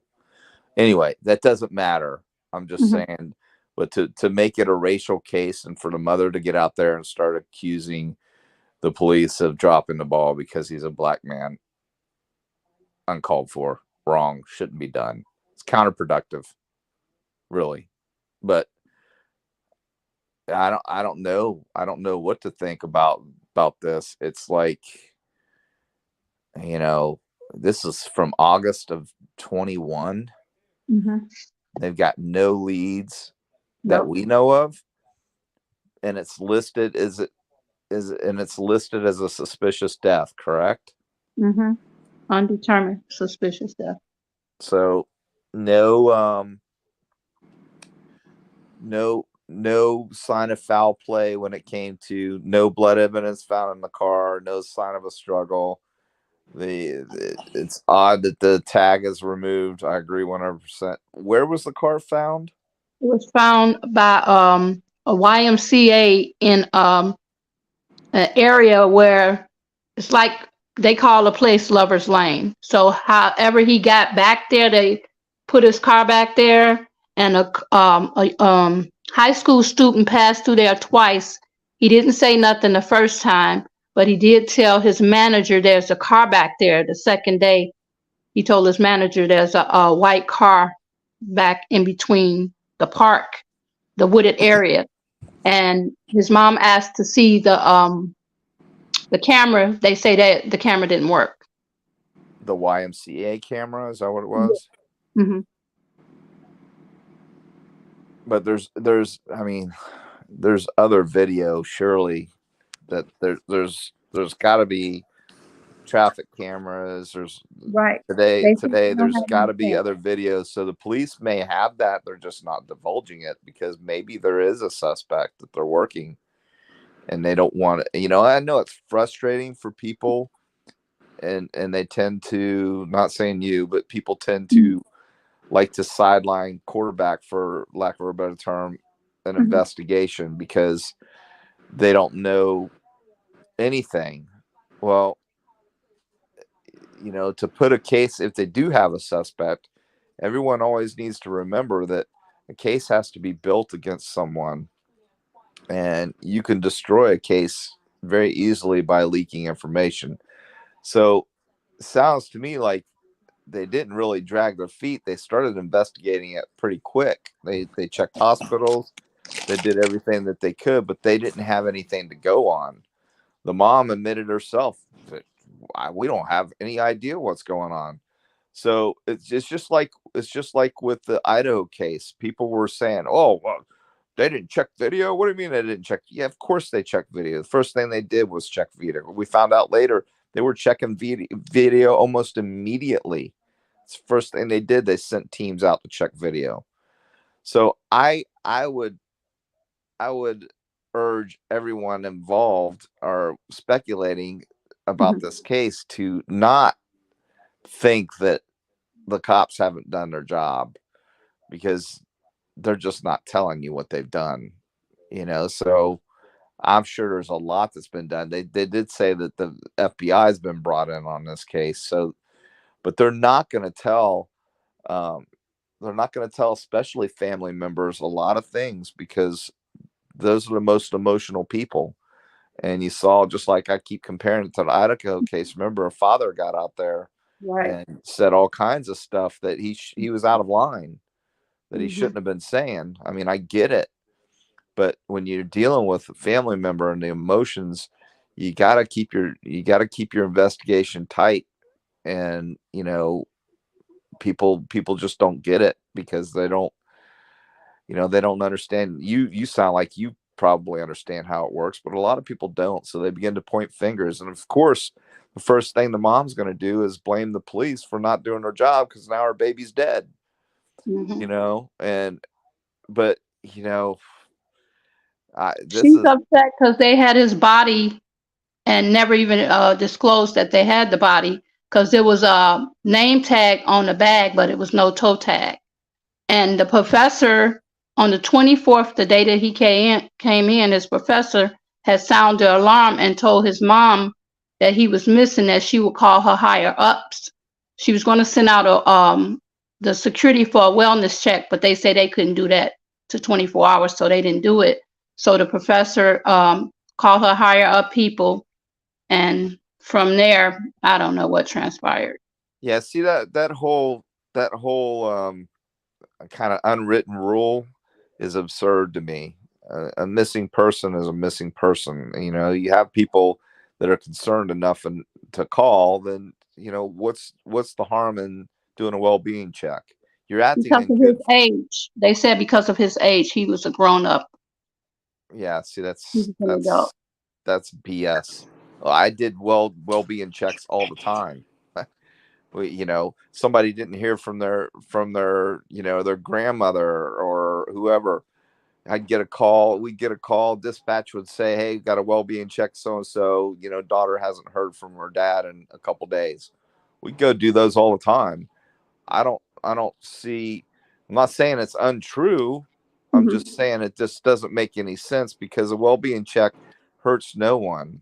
It's a good faith situation. If you go to a well-being check and the door's locked and the car's in the driveway and you know not answering the phone for a couple days and I kick the door in, guess what? I mean, you're gonna sue me for entering your house for without a warrant? No, I'm doing a well-being check. So that falls under the good faith doctrine. So, I mean, I don't know all the circumstances, but it sounds weird to me. I mean, he goes to a dispensary, he smokes weed, which is nothing. I don't care about smoking weed. But he didn't smoke no weed. He had nicotine in his body and he had caffeine. Someone else smoked that blunt because it had DNA on it, but they didn't say whose it was. Oh, see, was that on this video we just watched? Because I didn't It's on hear other that. videos that's out there. It's on other videos. Right, And they said right. 2 university students found his clothes, his shorts and gym shoes on the South Bank, and they lawyered up. No one said anything. No one at his university said anything about him, whether seeing him or not. No one said nothing. Is that an area where people typically would go swimming? Not that I know of. It's supposed to be a sundown town. Gotcha. I've been to the university. It's huge. He had a foundation celebration the mom did for him. That's a big university, and it has kids everywhere. So one thing I'm looking at here, it says Jelani, after he purchased the joint, he turned at 9 a.m. Around 9 a.m. he turned his cell phone right off immediately after. What do you think about that, Detective John? So right after he left the dispensary, his phone turns off. Yeah, his phone turns off. Yep. Well, it wasn't necessarily turned off. If it was thrown out the window. Well, let's see. The person who found the phone on the side of the road took it to a Walmart, Kiev, to try to sell it. Right. So how would he be able to sell it if the phone, you can't get in it? Right. People do that. Like you could sell a phone. Like you can take a phone. You can take a phone in, and they can buy a phone. I don't know about Walmart, but a lot of these small shops will buy a phone for, if the screen's good, they don't care about the components. The camera's good, they'll take the camera. I get it. I get what you're saying. I'll get what you're saying, but there's so they're saying that shortly after around like 9 a.m., 9:21 a.m., shortly after iPhone was turned off. So if they can determine through Apple whether that phone was physically turned off or, because it was thrown out the window, it shut off because of damage. So do we know that it was physically turned off? That's what we don't know that. We don't know that. They don't have a code to break. What they said was they don't have technology to break open the phone yet. The FBI still has it, but they haven't gotten it open yet. And it'll be 3 years as of August 24th of this year. I call bullshit there. Yeah, it's kind of ridiculous. I call bullshit there. They can get into that phone. I promise you. They could have got into the cloud. Yeah. Go through the cloud, get everything. If he was on the cloud, did he have the cloud? Certainly, he probably did. But he had a Pro 13, an iPhone 13 Pro. So I'm sure he was on the cloud. But like I said, I call bullshit there because there's no way. So that's telling me that if there's foul play, that they're not tipping their cap because they don't want anybody to get, to disappear. They may have a viable suspect or suspects, but the kids that were with him or saw him lawyered up. They said they found his clothes. So these are just random. These are random kids, or are they friends? No, they were. They went to the university. I guess they was helping looking, and so they came across his clothes. Got the search. So they were part of the search party. No, they said they were bored. That sounds suspect to me too. They said they were bored. Where did that come? Where did that info come from? It came from the college student. From the what? From the university student. They were going to help to look for the clothes, and they came across his shorts and gym shoes. Wow. And then by it being multi-jurisdictional, nobody really wanted to handle it because his body was one way, his lanyard was not too far from his vehicle, his wallet was in Peru, his lanyard was somewhere in Bloomington, so it was just a big mess. Well, I would probably start with where the vehicle was found. So where was the vehicle found? Down in an area where it was in a wooded area. Across from the all semantics. I can't believe that they would claim a multi-jurisdictional conflict when is that a county or is that a city? Bloomington, Normal. That's 2 cities right there, and then you have Peru, and then you have LaSalle County. So his body was in LaSalle. They found his body at LaSalle County. His car was in Peru, and his wallet was in Peru. A man and his son was flying a drone, and the drone stopped and dropped, and they came across his wallet, but no one ever interviewed them. And a person saw his vehicle twice, but they say he wasn't in it. It was in front of a BP station, and it was just idle. Were the keys with his body are on the shoreline, or were they in the car? No. That's Nobody said interesting. anything about no keys. All they said was he had a T-shirt wrapped around his waist. He had underwear on and socks. Yeah, it's. I'm thinking. I don't know. Everything's just telling me foul play. I don't know. It's just it's leaning towards foul play. Man, this shit fucking sings foul play. Yeah, Like, man. Like, I don't know. It's just so weird. It definitely the wallet does. being found far away, the car being found different location is just. T-REV, can you pull up the chief of police? She's in Peru now. She was in Bloomington. She got a promotion. She's in Peru. You got a video or she has a video. So who is the lead? Is Peru the lead? They was kind of flipping off on that. So Peru has it now. And Peru is where the body was found or where the car was found? His vehicle was found in Peru. I see a video from 1 month ago. Peru Police Chief Sarah Raymond on Jelani Day. That's right. It is a death investigation to this point. As opposed to you could call it a crime, you could call it something else, but we just don't have any factual information to say that it is anything other than a suspicious death at this point. We've put in a lot of man hours to try to find out what happened to him. The hard part with the case is spread across the state. It started in Bloomington. He was missing from Bloomington. he's from Decatur too, right? He's from Danville. Sorry, yeah, Danville. he's from Danville. He was going to school at ISU. He was only there for a couple of weeks for his speech pathology master's program. I can share that he was missing from Bloomington.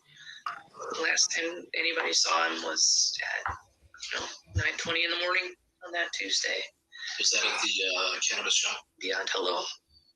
Yep. And then, we found his car 2 days later in the ravine area by the YMCA.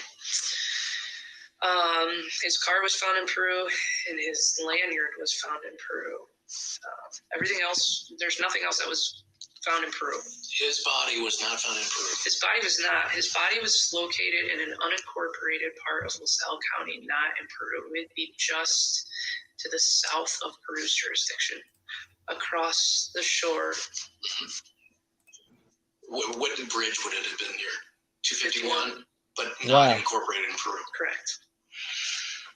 Yeah, okay. Because when Jesse Jackson and the crew were here a couple years ago, they had they rallied down at that point near Mays, I remember, because that was the understanding of where he was found. It was across the river from that, which is unincorporated. South, yep, on the south side. Gotcha. Yeah.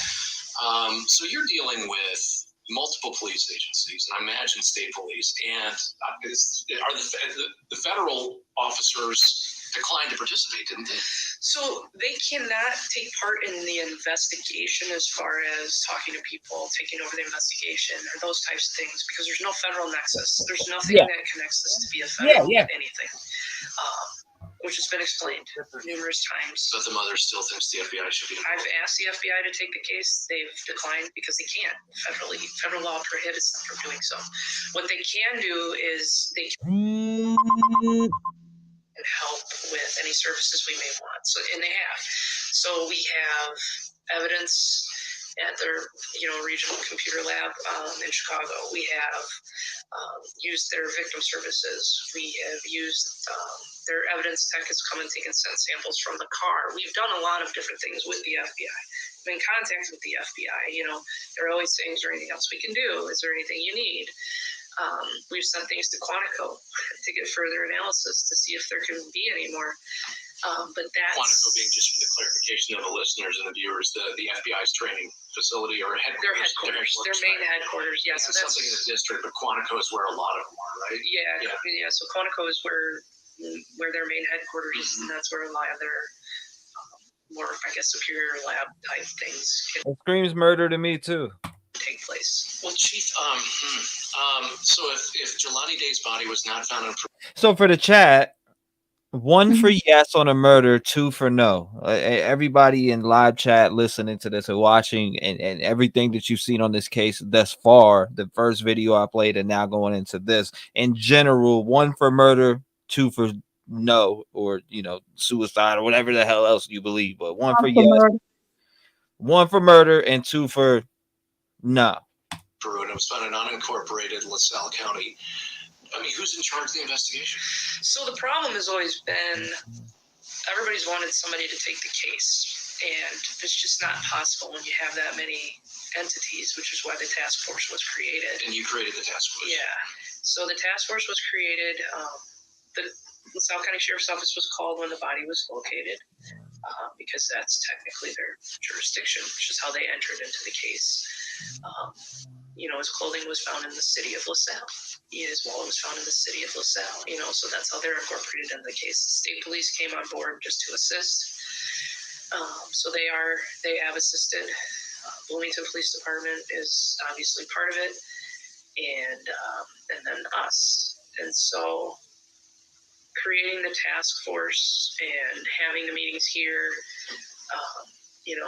that sort of presented you as the lead agency in this whole thing. Basically, you took the initiative. Correct, and that's why people think that we are the lead Because agency. you took the initiative in creating the task force. Correct. But so now you guys are on the hook. And we're on the hook. Yeah, and we've done a major part of the investigation. Yeah, did the cops drop the ball on this? 1 for yes, 2 for no. I think the cops absolutely fucking dropped the ball on this case. I think that I don't know. I personally, from what I've seen, all the videos I downloaded and the documentaries that I'm actually building for this, clip-wise, commentary-wise, and stuff that I've seen, yeah, I do. I really think they have dropped the ball on this, just from what I've seen. Now, it's it's very interesting on the circumstances of and the angles that they took. I don't know. 3 different corners, this and that. It's not hard to put together that this is foul play. You got his fucking car parked with his license plates gone. And then, I mean, where's his phone found at again? On the highway. Exactly. Which indicates that somebody made him throw his fucking phone out, in my opinion, or they threw his phone out. So then you got him walking in the dispensary, and the way that he looked at that camera, it was troublesome, in my opinion, the look on his face. He was looking like he was needing some help and distress. Exactly. To me, he did. And if he didn't, okay, still the circumstances surrounding it, you could take that footage out the equation, and still this shit is foul play looking in general, all the way around. I mean, who parks a car? Who's going to commit suicide on themselves? Park a car with their license plate. You get naked, take your clothes off, only have your drawers and socks on. Got a sweatshirt wrapped around your waist. You got a wife beater on, and you walking more than 2 miles away from your vehicle. Exactly. That's what I'm saying. This shit is The crazy. police department's done a major part of the investigation. Everybody else's the auxiliary part. Early on, we had task lists, and everybody was tasked with things. We'd have tips come in. Everybody was tasked with that. We just don't have any of that anymore. We've never had anybody come forward and say anything. We've never had anybody with a tip that panned out to be anything. And there's a $10,000 reward from the FBI. It's called the tip line. There's just what else is needed? What do you need right now? Absolutely, I agree with you, Jerry. You almost need an eyewitness. I don't know what else, how else to break it, or I mean, does the task force go on indefinitely, or? Okay. So I'm gonna interject here. So okay, T-REV. So we're talking about allegations that the police dropped the ball here. So let's hear from the panel. What could the police have done differently here? I think they could have, as soon as whenever they're like, I guess different, different sections or jurisdictions have different times when they could pull a search team or whatever. So I think they should have pulled a search team as soon as possible, checked everywhere. I don't know if they did or not, but I would have did like a really extensive search of everything. I think I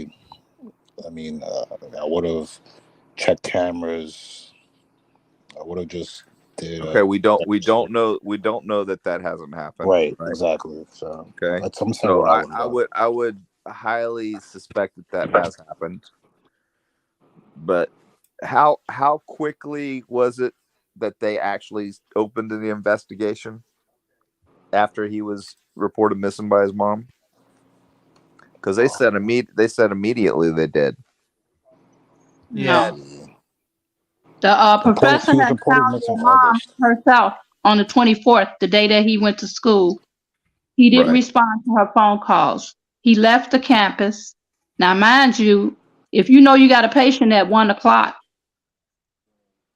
and you know you're supposed to show back up, don't you think that's odd? Oh, yeah. No, what I'm asking is, on the 24th, Detective John, answer your question. That on the 24th, when he was reported missing, allegedly they started searching then. Right. Because I heard September 4th. Yeah, I heard somewhere in that they immediately started checking hospitals. They started checking social media. They started checking other avenues. What else could they have done? I mean, they should have questioned the people that found his personal belongings. They could have said something to them. No one was ever talked to. And across from that, a YMCA was a police that lived there that had the Ring doorbell. Okay, but that wasn't determined till well after he was gone, until the body was found. Correct? None of that stuff came about until the body was actually found. I mean, what about the FBI? Not, they could have definitely unlocked that phone and got a lot of different shit out of it. Dating apps, was he meeting somebody? What was going on? I believe that's happened. I call bullshit on that. Now the FBI is providing resources for these agencies, whoever's got the lead now. But it's like someone was pointing out, they can't take over the case, but they're going to provide support. They provided a $10,000 reward. But what I'm getting at is, I'm not being a jerk. I'm just asking, what is it that the police were expected to do at any point in the beginning of this investigation that they didn't do? They told her they messed up. And what did they tell her they messed up about? Dropped the ball. Because the simple fact they had a body and they never did tell anybody that it was a body there. That they had the body in the morgue and the body was so destroyed. Yep. Okay, well that's not uncommon. The coroner said they couldn't even recognize the race. Right. So that's not crazy. uncommon. So would you want somebody to call you and say, hey, we might have your dead son. We found him in a river, before we determine whether it's even an African-American or a white kid or a Latino kid or anything? Would you want that bomb dropped on your mom? I wouldn't. I would wait till I had a little more information before I made that call. That's a terrible call to make, by the way. I've done it. But mind you, the numerous first times. coroner said that he couldn't do the autopsy because the simple fact he didn't have the solution. So he told his mom that, well, I'll get back with you. But He didn't have the his solution. stalled out. He didn't have the solution for, you mean? To do the autopsy. So they can identify who the body was. Oh, so there's no means of DNA testing that he was saying that he had access to right then. Is that what he's saying? Yeah. Okay. Well, But they that's had fine. already saw his jaws out, his teeth was knocked out, his eyes was gouged out. Yeah. Now I'm thinking somebody held his body first before they put it in that water. And he went missing on the 24th, and the body was found on the 4th. First day he went to school. I agree with this comment. So Stevie Irwin says, so you're telling me that Captain America over at MPD had Kohlberger pinned down within days, within a million facts hidden behind a secret PCA, but they couldn't find nothing here, and that's whatever. I mean, I agree with that. How could they not have caught anybody on this one? I mean, there's got to be somebody that stands out. I mean, in case he was Exactly. That's what I'm saying. There's evidence. They're just not telling us for whatever reason.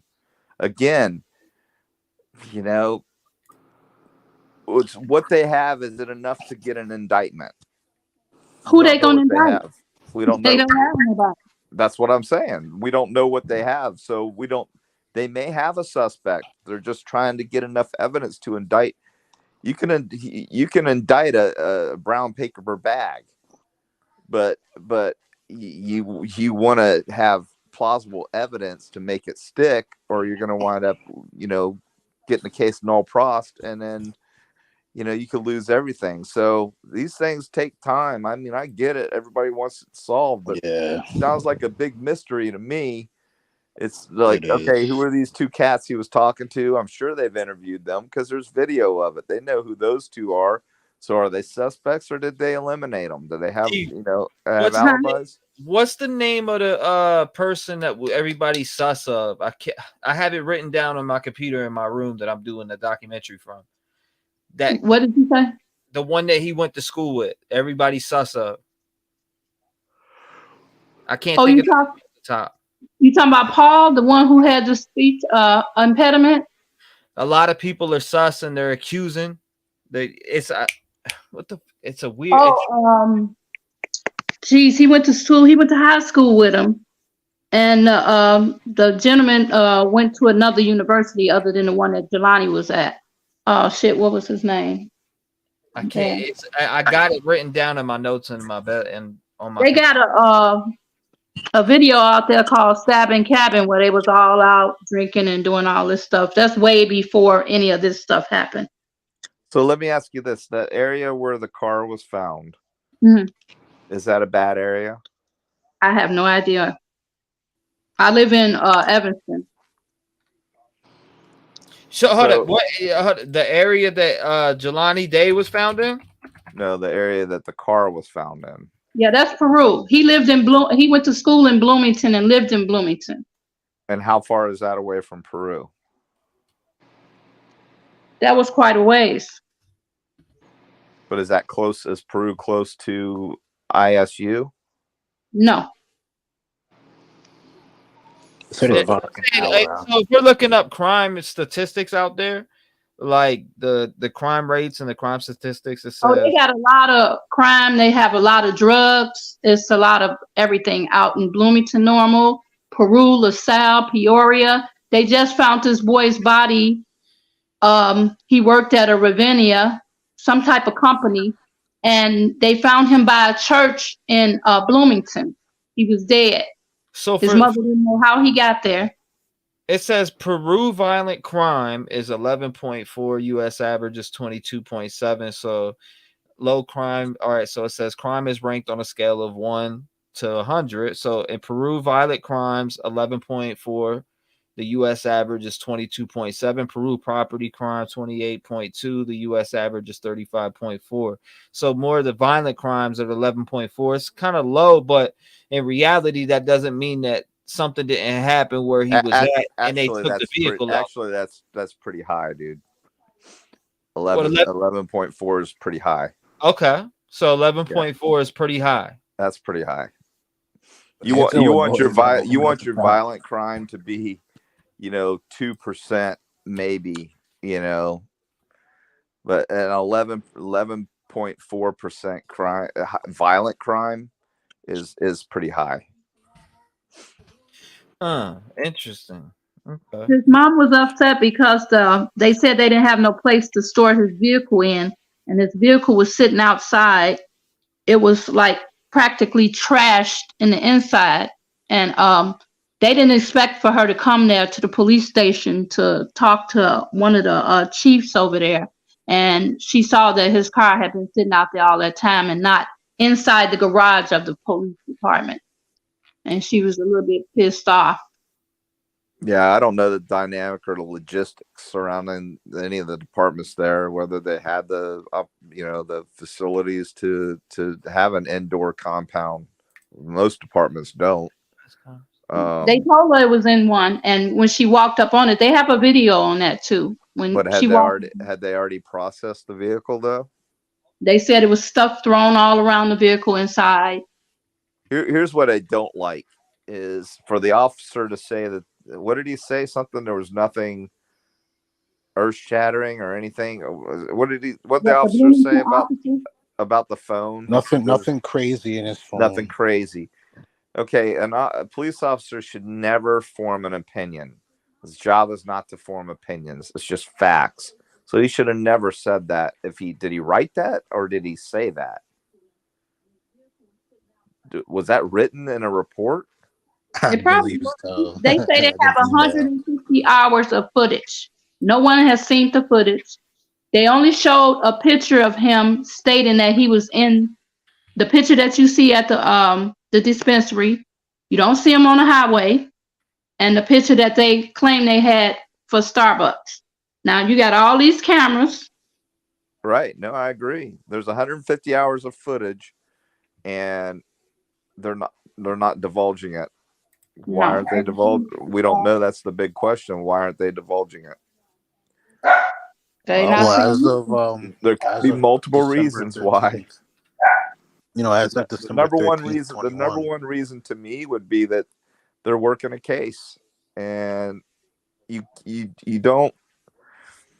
This is what's so hard, because I know the game. So this is what's so hard for victims, families, that they don't get their if they have a suspect, which they very well may have suspects, they're not going to tip their hat and let anything out, especially to family members. They're just not going to. The best thing that they could do is patronize the mom, just let them know that they're on it. They have some information. They can't tell her about it, but to keep tight-lipped and not tell her anything is wrong, because it's all about the tact. If you use the proper tact and you just communicate with people the right way, they'll get off your back and let you do your job. But if they're just hush hush and disrespecting her in a way, I agree, that's wrong. They should tell her something. The chief was asked if this was a cold case by the news reporter. She said, pretty much so it is. And she was smiling. Yeah, because I'm looking at it here. I mean, I think I heard Detective John in a previous show talk about, when time goes by and you start to put up rewards, it's probably, it's probably not looking too good. Right. And I'm looking at it here. And they have the Jelani Day Joint Task Force. They put out this announcement for this $10,000 reward, December 13th, 2021. So, it's now 4/20/2023. It's kind of, it's kind of making me think that their FBI is maybe stumped on this case. They might be too, Yeah, they have nothing. They may have nothing to go on.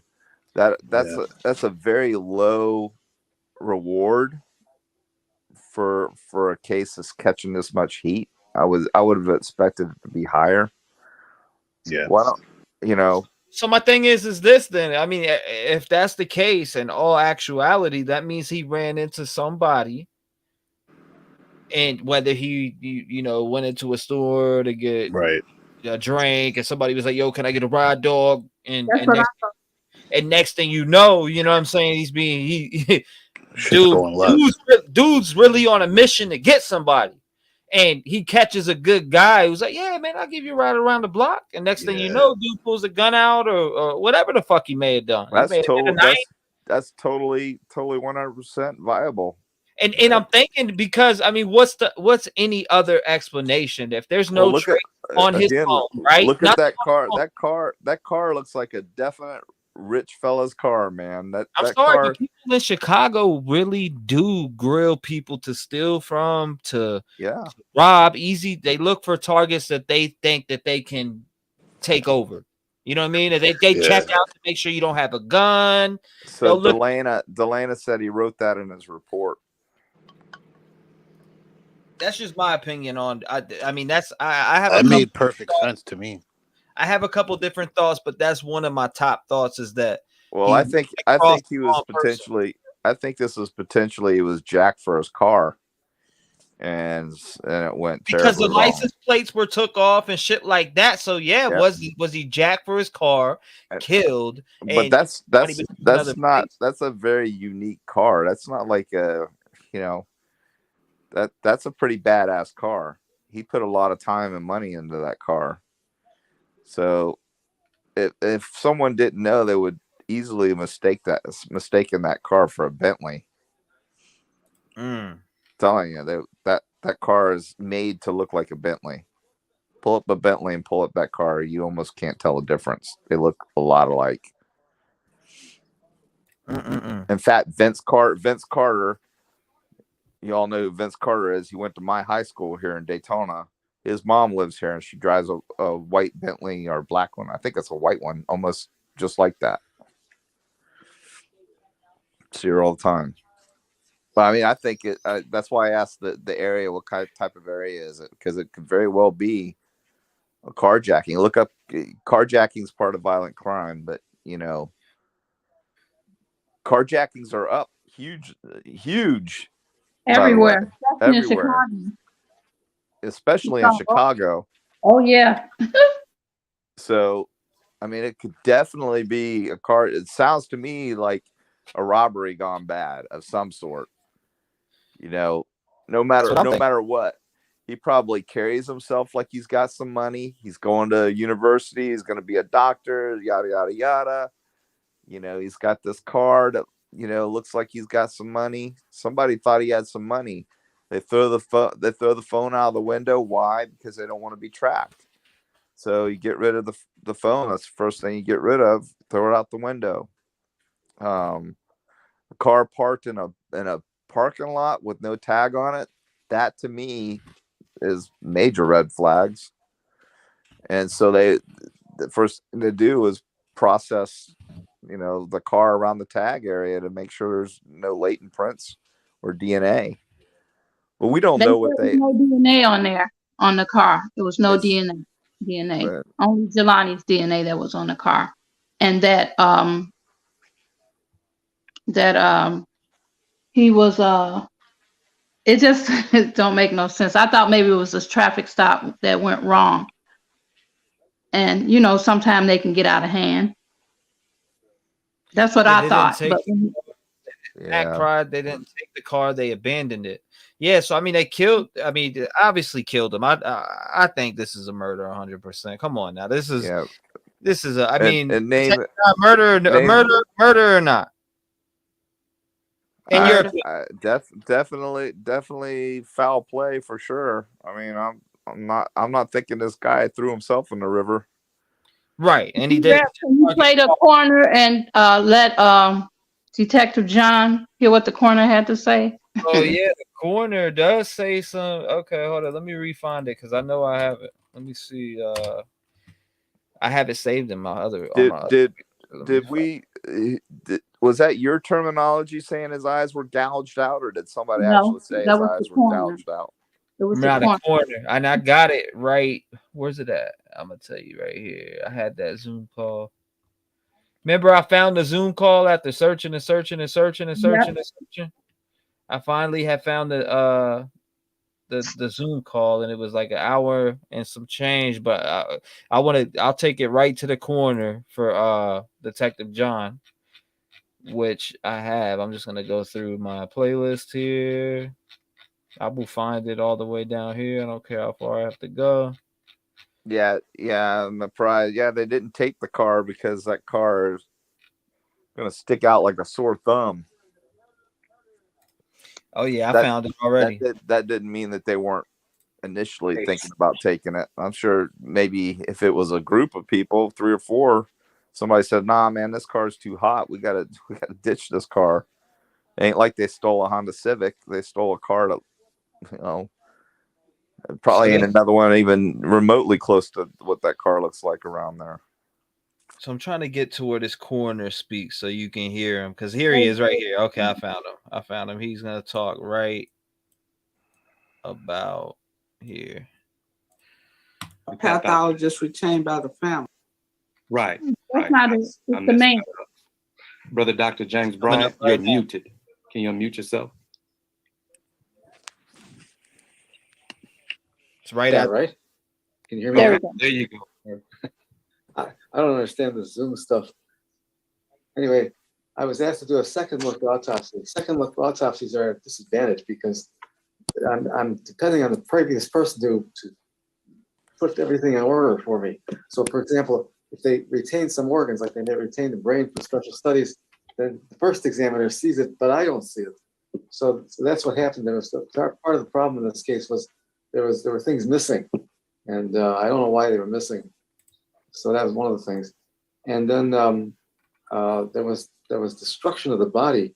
I could not identify the person.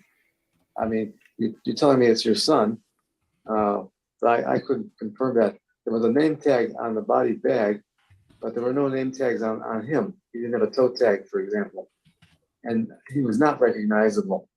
And I couldn't tell how old the person was. And it's just things. It was not a good exam. It was a second look autopsy of the worst kind.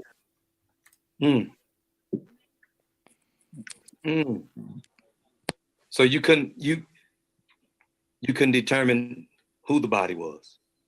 Yeah, I have questions about even who he is. I couldn't tell what race he is. I just knew that he had a man's name. His eyeballs were missing from their sockets, and it looked like destructive testing was done. There was his jaw was sawed, and some teeth were missing, and I suspect that those were samples that were taken to help identify him or determine what was wrong with him. But I didn't do it, so I don't know. But you have never seen this kind of body before? I'm 50 years doing this kind of work. I started in 1971, and that was the first body I ever had when I was in medical school. And I've never seen one this bad. Basically destroyed. My God. I've handled air crashes. I've handled terrible truck drivers running over people, and this is the worst I've ever seen. And I'm sure it's post-mortem, not done to him while he was alive. So what does that suggest to you when you see a body like this? Okay, some of it could be decomposition. Can you hear me? Yes. Oh, okay. Something's popping up on my screen here. Where do these pictures come from? Not sure. I didn't do that. It's all right. Continue. Okay. Let's see, where was I? Okay. There was destructive. Some of it's destructive testing, and they may have been taking samples for whatever testing they wanted for genetics or whatever to help identify them. But I wouldn't do this. Like, for example, if you need to take a bone marrow sample, on live patients, we can take bone marrow by inserting a needle in the hip bone, for example, to draw out the central soft tissue that's in the center of the bones. You get a bone marrow sample that way. I'm being told that the bone marrow sampling was they took the femur out of the leg. The whole bone came out as a means of sampling the bone marrow. And I'm not sure that needs to be done.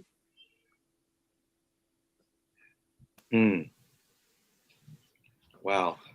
Sister Day, I'm so sorry that we had to relive that and bring that up. That's tough. My God. At this juncture, go ahead, sir. I could not determine the cause of death. And I'm not sure about that he was identified properly. It really was him that I examined.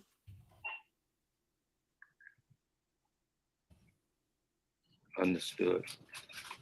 Can he restate the last sentence he said? I'm not convinced entirely that I had the right person, because the name tag, there was a name tag on the body bag, but no name tag on the toe, for example. So they could have had the wrong name on the bag. I don't know. And he was not identifiable. I couldn't tell how old he was. And the skin was off his face completely. And there was just facial bones showing. He was not presentable. So is there anything that can be done to determine that the DNA is actually his? I mean, I know that they do it. I don't know if it's something that you did. No, I didn't do DNA. Can they do DNA? I think they can, yeah. From a known sample that's known to be his, compared to that. Mm-hmm.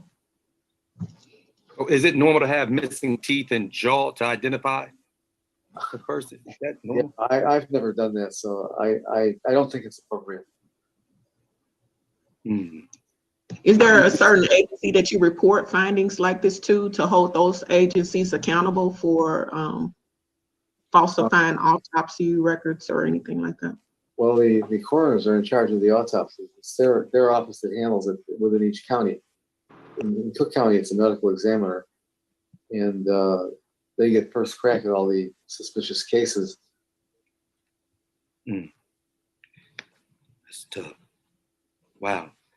At this juncture, we'll have Brother Cameron Barnes weigh in with the Reverend Jackson. Brother Cameron, Reverend Barnes. Courtney, I appreciate you. All right. Certainly, I'm great. How are you? Bless you. We are, Reverend Jackson and I and the team are just hitting O'Hare International Airport. Just making sure he's as many people have seen us on the ground in Brunswick, Georgia. But I wanted to. Yeah, so that was the coroner, Detective John, you just heard. What do you think about that?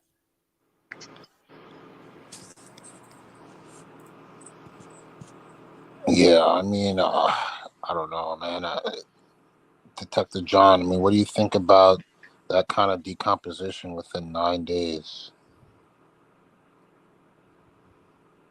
Detective John, I think he froze out there. There he is. Yo. Sorry, I lost you guys for a second.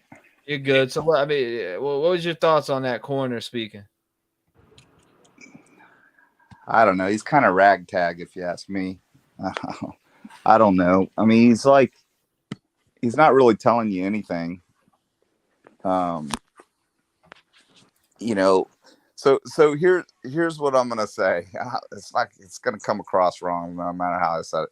So it goes from his teeth were knocked out, his eyes were gouged out, his PP was shredded. His what was it? His genitalias was shredded. He was missing his spleen, his liver. I mean, the guy pretty much said the body was just destroyed. About like, I mean, in 9 days, like, does that sound right? 9 days underwater. Yeah, would no one wants to believe this, because I'm telling you, 9 days underwater, that body, the skin will be peeling off and like paper thin layers. He would blow up. The body will blow up with gases and rip apart. The organs will fall out of the body cavities. The anus will open wide open, and the body parts will fall out. I'm just sorry. I'm sorry. This stuff happens when the body is exposed to elements and underwater. The body sunk to the bottom. Gases built up in the body through the decaying process, and then it floated back to the top. That's how they found the body. He was found floating on top of the water, but he was on the bottom for a long time. He was being, currents were dragging him around. He probably hit pillars of bridges, head bouncing off of everything. I don't mean to be graphic. I'm just telling you that the bottom of a river is not this smooth, especially that river. It's a nasty river. I mean, it's not like he slid across an ocean floor for days, pristine. He was being cast about like crazy. So all these things, being said, his eyes were gouged out. How are you going to determine somebody's eyes being gouged out? 12, 13 days after being submerged in water? I'm sorry, it's not going to happen. I mean, unless you see cranial evidence showing that his eye sockets were, smashed, and also someone said earlier that his jaw was sawed off. No, his jaw was removed to, try to identify his carcass. I mean, his teeth were removed because that's one of the most viable places to remove DNA is from the roots of your teeth. That's crazy. The femur being used, probably just an easy bone to pick because he was so decayed. A femur was probably totally exposed rather than a hip that may not be exposed. Like this guy's saying that you would pull it from the hip. Yeah, well, ideally you pull it from the hip. Okay, but if a femur's sticking out, you don't have to cut it open and take femur out. You would take it from the femur. But mind you, they said when on that redacted report that they said they had, the nurse had called him in to come to check his meniscus or his femur. He was supposed to go into the clinic. So I'm not understanding that. A nurse called him in to check his meniscus or his femur. So is he an athlete? He looked like an athlete. His mom said he was very athletic. Yeah, he looked like an athlete. So I'm sure maybe he was playing ball on campus and, hurt his knee or, potentially fractured his femur. I don't know. I mean, but it's definitely doesn't sound like a suicide to me. Nope. Bottom line is somebody knows something. Yeah, they do. But ain't nobody saying that. But I don't believe, I'm sideline quarterbacking and speculating. I don't believe that there's anything based on what I've heard that the police could have done to change anything here. Anything. Not telling the mother about the body, that's not uncommon. You don't know. You've got a body that is unrecognizable by that Emmy's only testimony right there. Unrecognizable. The worst she's ever seen. That's not because of a homicide that the body's unrecognizable. It's because the body was cast about the bottom of a river for how many miles and what, 13, 14 days. That's why the body's unrecognizable. I'm looking at the dispensary right now on Google Maps. And from what I'm seeing here, the highway right off the dispensary is I-55. They're saying here the cell phone apparently was tossed from the car onto the roadside off I-55 North in Bloomington, where the dispensary is. So 8 minutes after, around the time he left, he threw the cell phone was thrown out on that I-55 highway, right where the dispensary is. And what city was that? Bloomington. We know Bloomington's a bad area. Right. So mind you, he had OnStar on his car, so they couldn't have checked nothing from the OnStar? I have no Who idea. said he had OnStar in the car? That's what his mom said. He had OnStar in his car. Well, that's a 2010. I mean, he could have had OnStar, but yeah, they could have checked OnStar. I mean, it's not that easy though. I mean, you can't make a phone call, but you would be able to, But again, we don't know what they did.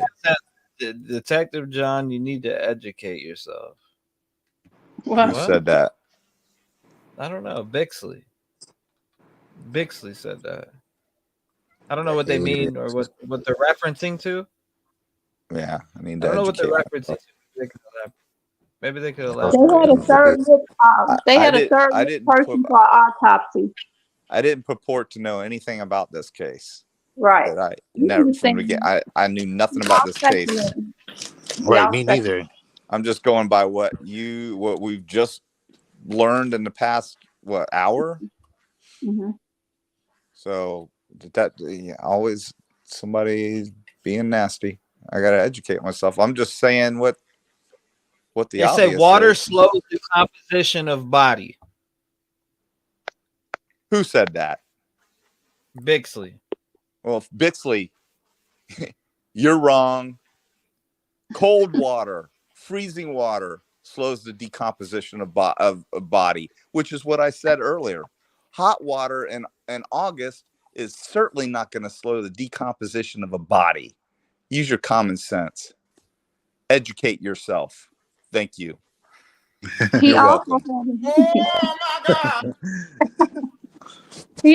had a third look person who did he didn't do the autopsy. He looked at certain things and he say, all we can do now is get the phone. Once we get the phone, then we can find out what's going on. Who said that? The third look. His name is Saratelli. He was the third look person, but he never did do anything as far as an autopsy on him. He just looked at records and he say the phone would determine what happened. We just need them to get into the phone. The phone's going to give a good timeline, but it's not going to determine necessarily what exactly happened. But if he had any communication with anybody, they're going to be a suspect, certainly, and they got to eliminate all of them. So Right. We don't know who he was talking to. This mom doesn't know. She has no clue what's going on. She says there's no mental health history. I mean, she was adamant about that. All we know is what you've told us and what we heard the mom say in an interview.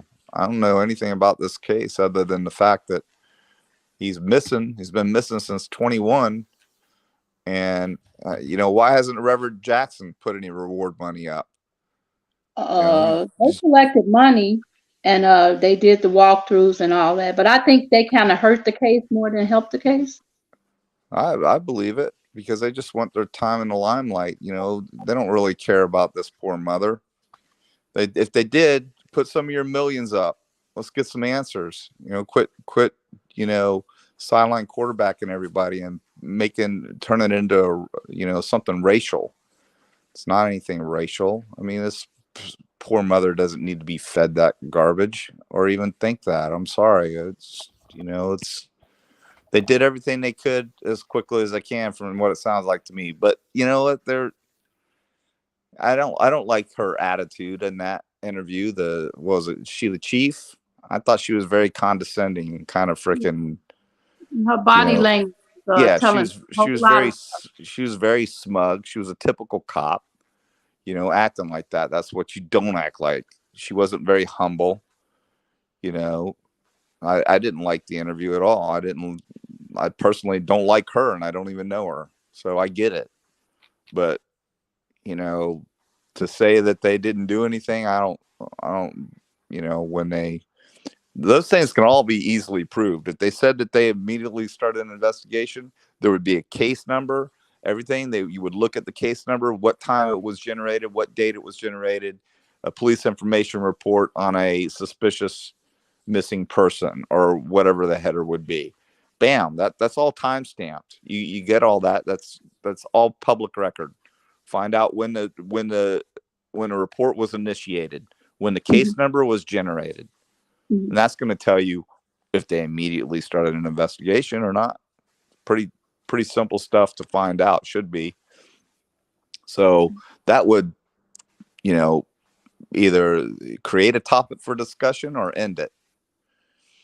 Because if they lied, didn't want a review of the case. The sheriff's department stated they're not doing a review because they wanted to bring up a review on the case. So all the different municipalities can come together, and the sheriff said they're not doing anything. They're not going to review the case. It's done. So, but there's a task force generated, correct? Yeah, the young lady, the chief, she was the detective at Bloomington, and then she got the position as the chief. So it's another person who took over her position. So she moved on to Peru. But the surrounding agencies, so she helped create a task force for all the surrounding agencies to share the results of their investigation. That's what she did. And the counties saying that they weren't going to participate, or they weren't going to. They say there's not going to be a review. It's done. Well, it's not done. It's an open investigation. So, who said that? And what context was that in? The sheriff from McLean County. He actually said that on an interview? Yeah, it's in a news report. Wow.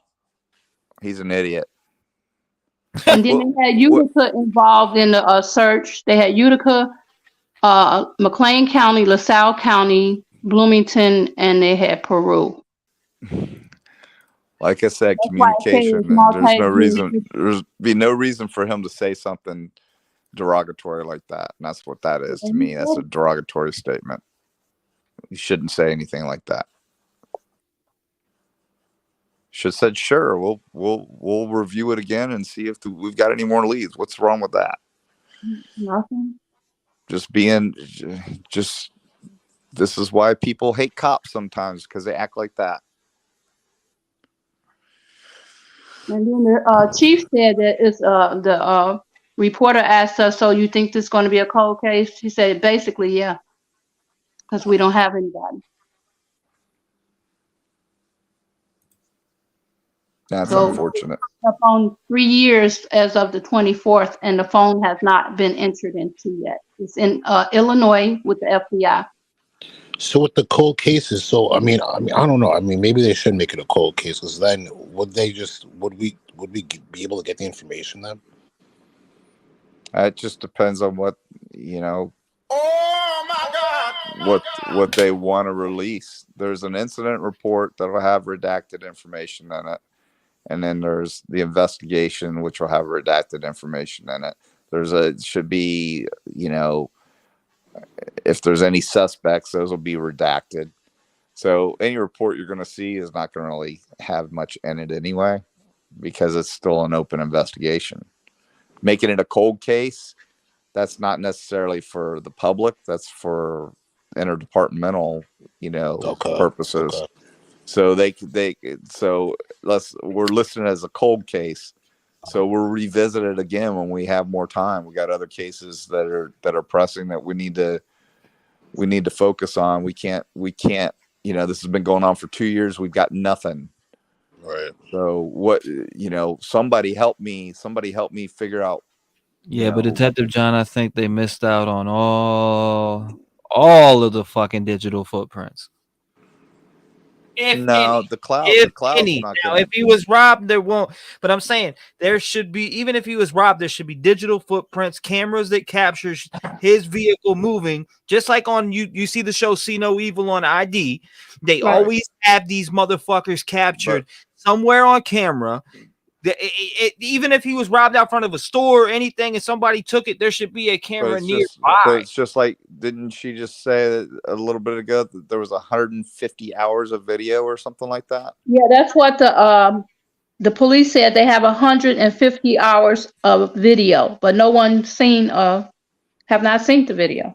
Mm-hmm.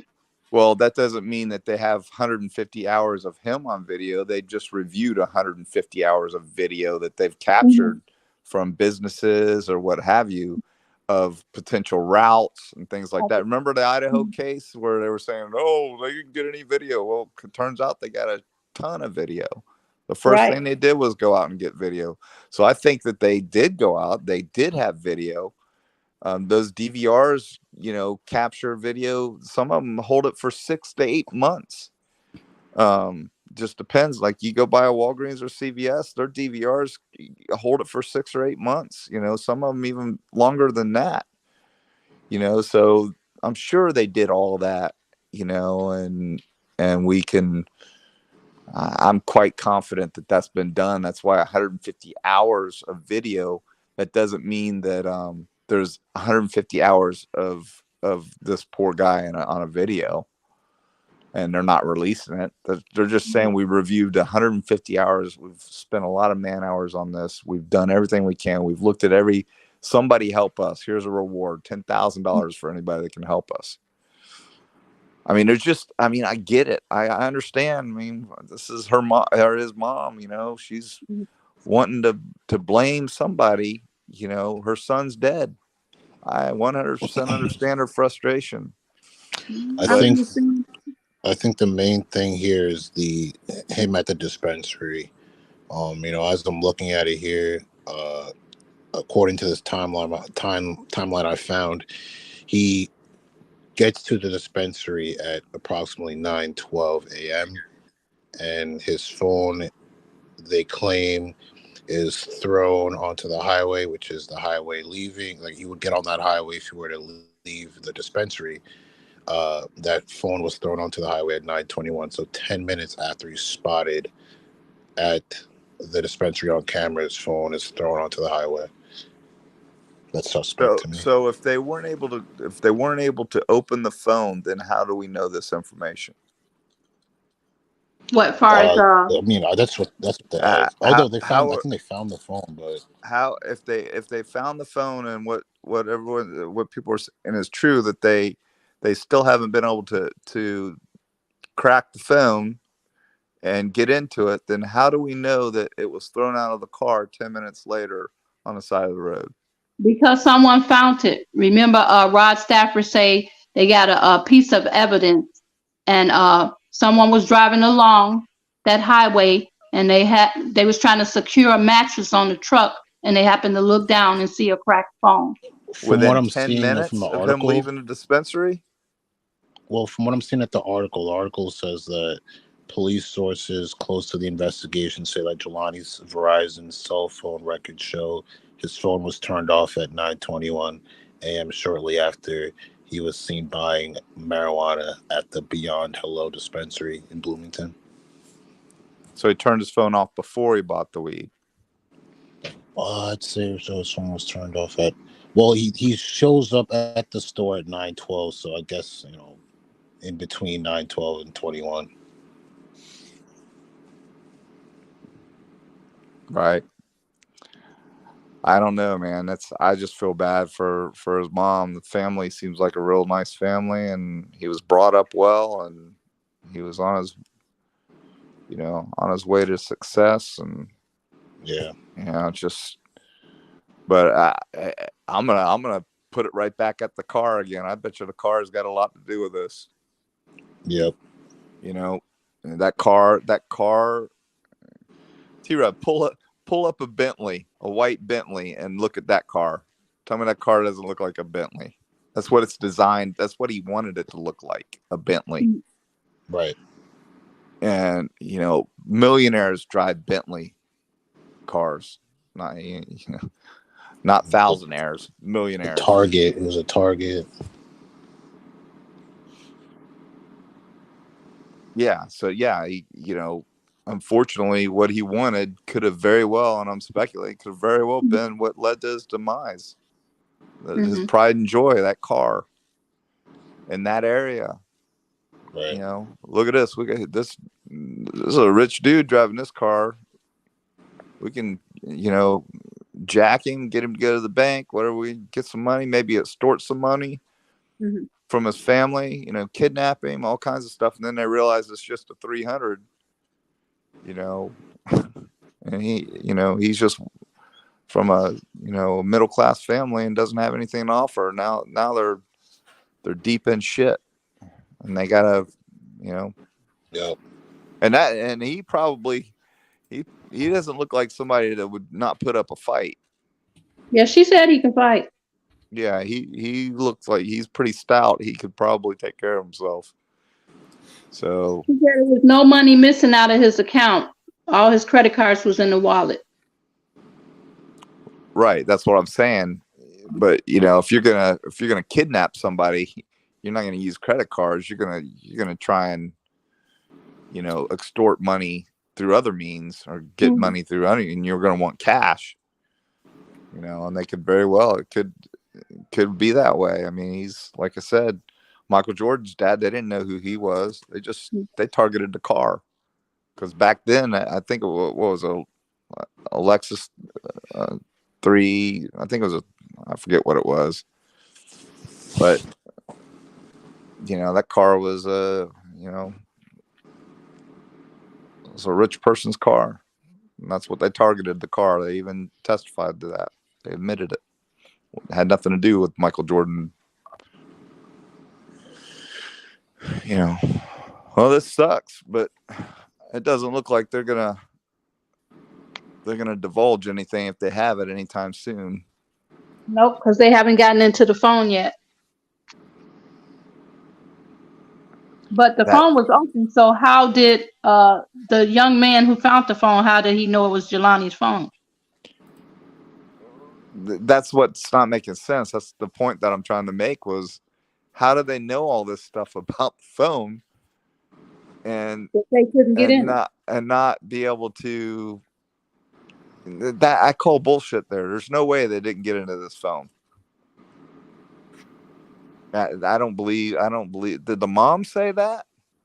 No, the police, the FBI said that they couldn't get into it. The police say they couldn't get into the phone, but they got redacted information off of the phone. How would you be able to get that if you couldn't get in it? You couldn't, unless they got some billing information. They could get billing information from the phone. I mean, from Verizon. They mentioned something about the iPhone 12 or something like that, to where certain data is limited that they could get off of it. I think they were saying something like that. I thought it was a 13. 13, yeah. I think they said 13, yeah. 2021, was it 13 now? Because I have the 13 right now. I have the 13 Pro. I think he said it was Actually, 13 Pro. Yeah, it is 13 Pro. I have the 13 Pro, so yeah. Yeah, that's what I have too. I have a 13. Yeah, I think I got the 13 Pro. My son has a 14. But I mean, it's that phone's going to give a lot of information. But I mean, you take that. Apple cooperates with the feds, so there'd be no way that Apple can't crack that phone. Sorry, unless there was something when it was thrown out the window, whether it was destroyed. But I mean, it only looks like it has a cracked screen. Didn't look that messed up. I didn't see it real close.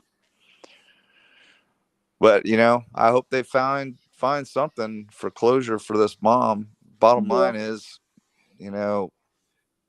feeding hate is not going to help. It's just going to make things worse. She just needs to, Yeah. The thing is, though, is where do you know what I mean? If you pick this up as a cold case, where do you start at? And you start at that. I think that the critical days are within the time of any fucking the route that he took. You should be able to connect that with the way that our technology is today. Yeah. Why do they not have him tracked all the way to whatever transpired? I mean, I feel like there's so many cameras that I feel like that should have happened. Like there's especially in Illinois, it's not like we don't know that it didn't happen. No, I get that, right? But at the same time, we should be able to see if anybody there was definitely somebody that got into that vehicle other than Jelani. Yeah. He may have been at the dispensary. Who knows? We don't know that. Where he got one joint. Where at? He didn't smoke it. He may have been being told to go buy weed. He may have been being robbed right then. Don't know. The weird look he gave on the you know, on the footage from the dispensary was, I took it as a red flag when he looked up at that camera with the face that he had. It looked like he was having a great day. That's for damn sure. Did he have a card? You know, he was like this, like I could see it. It's almost like you could see fear in his face or something. It was just something. It was just the way that he looked at it. And I don't even think that about every time I see somebody look into a camera. You know, when he looked up, it's just like I seen something there. Well, it sounds to me like this is definitely not a suicide, because for a professor who's got a plethora of students to be concerned about one student and call after just 2 days, She called the first day. One day. He had to be an impressive student, and she saw a lot of potential in him. So it had to be very out of character for him not to show up. So the whole suicide thing to me is absurd. A lot of people say he didn't smoke, but he did have THC in his system. There was a rumor that he didn't, but from every toxicology report that I was able to find on him, he had coffee, nicotine, and THC. So there was a rumor that there wasn't THC, but there is THC in his system. Doesn't he have to have a card to buy up there? No, not in Chicago. You could walk in and buy up to 30 grams. But he only had one stick. It wasn't like a bag. He only bought a pre-roll, but in general, you could walk into a Chicago dispensary and buy 30 grams, and you could drive right 30 minutes over to Michigan and buy 2.5 ounces. You know what I'm saying? That's so funny, man, because here it used to be possession over 20 grams was a felony. Yep. Making money. I know the laws out here. I literally could just cross over to Michigan real quick and pick me up 2.5 ounces of some indoor gas for you know what I mean, for $120 right now. That's how cheap the market is. That's crazy. Like what's an 8-ball going for now? An 8-ball. I don't fuck with that. You know what I mean? I was testing you, bro. I don't fuck with that shit, bro. That was back when I was in my early 20s. I'm 33 now. I never fuck with that shit no more, bro. Never. Hell nah. That ain't even up the alley. You know what's funny is I see these kids walking around sometimes wearing. I remember the price though. It was $150 for an 8-ball back in the day. Well, 3.5 grams used to be $350. So like back in the day during my time, you could get an 8-ball for $150. Yeah, you know 3.5 grams is an 8-ball, but yeah, it's funny. You see these kids walking around with 8-ball shirts on. They don't even realize what they're wearing. I said, I walked up to a kid in Walmart the other day. I said, "Do you know what that shirt means?" He's like, "No, I just thought it was cool." I said, "Do you?" So I looked at his mom. I said, "Do you know what that shirt means?" He plays pool. I said, "No, that ain't what that means." She said, "Don't tell." That's you got an 8-ball hanging like dice from your mirror. What does that mean? Does that mean you play pool? No. And I explained to the lady. I said, "Yeah, I agree there too. We really don't know the state of mind he was in. I get it. Was he gay? Is asked too a lot. I get that. I've been getting that question a lot. Was Jelani gay?" And a lot of my subscribers have been emailing me stuff about the Jelani case. I'd say I've probably gotten at least 15, people that were intrigued by this case to the point where they started doing their own deep dive on it and sending me stuff. And a lot of people, when you talked about it that day, I would say the next day I had a handful of emails about the case. And with this case, it's like, that's why I'm making this documentary, because it intrigued me, and I don't know what I'm gonna title it yet, but it's definitely a mind fuck. This case is a mind fuck, because you got the FBI involved, you got police. The police obviously were involved first, but then the FBI stepped in. You have no answers. Where is the digital evidence leading to where Jelani took his last moments on Earth? Where is that? Where is footage of maybe somebody else being in his vehicle? I know his windows are tinted and shit like that, but somewhere somebody did something to him, and where could that have happened at? It had to happen somewhere where he picked someone up and shit went south. You know what I mean? Right. Well, I definitely but you know, there are things we don't know. I mean, it's like I said, you know, a lot of times, and I don't think it's a suicide, but a lot of times with suicide. Who said he was a dancer though, Hollis? Who said he was a dancer? You know what I mean? Because you know, 50 people can come to me right now and tell me he's a dancer, but I need that. I need to know that for a fact. You know what I mean? People tell me shit about Idaho 4 all day long, and it's all speculative to me. Yeah. Until we talk facts, you got to talk, like, when it's speculation. I don't know. Some people fail to mention, hey guys, I have a audience of 200,000 people, and I'm making this video, but let me forget to put that this is speculation. Mm-hmm. And hey, you guys, it's almost 3 a.m. I gotta go. See you, Detective John. Thank you. See you guys later. God bless you, brother. Appreciate you coming up, man. Shout out to Detective John. Yeah. Thank you, guys. That's my dog. I'm just talking shit. Shout out to Detective John for spending his time up here and you know. Thank you guys for people are cutthroat on Detective John, but it is what it is. He was a cop once. He's not a cop anymore. And some people seem to think that Detective John is still a cop, and he's not. It's old. He's not a detective. He moved out of the detective field. He now does other work, owns his own business. But in general, Hollis, who said that he was a dancer? Let me go back up here and read maybe a little bit. We can find it. Athena, but in the black community, they'll yell their mamas they'll tell their mamas anything.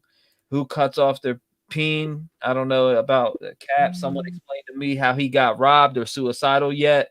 His penis was tore up. Hell no.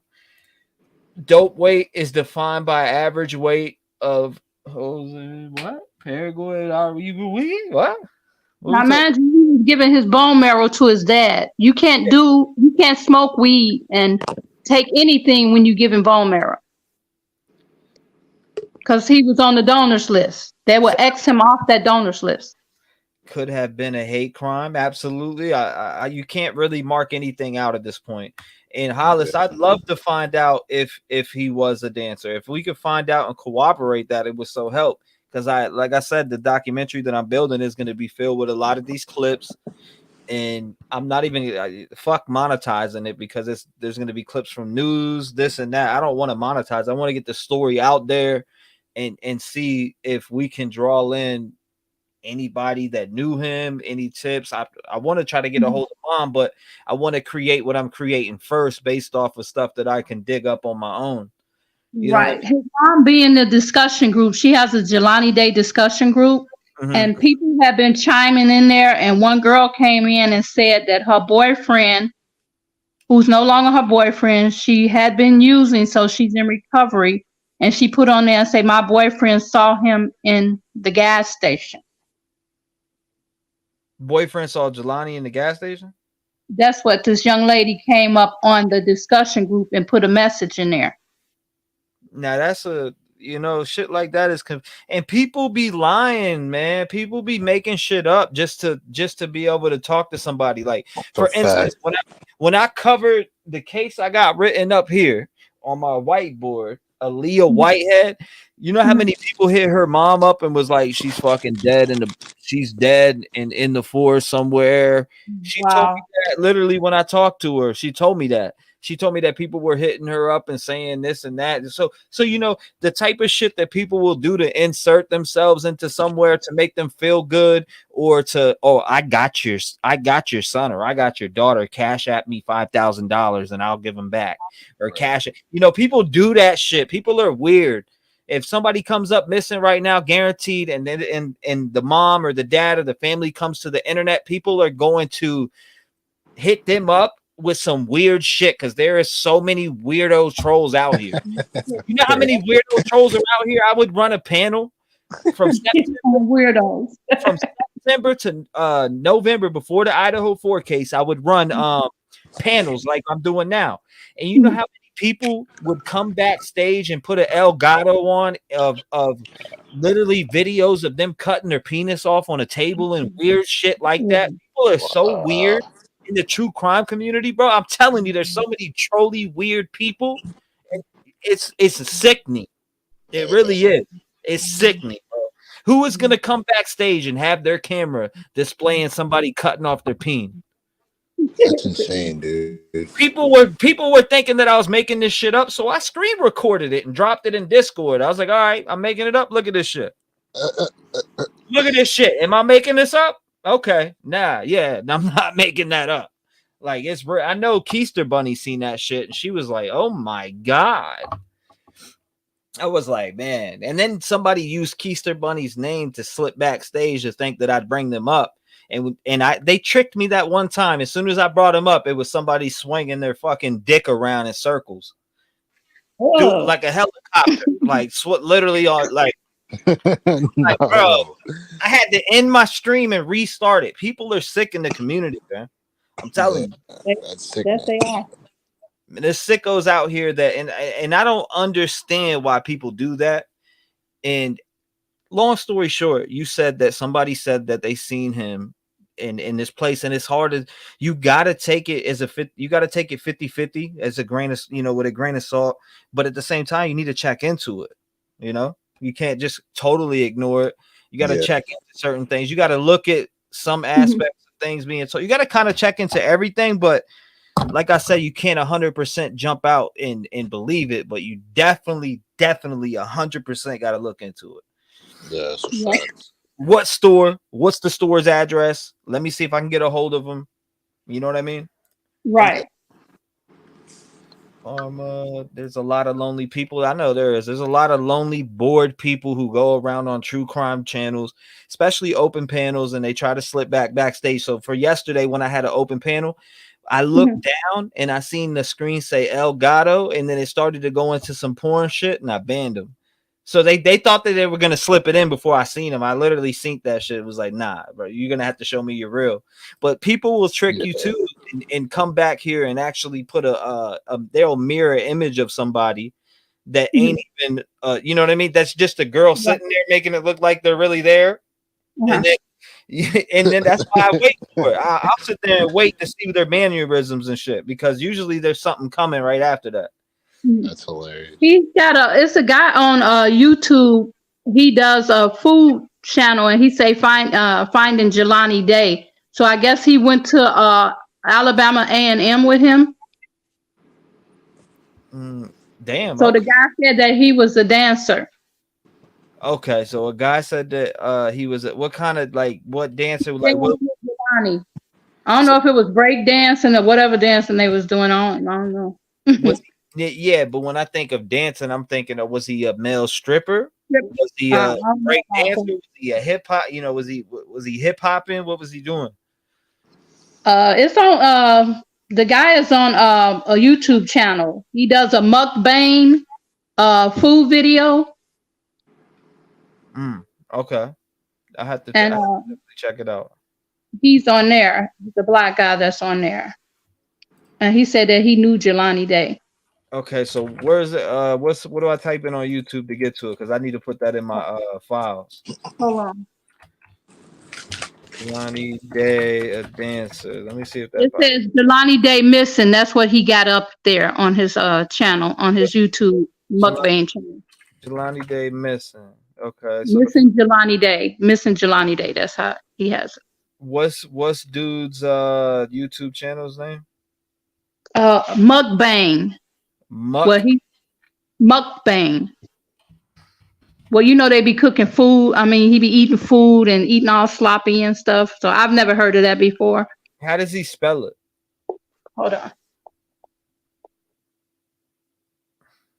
Because I see a food one that says Ayo T-REV. That's a food dude that's talking about it. I see spaghetti. Dude's got a little. Say his name. Jelani Day. Yeah, it is mukbang. Join me for another mukbang. I got it right here. I found him. Shit's crazy. Okay, so I put that one in my joint too. I found it. Ayo T-REV is his name. Yeah, I found it. Thank you. I appreciate it. I found it quick, actually. And it's a YouTuber before.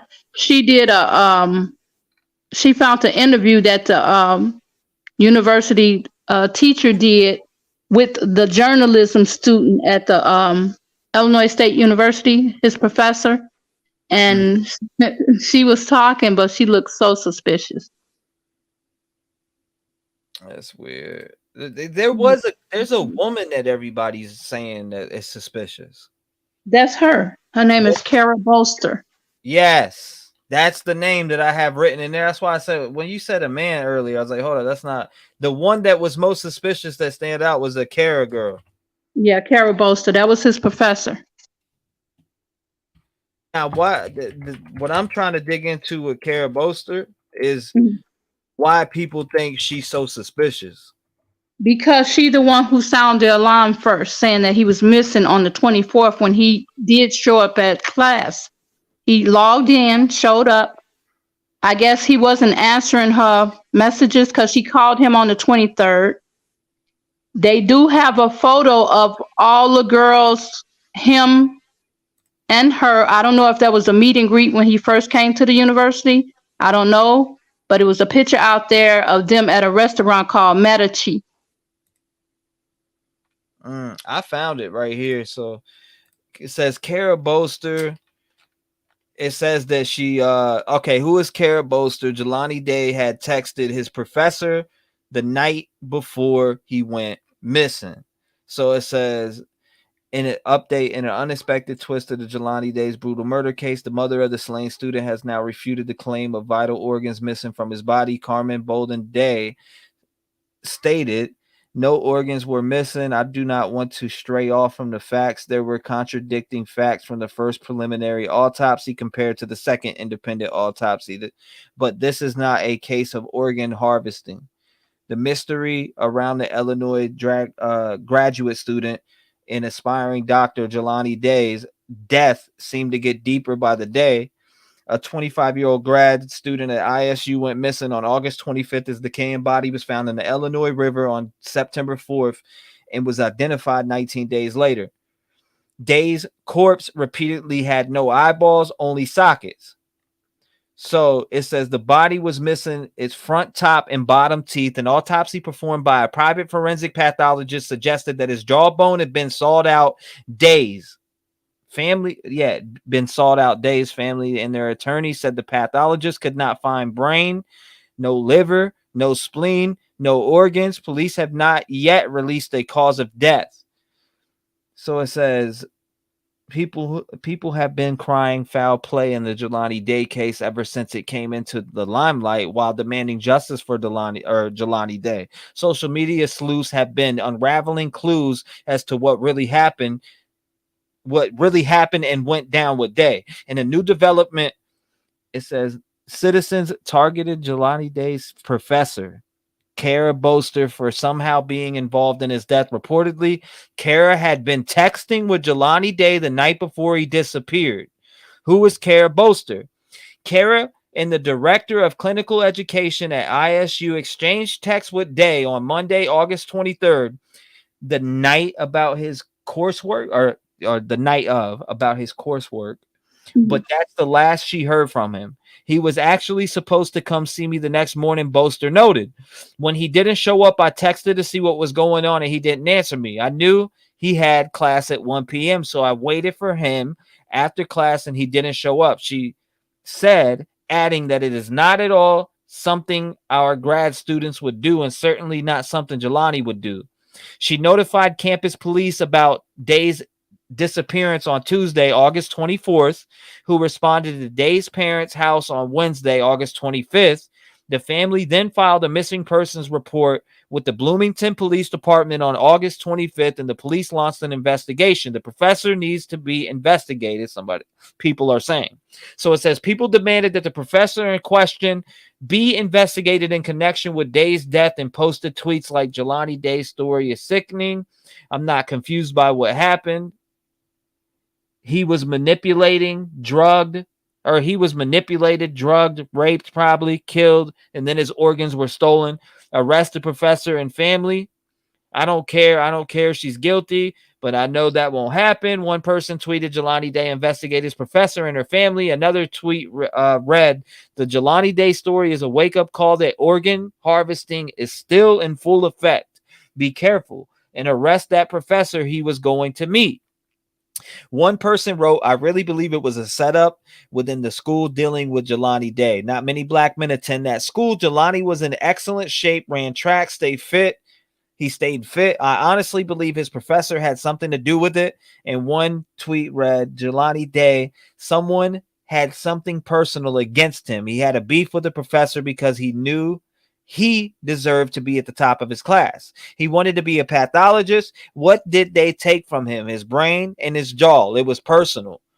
Another person wrote, now that I have been given an update on Jelani Day's body, I indeed think he was murdered and the professor needs to be investigated. I also wondered if he was an organ donor. So then it says the Jelani Day story is sickening. I'm not confused by what happened. He was manipulated, drugged, raped, probably killed, and then his organs were stolen. Arrest the professor and family. I don't care if she's guilty, but I don't know that will happen. Yeah, they're going crazy. Organ donor. He gave his bone marrow to his dad. He tried to give it to him. His dad never got it because they killed him. It's going crazy. I was just reading these articles. They're going in on Boaster. They're saying that, okay, so now I get it. Now it's making sense to me. So they're saying that Kara Boaster allegedly murdered him and sold his organs and this and that. Knew who murdered him. But this is what internet sleuths are coming up with. So people like myself are saying that Kara Boaster killed him, allegedly, speculating. Not true if you haven't heard it from law enforcement, but chat, what do you guys think about that? Do you guys, I mean, that's something that people probably not in his life. They're not in his life. They're on Twitter saying, after I read the facts, I think that he did it. So what do you guys think of, or she did it? What do you guys think about that? Do you think that that's possible? And people on panel too, or the folks on panel. She sounded the alarm to the police department because she said she knew the higher ups. Now, mind you, he just started there, so he couldn't have been mad at her about anything because he got into the program. She said that he didn't show up on the 24th, which you've seen him on camera, right? Mm-hmm. On the 24th with that blue shirt on and the black pants. Then he was talked to in the Fairchild building by two men. They claim they had him buying the Starbucks there. We didn't see that part now. So she said he didn't show. She was waiting for him, and she knew he had a patient at 1 o'clock, and he still had class. He had a patient at 1. So I'm thinking if he changed his clothes, maybe he wanted to take a run. Okay. That's what my thoughts was. My thoughts was he probably changed, wanted to unwind and take a run. He knew he couldn't smoke no weed because he had to go and get a TB test done. And plus, he was a donor for his dad. He was a match for his dad. Well, weed was found in his system, so we know he probably smoked some of that joint. But guess what? His DNA was not on that stick of weed that he got. So it says right here, I see somebody made a video. Kara Boaster reported him missing. Concerned or con artist? Oh yeah, that's a good video. Let's check it out. I want to see what everybody really thinks about this because, like I said, it's allegedly speculation. We don't know, but check this out. So I'm taking a closer look at the initial interview with Kara Boaster, where she first reported that she notified the police that Jelani was missing because he did not show up for class and he did not show up for his patient. Now, I'm not trained in lie detection, but I found some things to be interesting. So take a look with me. So we're going to start out watching this video on mute. And I can't help but to notice how many times Kara continuously looks to the side and down. Now, she does this profusely throughout the interview. And she seems nervous. She seems like she's having some type of internal conversation, or she's thinking about what she's saying, or she's like really monitoring herself while having this interview. Let's go back. So, before we play that, the detective Kara hired T-REV was taken off the case, and all the video evidence collected disappeared. Interesting. If that's a fact, that's interesting. So she starts the interview by looking down. She looks up. Thin lips, always the killer. To the side. She looks up. They catch her again looking down to the side.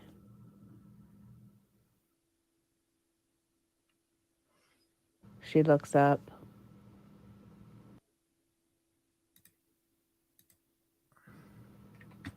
Okay, come on, guys. We need to make this big. We need to make sure law enforcement and media can't ignore this family anymore. Others are ignoring. Let's help this family and save other families from this in the future.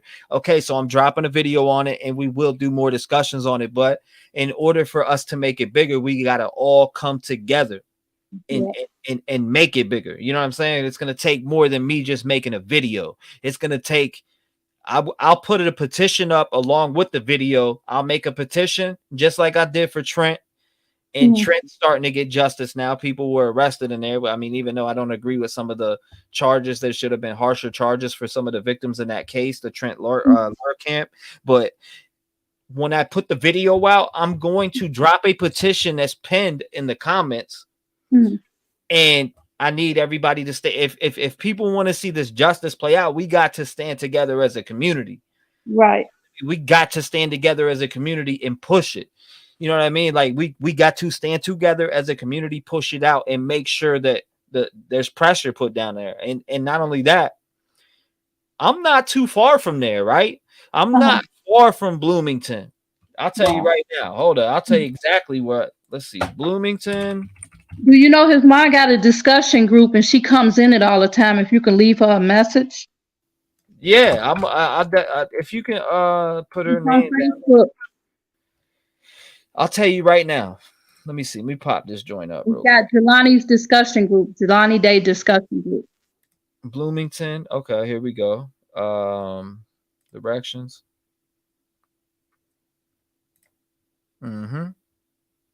Okay. I got you right here. Okay, so all right.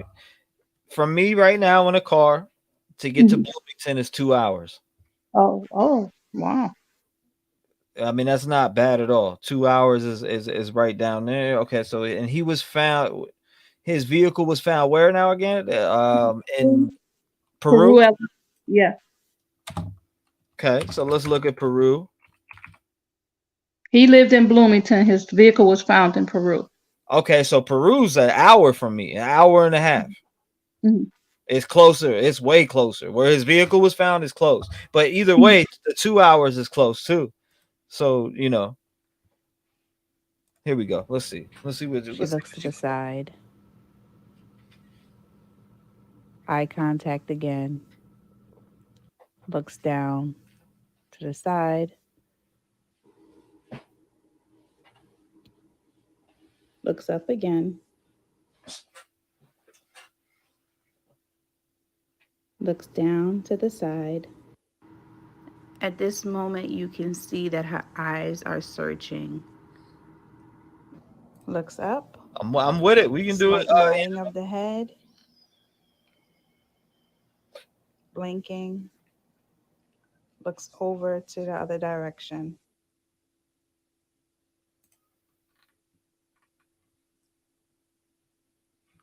So it says right there, for the first time, she looks over in that direction. Either someone could be standing there or she's looking for validation, distraction, or recalling a memory that occurred in that direction. And back again down to the side. She blinks, still looking to the side. Now she looks up, eyes are wide open. She starts to shake her head in disapproval. Closes her eyes, shakes her head, slight smirk, shaking her head. I'm with it, Angela. We can definitely do it.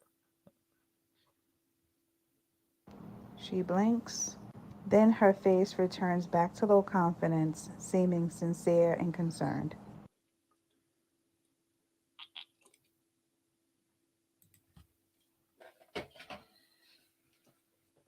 So what you just saw me do is break down clip by clip, showing that there's so many discrepancies in between what she's saying and what her body language is actually communicating. That's unusual. So specifically what I was paying attention to was her tone of voice, her facial expressions, the topic of which she was discussing, and adding up to what she was actually saying. And That's unusual. all four of those She put the sound bite categories in it. were just very inconsistent and so many discrepancies to That's unusual. what I was seeing. Like it wasn't adding up.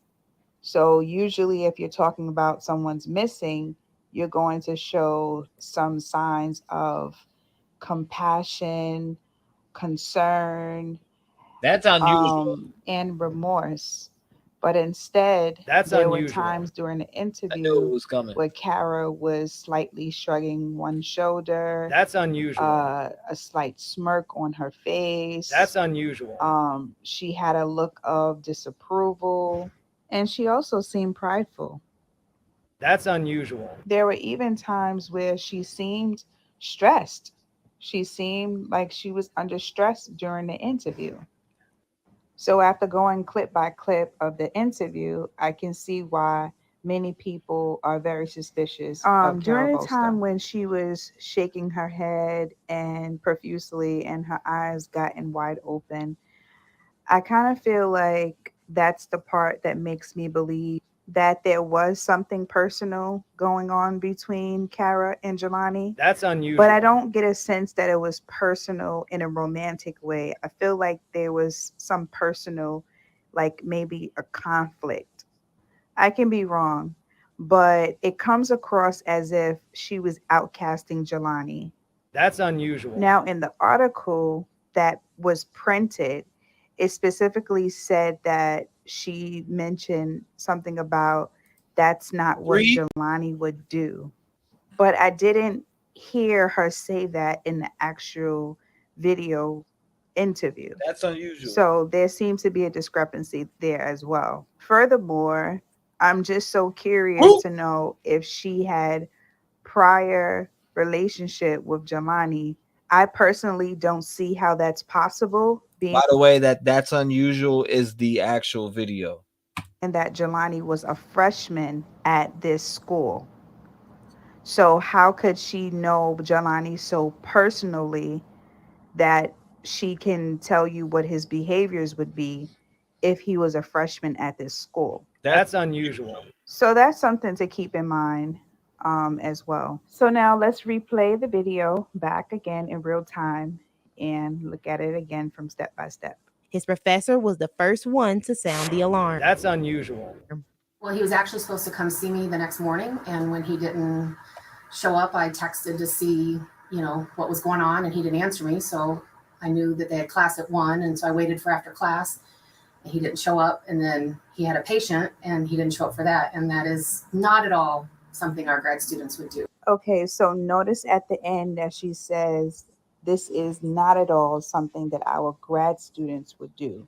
So I'm not really sure how the mix-up occurred when this interview was printed, because when you read the printed one, it says it's unlike him.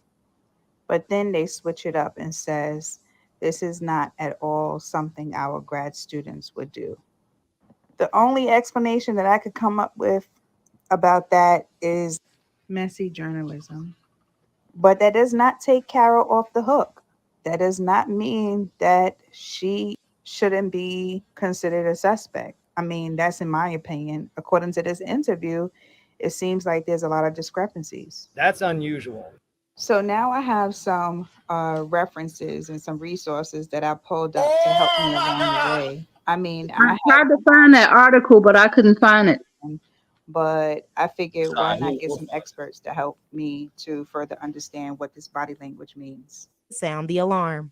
Well, he was actually supposed to come see me the next morning, and when he didn't show up, I texted to see. That's unusual. Okay, so several things occurred in that clip. She started out by looking down into the side. That's unusual. She made a hand gesture towards herself as if to kind of reiterate the event that was supposed to happen. So far, sus for 1, not sus for 2. This chick. You say you think she's sus? Yeah. Okay. What about you, Sacred? I don't know. I can't tell really. I'm trying to think whether or not she, you know how some when you're in high school and you're getting ready for college and you go take like math classes and stuff like that at universities. Mm-hmm. Maybe he met her then. I don't know. It just seemed odd to me. I feel like she did the right thing.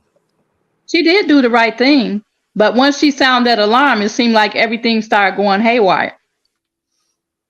There's a lot of mixed reactions in here with who they think sus. I see 0, which I guess that's 50-50. I see a lot. I see 1. I see a decent amount of mixtures here. 1, 1, 2, 2. I mean, it's something that I'm going to mention in the documentary for sure. I'm gonna definitely bring her up.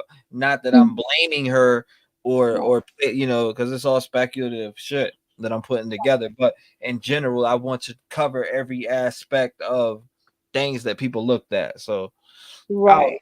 I'll introduce a small clip of her and break down exactly what people speculated on her. So and it's all speculation. We're not accusing her of anything. She did sound the alarm, so that let people know that on the 24th he did show up, but he didn't come back. Right. So I mean, yeah, that what's the vote for me? Me being a pain in the ass. She got if I can't have him, no one can browse. Damn. Ooh. Surprise, motherfucker. Damn. You wouldn't get a blunt for her.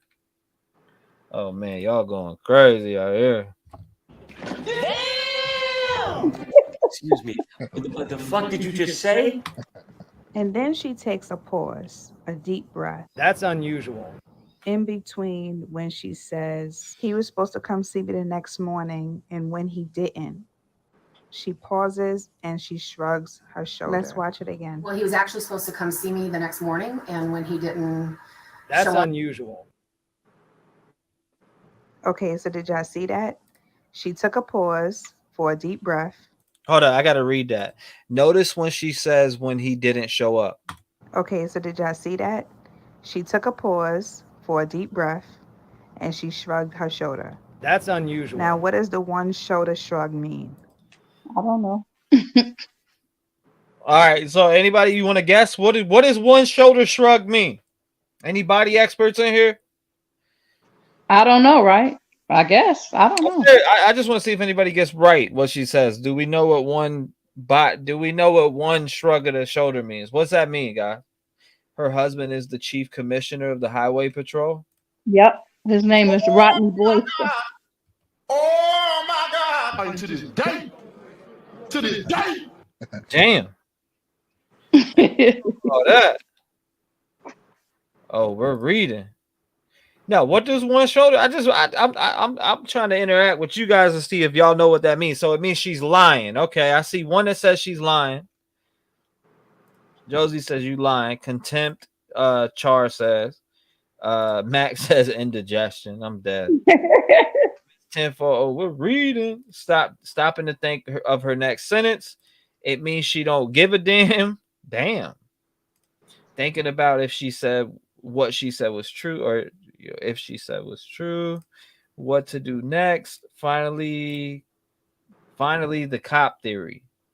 Okay, so I mean that is interesting that she's her husband's highway patrol. If and I got to dig into that and find that. If anybody has it, email it to me. If anybody has it, email it to me. If not, I'll find it regardless. I'll sleuth the shit out that joint. But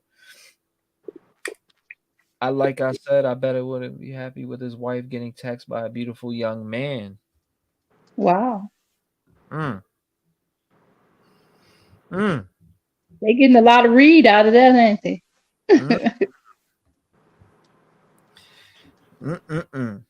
Uncomfortable. Who knows? Let's see. She's lying. Right. Okay, so I Googled one shoulder shrug, and this is what I came up with.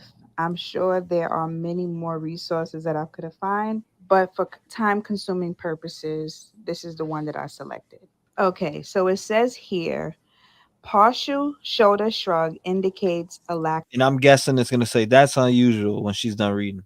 of commitment or insecurity. So it should make you suspicious.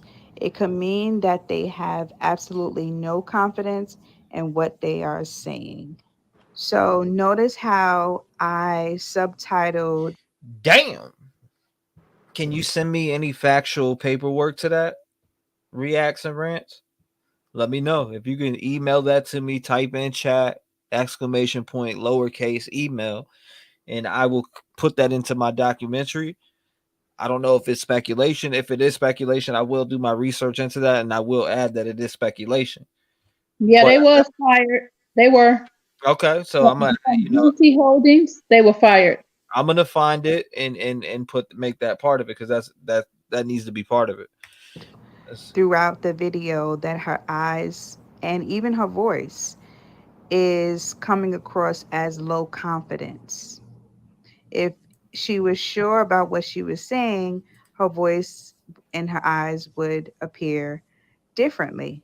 It seems as though during this interview, the only time she came alive and she sounded certain about what she was talking about was when she was saying that this is not what our students do here. That's unusual. So keep in mind that I said when she made that statement, she sounded very prideful. That's she sounded unusual. like she was outcasting Jelani, to the point where one can suspect that Jelani wasn't really necessarily welcomed in her program.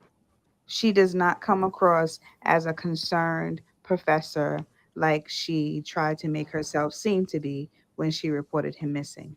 So, with that information in mind, let's play the clip one more time.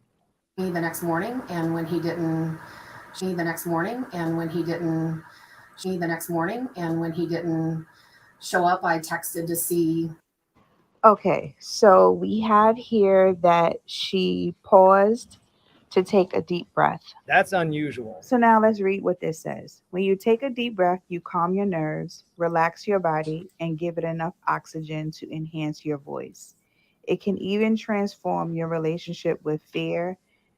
As you breathe, you focus, and it gives you the strength to walk toward your fear and embrace it. This is because under stress, we tighten our muscles and hold the tension we're feeling in our body. And one of the first places tension manifests is in our breathing pattern. So, what is it that she could be stressed about?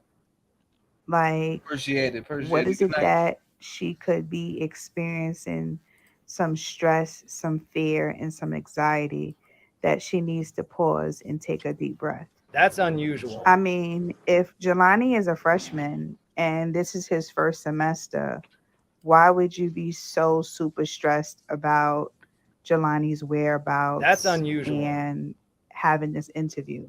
Like, where would the stress come from? Stress is, to my knowledge, is an emotional response to a very nerve-wracking and traumatic event. So my question is stress appropriate for the professor director to be experiencing? Like, is that an appropriate emotion for her to be experiencing with a freshman? I'm just confused. Why would she be stressed? That's unusual. Show up, I texted to see, what was going on, and he didn't answer me. Okay, so for this part, I kind of understand the follow-up. I mean, if you're expecting someone and they don't show up, that's a natural thing to do. Like, hey, where are you? What's going on? To get an update of their status. But this is different. She takes it a step further and says, I texted him to see what was going on, but I also waited for him because I know he had a class at 1 p.m. That's unusual. So that to me is going a little overboard and out of your way. And I almost feel like it's some type of special treatment.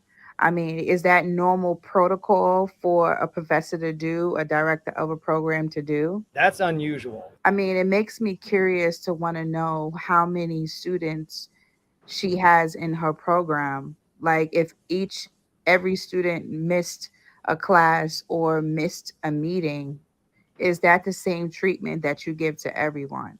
I mean, I kind of feel like if you have a lot of students and maybe perhaps people miss meetings and life happens, you probably wouldn't really have any time to do your work because you're chasing after everybody who missed a meeting and missed a class. I mean, that's kind of my opinion. I could be wrong, but That's unusual. you know, it just seems really weird to me that you would go out of your way That's unusual. to micromanage this young man and his schedule and his whereabouts. Time traveler, carry your goofy ass up out of here, you dumb fuck. Here, let me show you what's unusual. This is unusual right here. Bing bong.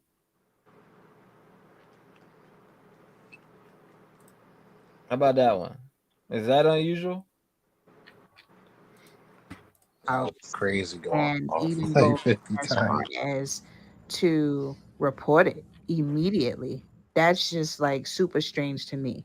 But let's get back to the video. That's I unusual. texted to see, what was going on, and he didn't answer me. So I texted to see, what was going on, and he didn't answer me. So I texted to see, That's what was unusual. going on, and he didn't answer me. So I knew that they had Okay, class at so 1. this part rubs me off wrong because, I mean, Kara is not an uneducated individual. She's very intelligent. She has her master's degree in communication. And so she's very much aware how to communicate, which words to use, tone of voice, pitch, all that good stuff, right? So she specifically says, he didn't answer me. I don't know. That kind of made me feel like this was personal. Like what was so important that he needed to answer you? I also kind of feel like it was authoritative in a sense. Like maybe there was a shift of power that she needed to reclaim. That's unusual. I don't know. It just seems really strange. Like it makes me feel like something happened and she needed to reclaim or restore her power back with Jelani, where she needed his attention. She needed him to respond back so that she could maybe say what she needed to say or do what she needed to do. That's just weird. Like you know how some people something happens Bing and bang. then they need to like it's an urgent matter that they need to see you right away so that they could set the record straight. Like it comes across like that to me a little bit as well. And so I waited for class. What? He didn't show up, and then so I waited for after class. What is going He on? didn't show up, and so I waited for after class. He didn't show up, and so I waited for after class. Okay, so she's saying that she waited for after class and he didn't show up. And then she looks over in the other direction for the first time. That's unusual. As if maybe somebody was standing there, somebody walked by, there was some distraction, I don't know. But then she also took a deep breath as if there was like a buildup. That's unusual. While she was saying, so I waited for after class. Let me play that again. And so I waited for after class. I wonder when she's looking down in that other direction, is that where her computer is? I'm just like, is she looking at her schedule on her computer? I'm just so confused why she keeps looking at it in that direction. I knew that they had class at 1, and so I waited for after class. He didn't show up, and then he had a patient, and he didn't show up for that. And that is not at all something our grad students would do. I knew that they had class at 1, and so I waited for after class.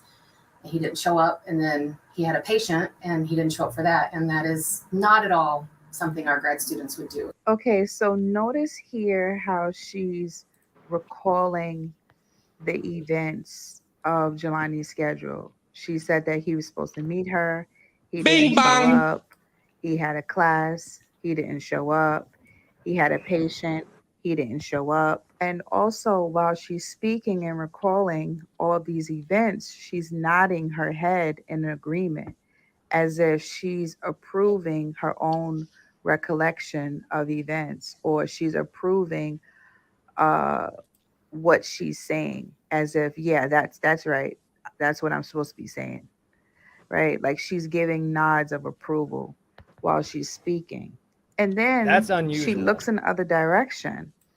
So I'm wondering if, like I said, if someone's standing there, because that would tell me that she's looking for validation of what she's saying, just to make sure that she's supposed to be saying the right thing.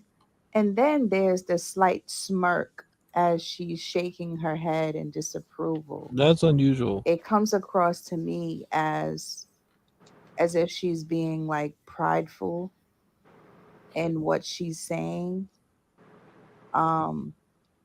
or like as a matter of fact of what she's saying.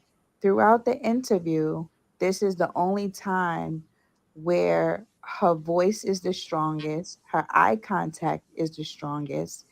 That's and unusual. Her eyes are open wide.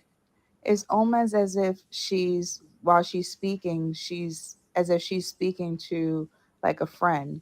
And then it's like within a split second, she realizes, oh, wait, I'm having an interview. I have to seem like I care. I have to seem like I'm concerned. This is not about me. And so her eyes go back down and then her voice goes back down. Let me show you that clip again. Knew that they had class at 1, and so I waited for after class. And he didn't show up, and then he had a patient, and he didn't show up for that, and that is not at all something our grad students would do. And he had a patient, and he didn't show up for that, and that is... Now, I would like to know, what is this smirk about? Like, not throughout at all the whole something our grad beginning students would do. of the interview, and the interview is not very long, her personality changes within a few seconds. That's unusual. Her demeanor changes, her voice projection changes. It's just really, really weird. That's unusual. When she gets to that part where she's saying that this is not something that our grad students would do, she seems to be very certain and confident in that statement. But everything else, she seems different. So again, my question is, how could Professor Carabosta speak so confidently on behalf of Jelani? I hope that when she says our grad students, Jelani is included. And if he is, how can she be so sure about Jelani's behaviors? He didn't show up, and then he had a patient, and he didn't show up for that, and that is not at all something our grad students would do. If Jelani was only a freshman of this school, how can she be so sure about Jelani's behaviors? That's unusual. Something's not adding up. Something is not right.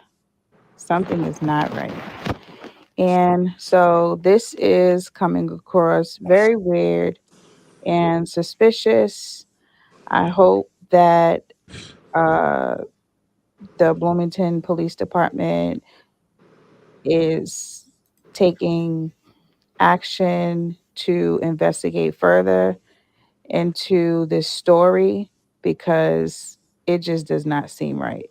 A police officer 10 years, that's very unusual. So y'all let me know what y'all think about this. Is this a concern, Professor, or is she suspicious? Let me know what you think. Till next time, be safe. Concerned professor or suspicious? Drop it in chat. Concern? You could just put C, or no, 1 for concern, 2 for sus. 1 for concern, 2 for sus. She's concerned, 1, 2, what's your thoughts? I can't find that original interview, but I mean, I'm looking for it. I'm trying to find that original interview, but I just cannot find it anywhere. Yeah, Jelani's mom was trying to find it too.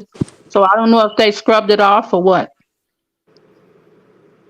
Yo, guys, I'm gonna call it a night. It was nice talking to you guys. T-REV, Nice have a good talking to night. you. Yeah, you Appreciate too. As far as just one thing about this, I think I don't really think there's much to the professor. I think the lady in the video, when she says that, she's talking about how she's mentioning his behaviors. I think she's just stating that, you know, she found it odd that he didn't show up to these places, and that's not how, you know, he would usually act. And that's what set off the red flags. I think she's just pointing out the red flags that she found out. And I think she's kind of reaching in this video. But I mean, anything could happen. I mean, this case is weird. But anyway, it was great conversation, T-REV, great show. And, I'll be back on next time, or, call in whatever. And, I'll be in tune. Appreciate you, my boy. God bless you, man. Thank you. Have a good morning. Yeah, You too. Have a good one. Thanks, T-REV. No doubt. Holla. Are you out? Yeah, I'm gone, and I know a lot of people want to go to sleep, and I know you want to go to sleep. 6 hours. Yeah, I'll be right behind y'all for sure. All right, thank you so much, and God bless you too. Yeah, no doubt. God bless you. Lock your doors. You know All the deal. the chat family, God bless them all. Thank you. I appreciate you coming up, D. Thanks. No doubt. Shout out to D.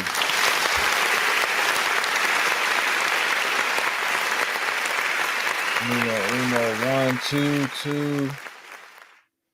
Concern sus as fuck. Brent says 2. Name of the Oath Keepers 1. So you think she's good? But 2. Sus. Ask the psychic from Texas. Concerned about her trooper. 2. Thank you, Uncle Lester Kim. T-REV, thanks for being live and continue to super salute. I hope there is always a little bit of crime shenanigans forever, so you keep casting. Yeah, that'll never go away. No doubt. I'll definitely be casting, man. I'll definitely be casting, but I appreciate that. Shout out to everybody showing love. I appreciate that.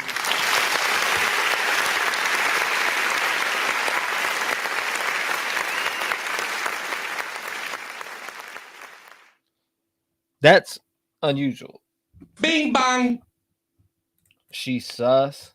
Thank you so much. Yeah, you're good. Let's see. She got Kylie Jenner lips prior to surgery. I'm done. Is that Mac? Sorry, way behind. But what the was that? Just had to say. Who is this caller Who is this caller talking? You must be way behind, huh? Or no? Maybe you're not. That was D. It wasn't caller. It was panel guests. Panel guests that were up here. 2. I am a speech pathologist and I completed a grad program. Grad students do not miss clinicals. It is an intense program. Students do go or get very close to professors, especially if you're a grad advisor. Thank you for sharing that. I appreciate that.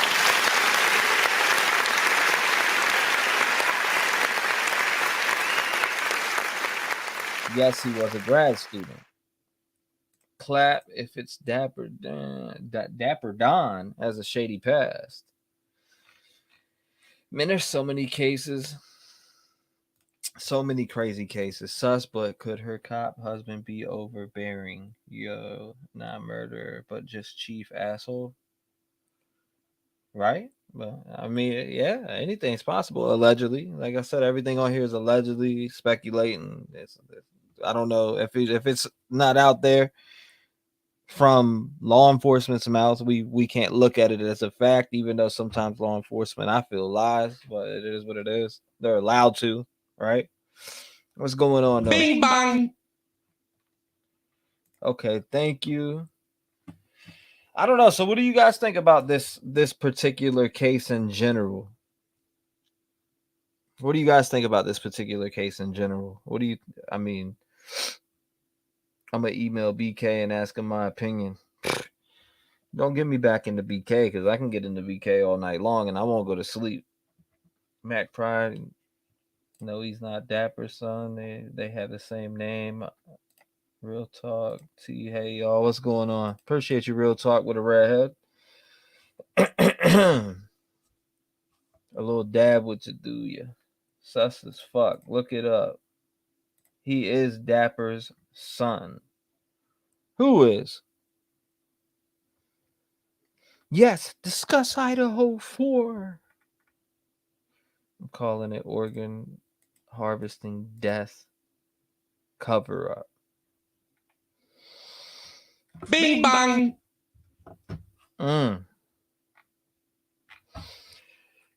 We've been on 6 hours, 13 minutes. 16 hours, 13 minutes. 16 hours, listen to me. 6 hours, 13 minutes. Bing bang. Let me look at something real quick for you guys real fast. I do what I do with the best.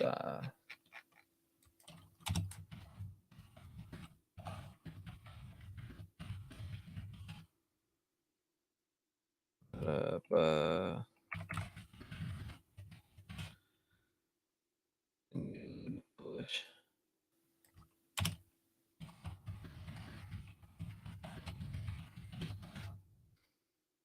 Oh yeah, there we go. Right. Shout out to y'all though. I appreciate everybody coming by. T-REV, did you hear about the missing sailor Illinois body found today in the lake, Michigan? No. I definitely need to check that out. 6 hours, 14 minutes. Y'all know what time it is, right? You know what time it is? You know what they call you know what they call it? Bedtime. Or wind down time, right? We call that shit wind down time. Maybe. Maybe not. Maybe fuck yourself. Yeah, I got goals. And you know what? Love y'all, man. I was trying to help a lot of people and not worried about myself, not pushing forward, not worried about my grind. I put everyone before me. And I promised myself when I woke up on my 32nd birthday that I would make a change. And I'm gonna stick to that. People need to understand that I put my energy and everything that I have in my soul into this music shit. I live, I breathe it. I got this music running through my soul. You may never know. Step away, cause I see the fake. Foot up to his throat. Anybody stepping in my lane, they gon' catch the smoke. Got my goals and I'ma stick to it. I ain't playing hoes. Listen, homie, I ain't playing around and run circles around these fucking clowns. Anytime that they talk shit, they know I'm ready to go walk them down. I do what I do with the best style. I say this shit with my chest style. Fuck my mind, you get stepped on. I run the track with no legs on. Pump the gas up like an Exxon. Pump the brakes before your ass gets flexed on. The mic is my weapon, these words are my bullets. And you'd be foolish to try to test me, I cock it and pull it. They be hating, let's face it, they try to turn me to Satan. I got a cross on my chest, God's got my back with the fakeness. I spit my shit with conviction, you rap that shit you ain't living. You signed a deal with the devil, I'd rather go to a prison. I'll break them down in the sentence. With this pen I was given, have it quick in the mission. My hands are certified like physicians. I'm not pausing for the wicked, I'm above and I'm winning. They just wanna see me fall, but I stay breaking down the fence.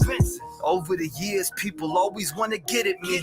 No matter what, they try to turn me to an enemy. I had a lot of folks become a fucking friend of me. They stab me in the back once they get every bit of me. Get rid of it, I'm done, dog. Back away, cause I'm pissed off. You better stay your way. If you know what's up, you better get lost. I'm the big boss, call me Jigsaw. When they get a taste, it's like withdrawals. I could chop through any beat like a swing around blade from a fucking chainsaw. Back up, act up, run them over like a Mack truck. The only time you seen a G is from that keyboard that you whack from. Homie, I've been through the struggle, overcame all of the stumbles. If you ain't made a mistake, then you ain't never see trouble.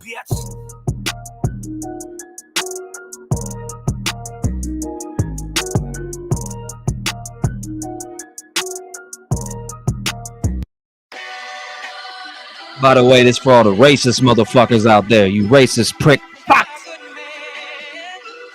Get the fuck out of here! Keep fucking around until you get dropped. Next day, I'll turn your ass into a TikTok. Cruising state to state. And some flip-flops. Y'all be making threats till you get wasted with these twin Glocks. Y'all be racist till you really gotta face them. Y'all the type to be preaching but fucked up a generation. Making up accusations filled up with fabrication. And people well just go believe it. It's time I dig up your grave, bitch. I'm here to regulate shit. You might have with the war, but that don't change that you're a racist. Giving out my address, so get your ass a facelift. Shells make you twitch like your seats when the bass hits. Running with these bricks, I done set the foundation. 2 middle fingers up as I send your ass to Satan. While you got a lot of hatred, see that shit can make you famous. All you gotta do is pull up and I'll put you on the pages, motherfucker. I keep the 9 out, run up in your hideout. Pistol whip and put your bitch ass right in time out. I don't give a shit what you gotta talk about. Punch this little waist pussy right across his fucking mouth. You sit behind screens while I ride out. Pussy take the state, none of y'all wanna pop blow, wanna pop big things. Fuck a little crowd, breaking been deep. So come and climb out. I ain't a killer, but don't push me. Revenge is like the sweetest joy next to getting pussy. You shooks me, and that'll be the last time you use your hands. Cause the Uzi blands up the moving van till the Uzi jams. I truly am the wrong one, don't get me wrong, son. Cause when the force comes out the long gun, you all done. It's all fun and games till somebody lose a brain, or somebody lose somebody, or somebody lose a chain. Either way, that's a win for me, and a loss for you. Cause all it takes an awkward move, then you on the news. Cause if you ever touch a hair on my son's head, that's when I'm on the rage with the gauge, leaving one dread. And Mom Dukes, of course, is off limits, so I'm letting off with it out the 4-door Civic. All tinted with the outer state plates on it, cause we going and not stopping like there ain't brakes on it. I keep the 9 out, run up in your hideout. Pistol whip. What you really wanna know about a team? My first shot stay rolling us a week. Calling my song, mind all alone. I stay on my shit, never selling in my soul. I ain't never gonna live by another person's code. I'ma reach for the throne, all on my own. I've been on my grind. You can never take my soul. I'm a self-made boss to get elegant exposed. What you really wanna know about a team? My first shot stay rolling us a week. Calling my song, mind all alone. I stay on my shit, never selling in my soul. I ain't never gonna live by another person's code. I'ma reach for the throne, all on my own. I've been on my grind. You can never take my soul. I'm a self-made boss to get elegant exposed. What you really wanna know about a team? Keep it blunt, let's stay smoking up some weed. Stay ahead of the lanes, cause people think it change it. Leave you in the streets with the money in your bank. They claim they help, don't got no wealth. Just put your ass right on that shelf. If they think they gon' do it to me, motherfucker better go and hire some help. I bet about me, you ain't taking that. Stomping on the ground till the pavement cracks. Paying my bills with this money off rack. Dumping out songs like drugs in the trash. I ain't gotta be a puppet, no strings attached. Doing what I do cause I love my craft. Helping at my peers so they make that cash. Ain't never been selfish and I hold them back. Pass it to goofies and let us spit facts. We're tight to the people, not shepherd our raps. We're burning it up like some tires on tracks. These people are foolish, they live in the past. I'm here to make a change, cause these people in the game been turning real shady like Eminem's name. What you really wanna know about a team? My first shot stay rolling us a week. Calling my song, mind all alone. I stay on my shit, never selling in my soul. I ain't never gonna live by another person's code. I'ma reach for the throne, all on my own. I've been on my grind, you can never take my soul. I'm a self-made boss to get elegant exposed. What you really wanna know about a team? My first shot stay rolling us a week. Calling my song, mind all alone. I stay on my shit, never selling in my soul. I ain't never gonna live by another person's code. I'ma reach for the throne, all on my own. I've been on my grind, you can never take my soul. I'm a self-made boss to get elegant exposed. Bouncing up, I keep it real, so my soul I never offer up. Why you always wanting a favor, but never wanna offer much? A negative, hella offer plus. I need mine, cause I'm on the grind. I don't really even got the time to be adding all the losses up. Look at what it took and look at what it costed us. And then everybody, nobody really wanted to start the dust. And the whole team out here moving on some bullshit. Y'all not really sticking to the code, we unlock this. See me out here shining, but you living in the darkness. Riding on the beat like I just don't know where the park is. Saying that you have, but we don't even see the spark yet. But a nigga cold and going hard like I ain't thought yet. Do it independent, I've been in and I can fall back. Grind on my own night and no one know that. Look, king shit, only homie, tell me what it sound like. Yeah. Y'all too similar, sounding like sound bites. Yeah. Rolling at the blunt strap in, about to take flight. Kino with this bitch. So what you really wanna know about a team? My first shot stay rolling us a week. Calling my song, mind all alone. I stay on my shit, never selling in my soul. I ain't never gonna live by another person's code. I'ma reach for the throne, all on my own. I've been on my grind, you can never take my soul. I'm a self-made.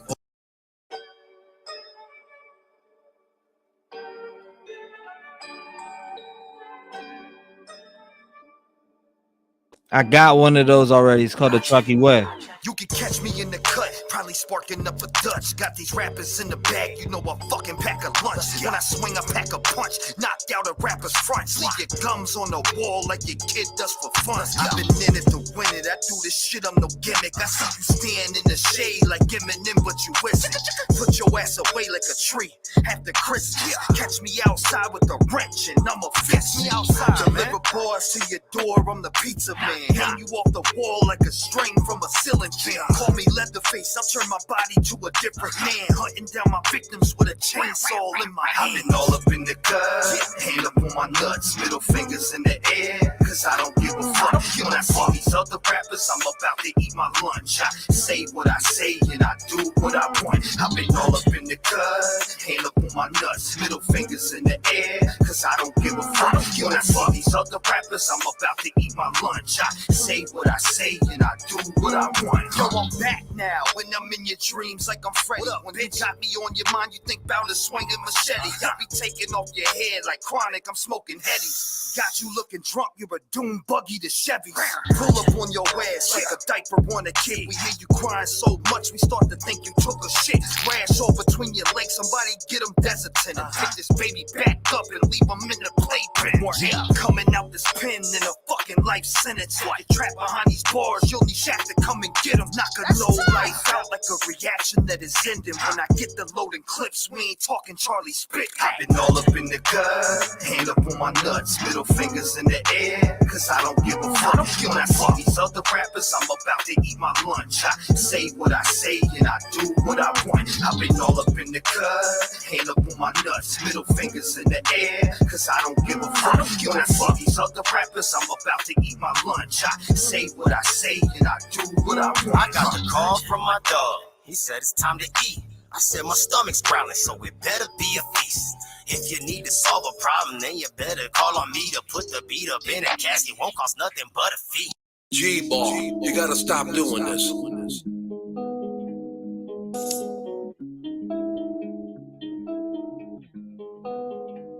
Look. All my life has been neglection, so now I pick up the pen and use it as a weapon. Yeah, you can see that I'm affected.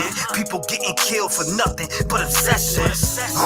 You need to look at your reflection and decide who you are. Stop acting disconnected. Got mothers killing kids. People kill to live. Well, I be on the mic, speaking how I live. Every day I wake up, it's another person that's dead, and YouTube has to solve it because the law is killing kids. I'm disgusted at the evil in the end, and if you connect the dots, you'll see the vision in your head. Why do people die as victims to the streets? They wonder why I'm up all night and can't sleep.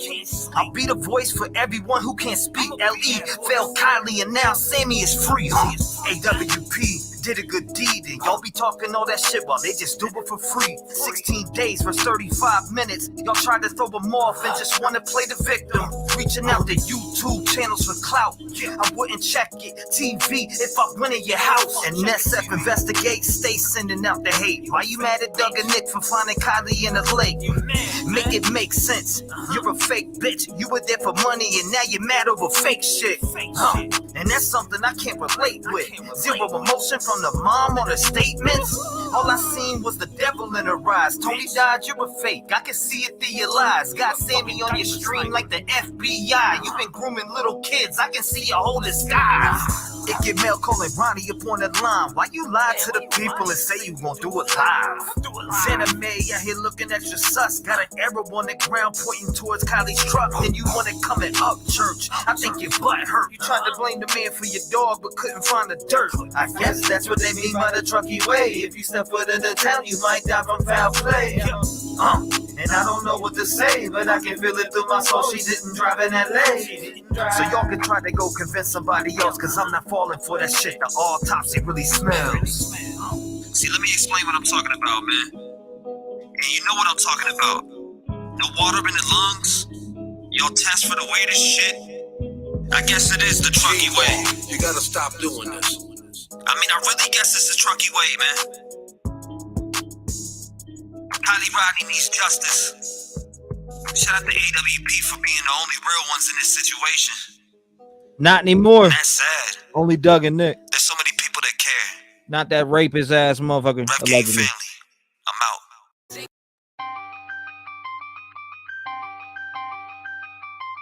Yeah, I heard when sheep get to hearing the truth, you're a target, especially when it's calling out labels and bigger artists.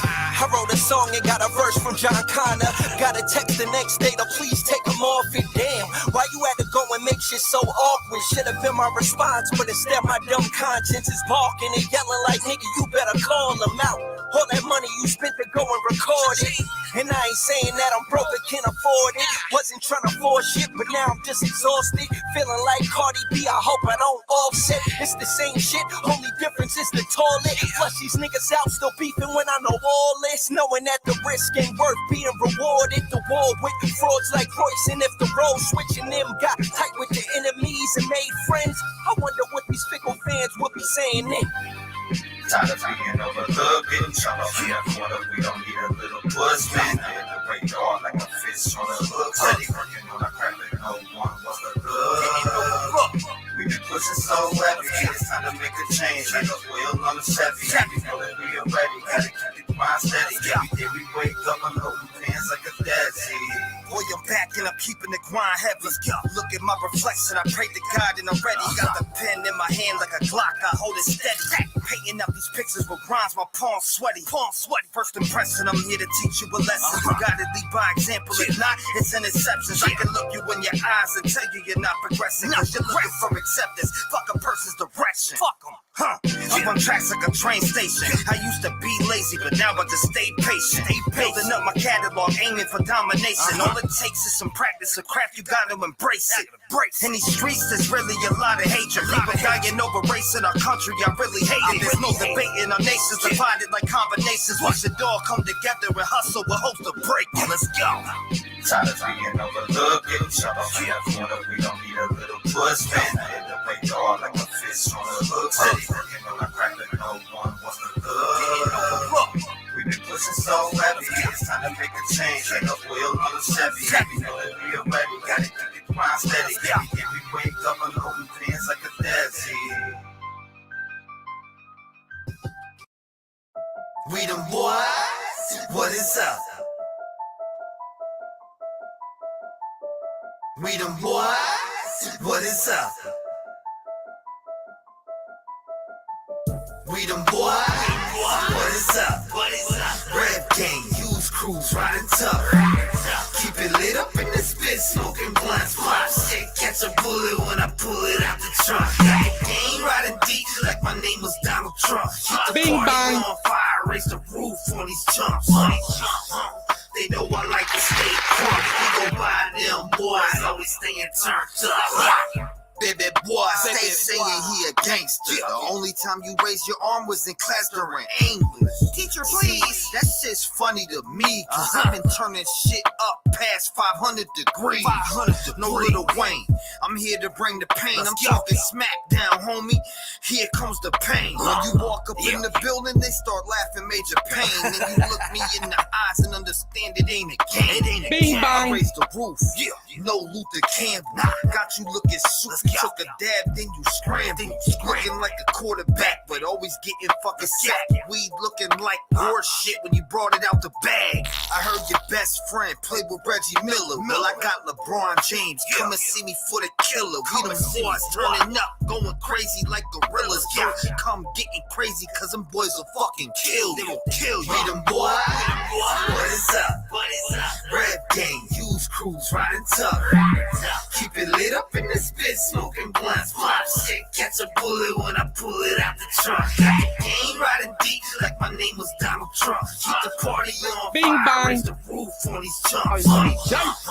They know I like to stay crunk. We go by them boys, always staying turned up. Treat this like my final lap. The way I'm spitting, all these Eric holders taking shots. Jealous of my vision. I ain't sweating vicious with the rhythm. Like you tossed a dog a steak for dinner. Bitch, I'm hungry in the game and I just ate my dinner. Country boy taking shots till they hip high. Used to sleep on me, now spitting, watch they jaw drop. Every time them boys hit the stage, we wreck shop. Bitch, we diving in the game. You just belly flop. I know I drive you insane the way I wreck the flow. Always on that green. Smoke it like my vegetables. Damn, that shit hurt. Why you hanging off my testicles? Get up off my ball sack. I know that you be jealous. Hope the flow coming fast like you wrecked over hydrants. Keep it in check. I want my deposits. I don't get paid to blow on this ganja. Crossing my lines. You catching the ganja. We them boys, what is up? Red gang, use crews, riding tough. Keep it lit up in this bitch, smoking blunts. Pop shit, catch a bullet when I pull it out the trunk. Got the game deep like my name was Donald Trump. Set the party on fire, raise the roof on these chumps. They know I like to stay crunk. You go by them boys, always staying turned up. Hi, this is Dave Jackson with YouTube News, and I wanted to report on a few artists here by T-REV. T-REV was calling them out. They're definitely buying views. We went and looked at their social blades, and it's 100% fact. They're really doing it. Look. Unique. Listen to me when I get on these beats. I'll put you to sleep with the pillow for free. I say what I say and I live what I speak. I don't give a shit about none of your beats. Ride with the heat, I'ma show you what it be. Evidently, you came around fucking with me. I'm talking to peace, I'm not trusting the streets. Everybody is a thug till they get put to sleep. Definitely moving ahead of these. I got the energy, I got the remedy. You will eventually see that I'm mentally on another level that you will never see. I got the legacy, this is the better me. Give him the beats like I'm swinging the enemy. You ain't a friend of me, you just pretend to be. Give him a Grammy, he's acting tremendously. Why you gotta fake shit? Take a hat guy, give your ass a facelift. You dumb man still stuck to the basics. One flow and you never really say shit. Don't maybe drag your ass out the basement. Me this Timberland boot, I'm in a shake shit. From the streets, I had to hustle just to make it. Flipping packs on the first when we pay rent. What you know about it? At 13, I was taught how to make sense. You were in school playing with a paint pen. I was on the block really serving many men. By the way, I think you owe me like 50 cents. I am your boss, cause I got the sauce. Hop in my way, then you stick to a dog. You're taking this loss. I'm in the field, snagging this shit like my name anymore. Back at it like a crack at it, gotta jump it like a jack rabbit, cause I'm that savage. If you ever wanna stab at it, take a pass at it. I run the tracks like school, cause I'm fast at it. Vividly sick of your history. I got no sympathy, you live in misery. Lack of consistency, fuck the publicity, exposing your history. You was a bitch of me, come and get rid of me. You don't really wanna try that. Fuck around, you be stuck like a fly trap. Uppercuts make you wiggle from the contact. We ain't from the Bronx, but you know I got a bomb that. Crazy humidity, I got the chemistry. This ain't a trilogy. We got the victory. Fuck all the industry. I'm independently signed to myself, and I got all the infantry. Been ahead of my prime. I really think it's about that time that I take one of these rappers and put them in the back, cause they literally buy views from online. People respect this. I'm the neglected and tell the whole world. You're faking your checklist. I'm eating my breakfast. I bet you regret this. Every single one of you gonna regret this, man. You're disconnected from reality, and that's a fact. You need to get back in tune, but it's too late for that. Buying views and box for clout like it's gonna make a stack. You would really let your tonsils get poked for a couple racks. You're the type to buy 100,000 views and share the news to your people like you're making big moves. You're some psycho motherfuckers probably posted by school. I bet you shoot the bitch up to see your face on the news. Is my face on the news yet? Oh my god!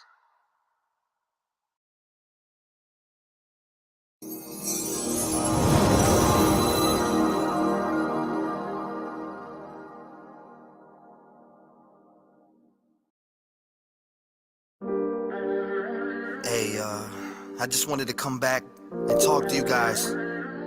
Let you know more about stuff that's going on in my head. Something you might be able to relate to. You guys really touch me. So I'm gonna give you my story. God, are you real? I need you now.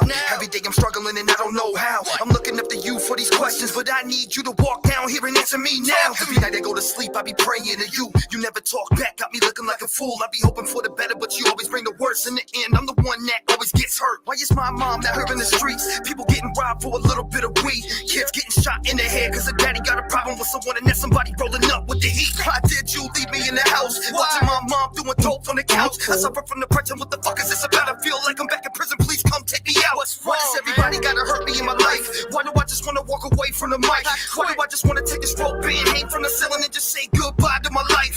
I don't even know if what I'm feeling is right. All I know is I'ma take this pen and write and talk about everything that I'm feeling through this fight. There ain't enough medication that can make me feel right.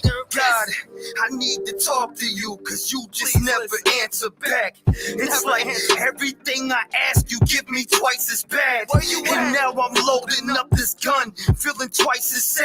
I really had faith and now I lost every ounce I had. PTSD got me trapped in a crib from everything that I went through as a kid. Why do I suffer from these panic attacks? I just wanna get the motherfucker away from this shit. I go and see the doctor and he tells me that I'm fine. Prescribes me medication and just throws me to the side. My whole life felt like prison when you're holding on the boards and you know that you're trapped inside. I don't even know what to think. I feel like a boat with a hole that'll sink. I got a lot of people around me that tell me life will be good, but I don't really give a fuck what they think. Cause I'm trapped in my mind and I'll never get away. These thoughts that I have are gonna drive me in my grave. And I pray to God like every single day, but I never get a sign that he hears what I say. Do you hear me? So now I'm walking in circles about the pull the trigger. I feel the hurt through my body, it makes my soul shiver. I can't stand it no more, so now I'm sipping liquor, looking at my family, flipping around all these pictures. They don't know the hurt I'm feeling in my heart. Every time I try to get away, I walk into the dark. I'm looking for the light, and every time I get a glimpse and spark, the devil pulls me back and tells me God isn't very sharp. Now I'm right around town with the gun in my lap. Think about every single memory that I had, right about my old place that I grew up in. I can see the vivid picture, everything was bad. I pulled up to the crib and then I hopped about the whip. I took another glimpse at the life that I've lived. I remember being raped, held down as a kid. Do you know how it feels to lose all your innocence? I don't really think you know, so I'm about to snap. Everything I'm speaking is the truth and it's facts. I ain't scared to share my motherfucking story, cause I wanna help somebody stay alive when I'm laying down a rap. If I can save your life, then I'm doing something right. I wanna tell everybody something about my life, cause maybe you relate and you need to hear this. That's why I'm right here speaking to you in the light. Man, we all struggle and go through things in our head, and we suffer from mental issues like PTSD and deep depression, ADHD, everything mixed in all together. The combination is tearing you down, but maybe you just need to hear this, man. Somebody loves you. You can always reach out. And if you need someone and nobody's there for you, reach out to me. Reach out to Rev Gang. We got your back. Rev Gang 2020, I'm out. Thank you for listening.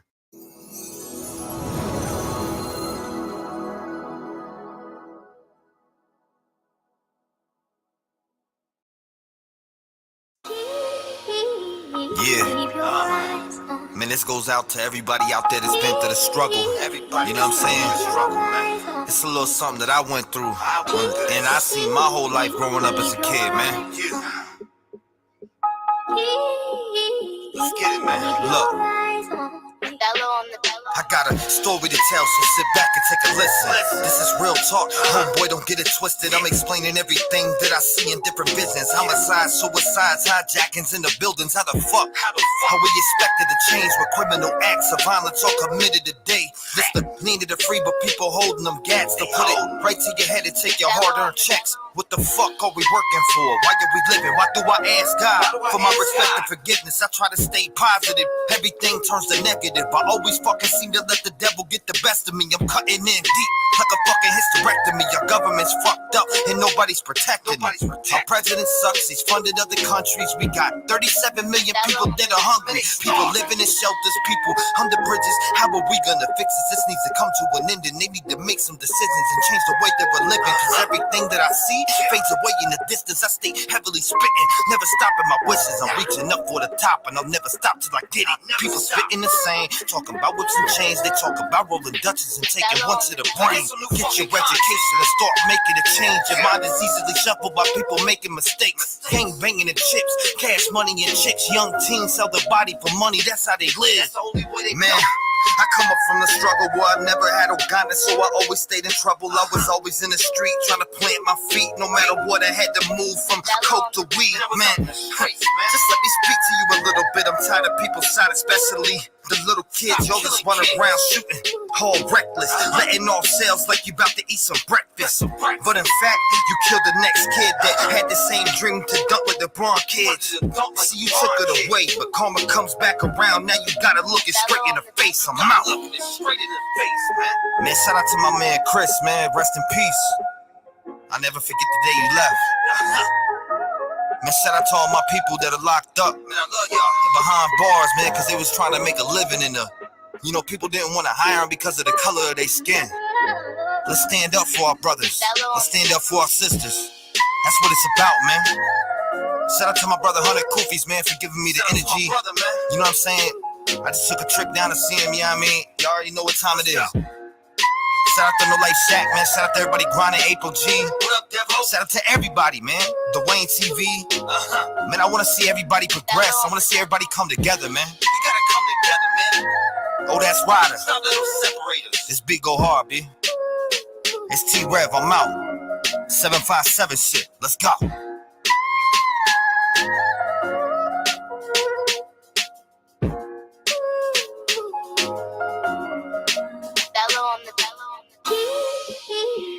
Keep your eyes on me.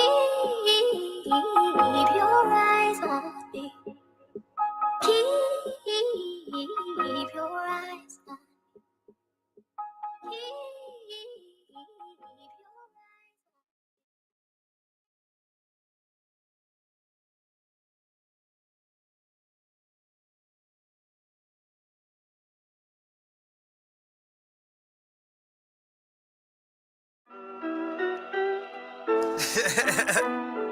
Hey, yo, Project, man, we made a hit on this one. I put that on everything.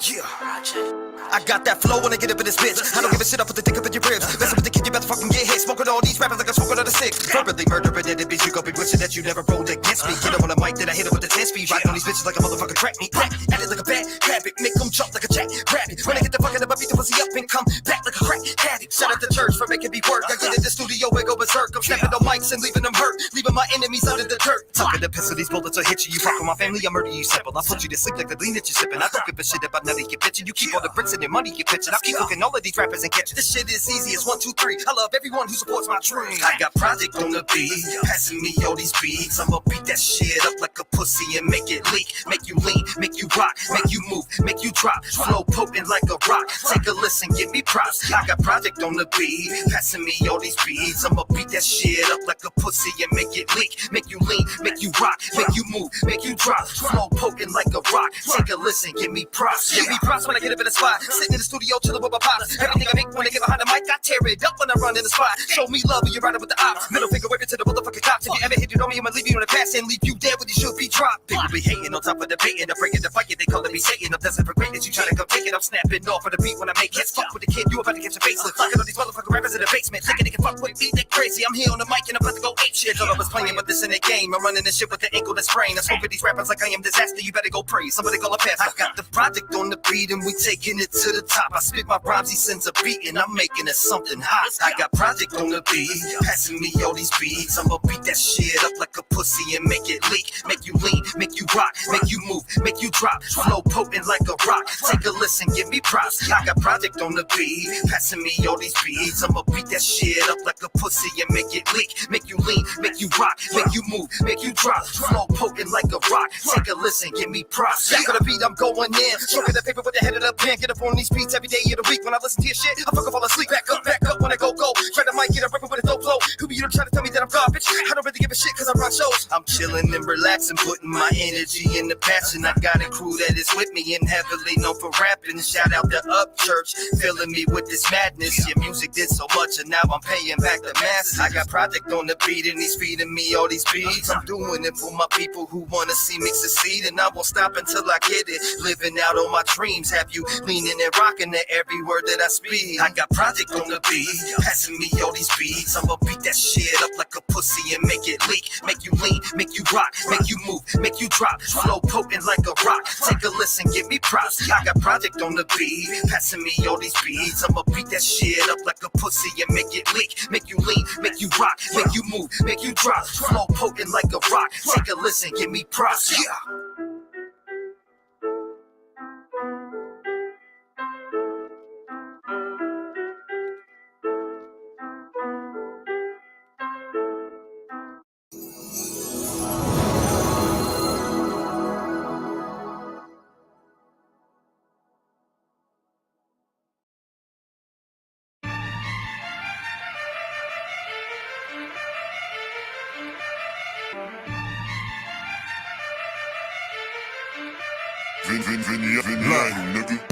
Boy, I've been on the front lines, I'm a street soldier. Seen it all cooked up, wet from baking soda.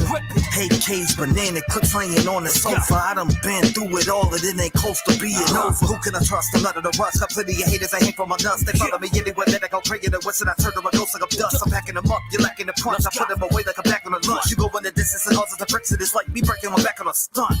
You're stuck in the past like black and white flicks. Whole team arsenal fool, just like a fire stick. Who you trying to press? The modest flow, I need a mill, homie. Your top rhyming at best. I'll bang bong the fucking top of your head and lift your dumb ass up by the top of your dreads. You say you street, but homie stay talking to feds. The only time we use that word is when we're feeding our kids. Pump, we taking over on sight. I got the domain, PFI on the mic like I'm spitting propane. I stay wrapping them up. Homies say got the smoke, but always Dr. the Dutch. As soon as I'm at, they know I'm about to open a program. You better grab the tool, cause I'm a pro with both hands. I'm known to keep a head nodding like a pair of tits. Get in the pocket, I'm taking my profit. That shit that you're pushing don't ever make sense. Your agenda is weak like Joe Biden's. When I step into the building, they hear me like loud sirens. I shake shit and bake shit. Yeah, I'm going 8 quick, been beating on my chest on 10 toes from the gate, bitch. If it's beef Cincinnati, I'ma pop up and put him on the bench like the Cincinnati Ball Club. I say the word, the whole team getting trophies. If I blow up, we gon' rush a whole team full of Kobe's. Sharp shooter like 2K. If you push my patience, hand me the rock, I'll walk them down like I'm Walker Payton. I'm A1 and I ain't talking about a steakhouse. Been a rare breed, I'll cut the tongue out of snake's mouth. Cut that shit out, man. I press play on your mixtape, hoping that it was good while I was taking a shit, man. Long story short, now we calling you shit face. Don't ever disrespect me with that island boy dick face. I'm an island boy. I'm in a key one gun. I'm in a key one gun. I'm an island boy. Man, put that fucking shit away, man. That shit is trash. Yo, shout out the Nims, man. Fuck your life. Bing bong. Street soldier shit. Rap gang, stand the fuck up.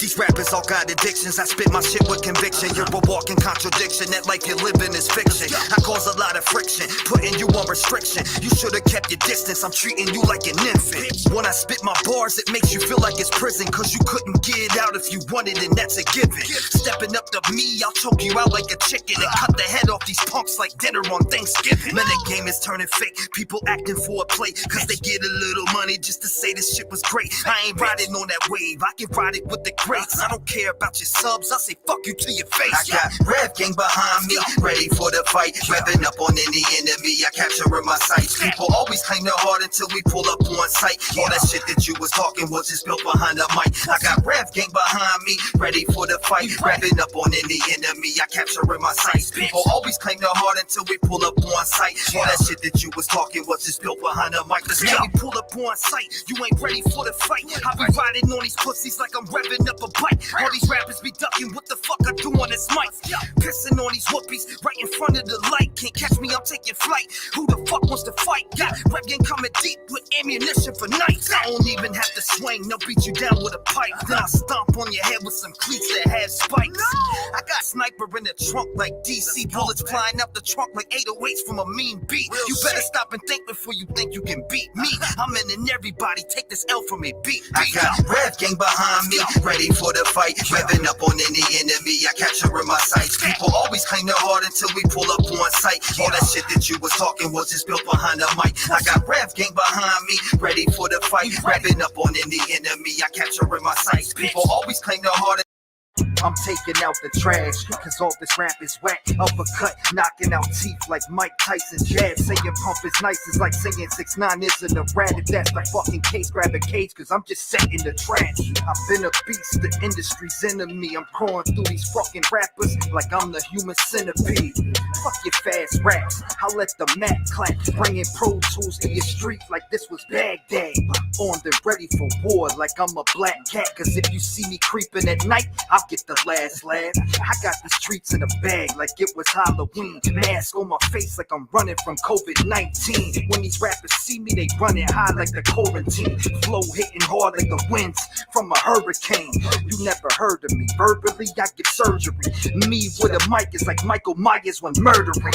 When I let a 16 spit, it ain't a rap verse. Pushing so much weight when you lift it, it makes your back hurt. I've been that man, you pussies just spit a whack verse. Homie acts hard till he's hurt and in a black hearse.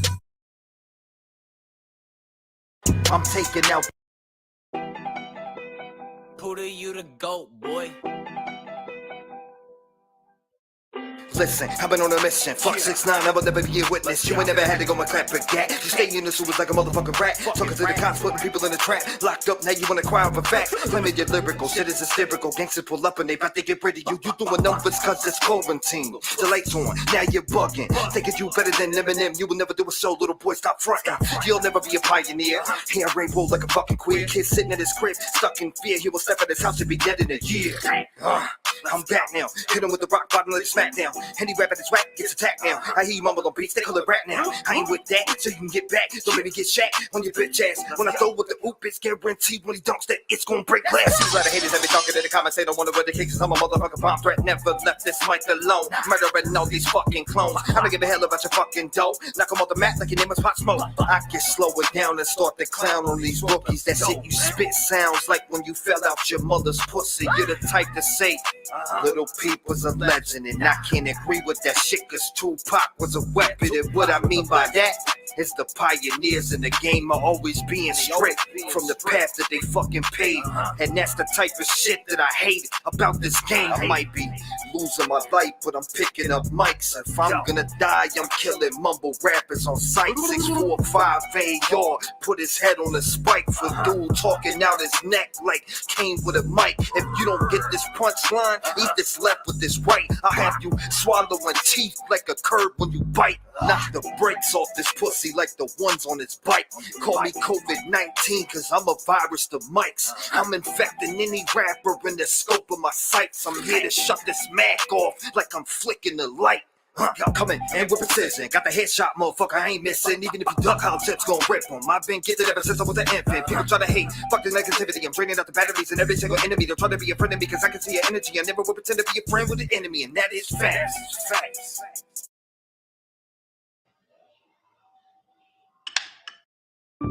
Covered overtime. It's hard work. Covered overtime. It's hard work. Covered overtime. It's hard work. Covered overtime. It don't stop until we clock it in the whole line. Let me bless him with something. Middle fingers up will be the best introduction. I'm nasty, you might regret your assumption. I'm sick, extra disgusting. Tell them what's up, and if this ain't real talk, then it's end of discussion. Shit bad, I'm not bluffing. Tempers erupt that resemble combustion. You motherfuckers should accept that I'm coming doing overtime. I'ma go for mine, and maybe the reason for the pain in my lower spine. From always standing at the mic and trying to hold the rhyme. I'm the riddle of metaphors with the joker's mind. They both combine, and you can see the elements in me. I'ma be spreading the message, repping the 7 and 16. It's these and T-REV, yeah, we tend to get gritty. Your method, we really be going hard, better than 50% of motherfuckers on the radio. It's being generous, don't hate me though. I should've used a higher ratio. This mumble shit is such a lazy flow. What happened to wanting to be the best at what you do and considered the greatest, yo? I stopped talking shit when you knew motherfuckers could bring some real bars and then make me hoe. But you can't, you pussies have really got the ability. You without the epitome, if anything, and I know it's what your stomach couldn't handle, and it got the acidity. Every summer, I wanna put you about your misery. And if I got the liberty, you really think it, you gotta be able to keep up with me. You are honestly kidding me. It's not like you really be saying anything anyway. But me, if you're doing this full of honor and dignity, hard work. Call it overtime, get it in, and I'm ready about to go for mine. It's hard work. Call it overtime. Ain't nobody can dispute. I gotta focus mine. It's hard work. Call it overtime. On the books and I do it with my own design. It's hard work. Call it overtime. It don't stop, so we clacking in the whole the rhyme. It's hard work.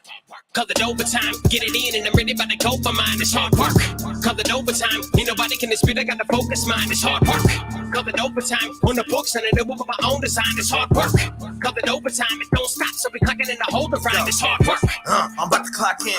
Team getting lifted off the juice in the gin. I do what I do when I did what I did. Come at me sideways, I'll be cracking your ribs. You don't ever want to get it out, pull right up to your motherfucking city. If you acting all hard, I'ma serve you to the kitchen and clean your ass up like some fucking dirty ditches. I've been about it, boy. Listen, half of yellow jocks, I put a stop to you like a motherfucking watch. You claim you been the best, but when I call you out, you be ducking in the pond cause the flow never stops. I've been about the life, strangling these MCs with cords from my mic. Step into the booth, we can see who's the truth, cause I knock lights out like Mike in a fight.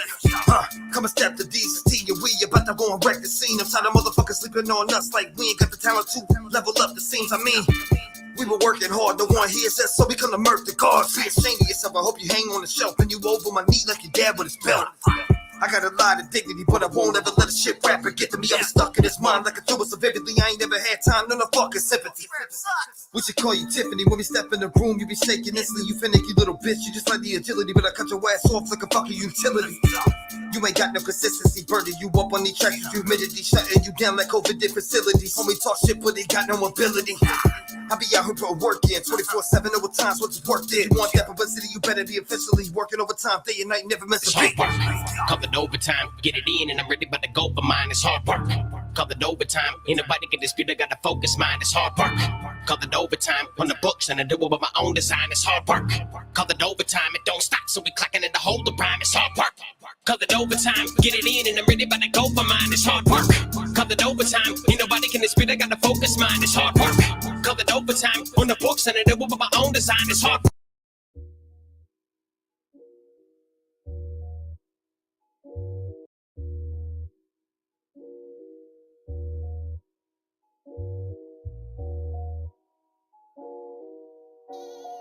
Look, yo, half of these rappers are politicians. I mean, I grab a motherfucker by the ankle and put his ass in submission. Have him tapping out like, Trev, please let me go. Nah, bitch, get on this mic. I'm about to go and explode. Shit is easy, man. I do this shit straight in my sleep. Any day of the week, you can get smacked with this heat. I mean, I keep it popping, homie, like a punch to your teeth. Have that shit fly out your gums like gum in your seat. Ain't no claiming that you the sickest. You fucking just need permission. Anytime you wanna get it, I'm a fucking technician. Yeah, I fucking do it like transitions, and I don't give a shit. I'll rip you right out your position.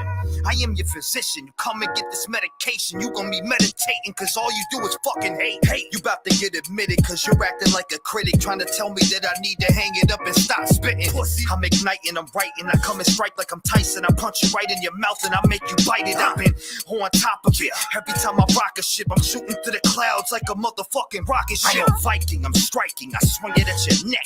With your jugular route and hitting your heart out your chest.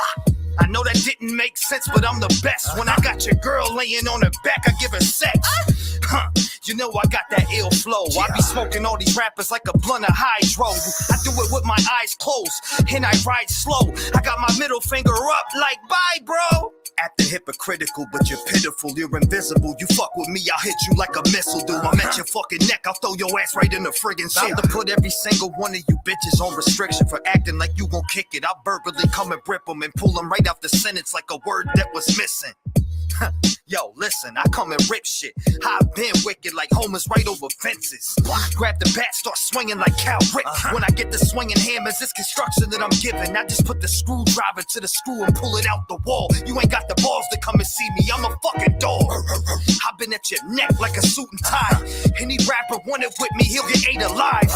I keep the shit lit like the fucking sky. In the morning, I'm about to go and fucking rise. Slap a hate across the face like welfare and take his dead body, throw the shit in a wheelchair.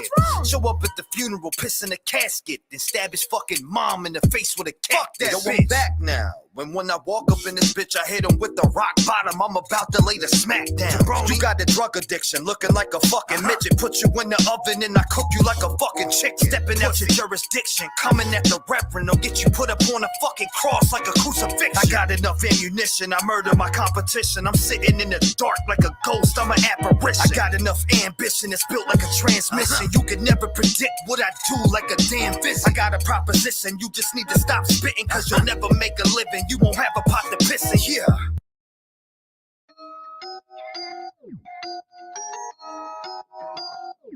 Wake up.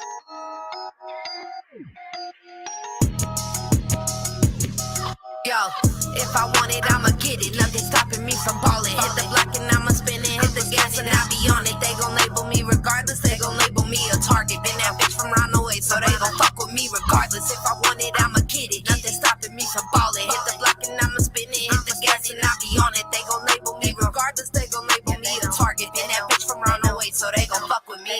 Yeah, they gon' fuck with me. I'm posted in the cut, you see. I got some bitches with me. They riding regardless of the scene. I've been around the block more than once, a couple of times. I mean, but homie, I ain't snitching. You want it, go spin it black and see. I've been about my money. These bitches can't even touch the green. I got a new track for these hoes. I'm calling it fuck with me. These hoes broke, sitting at home. Don't know if they making means. I'm clocking in and cashing out. I'm watching them numbers flame go. If I hop out on them, I'ma let them know. I get that money, hit the road. I gotta go.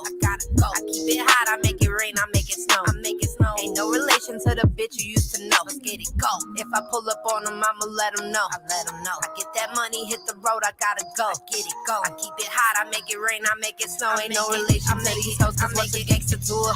If I want it, I'ma get it. Nothing stopping me from balling. Hit the block and I'ma spin it. Hit the gas and I be on it. They gon' label me regardless. They gon' label me a target. Been that bitch from round the way, so they gon' fuck with me regardless. If I want it, I'ma get it. Nothing stopping me from balling. Hit the block and I'ma spin it. Hit the gas and I be on it. They gon' label me regardless. They gon' label me a target. Been that bitch from round the way, so they gon' fuck with me.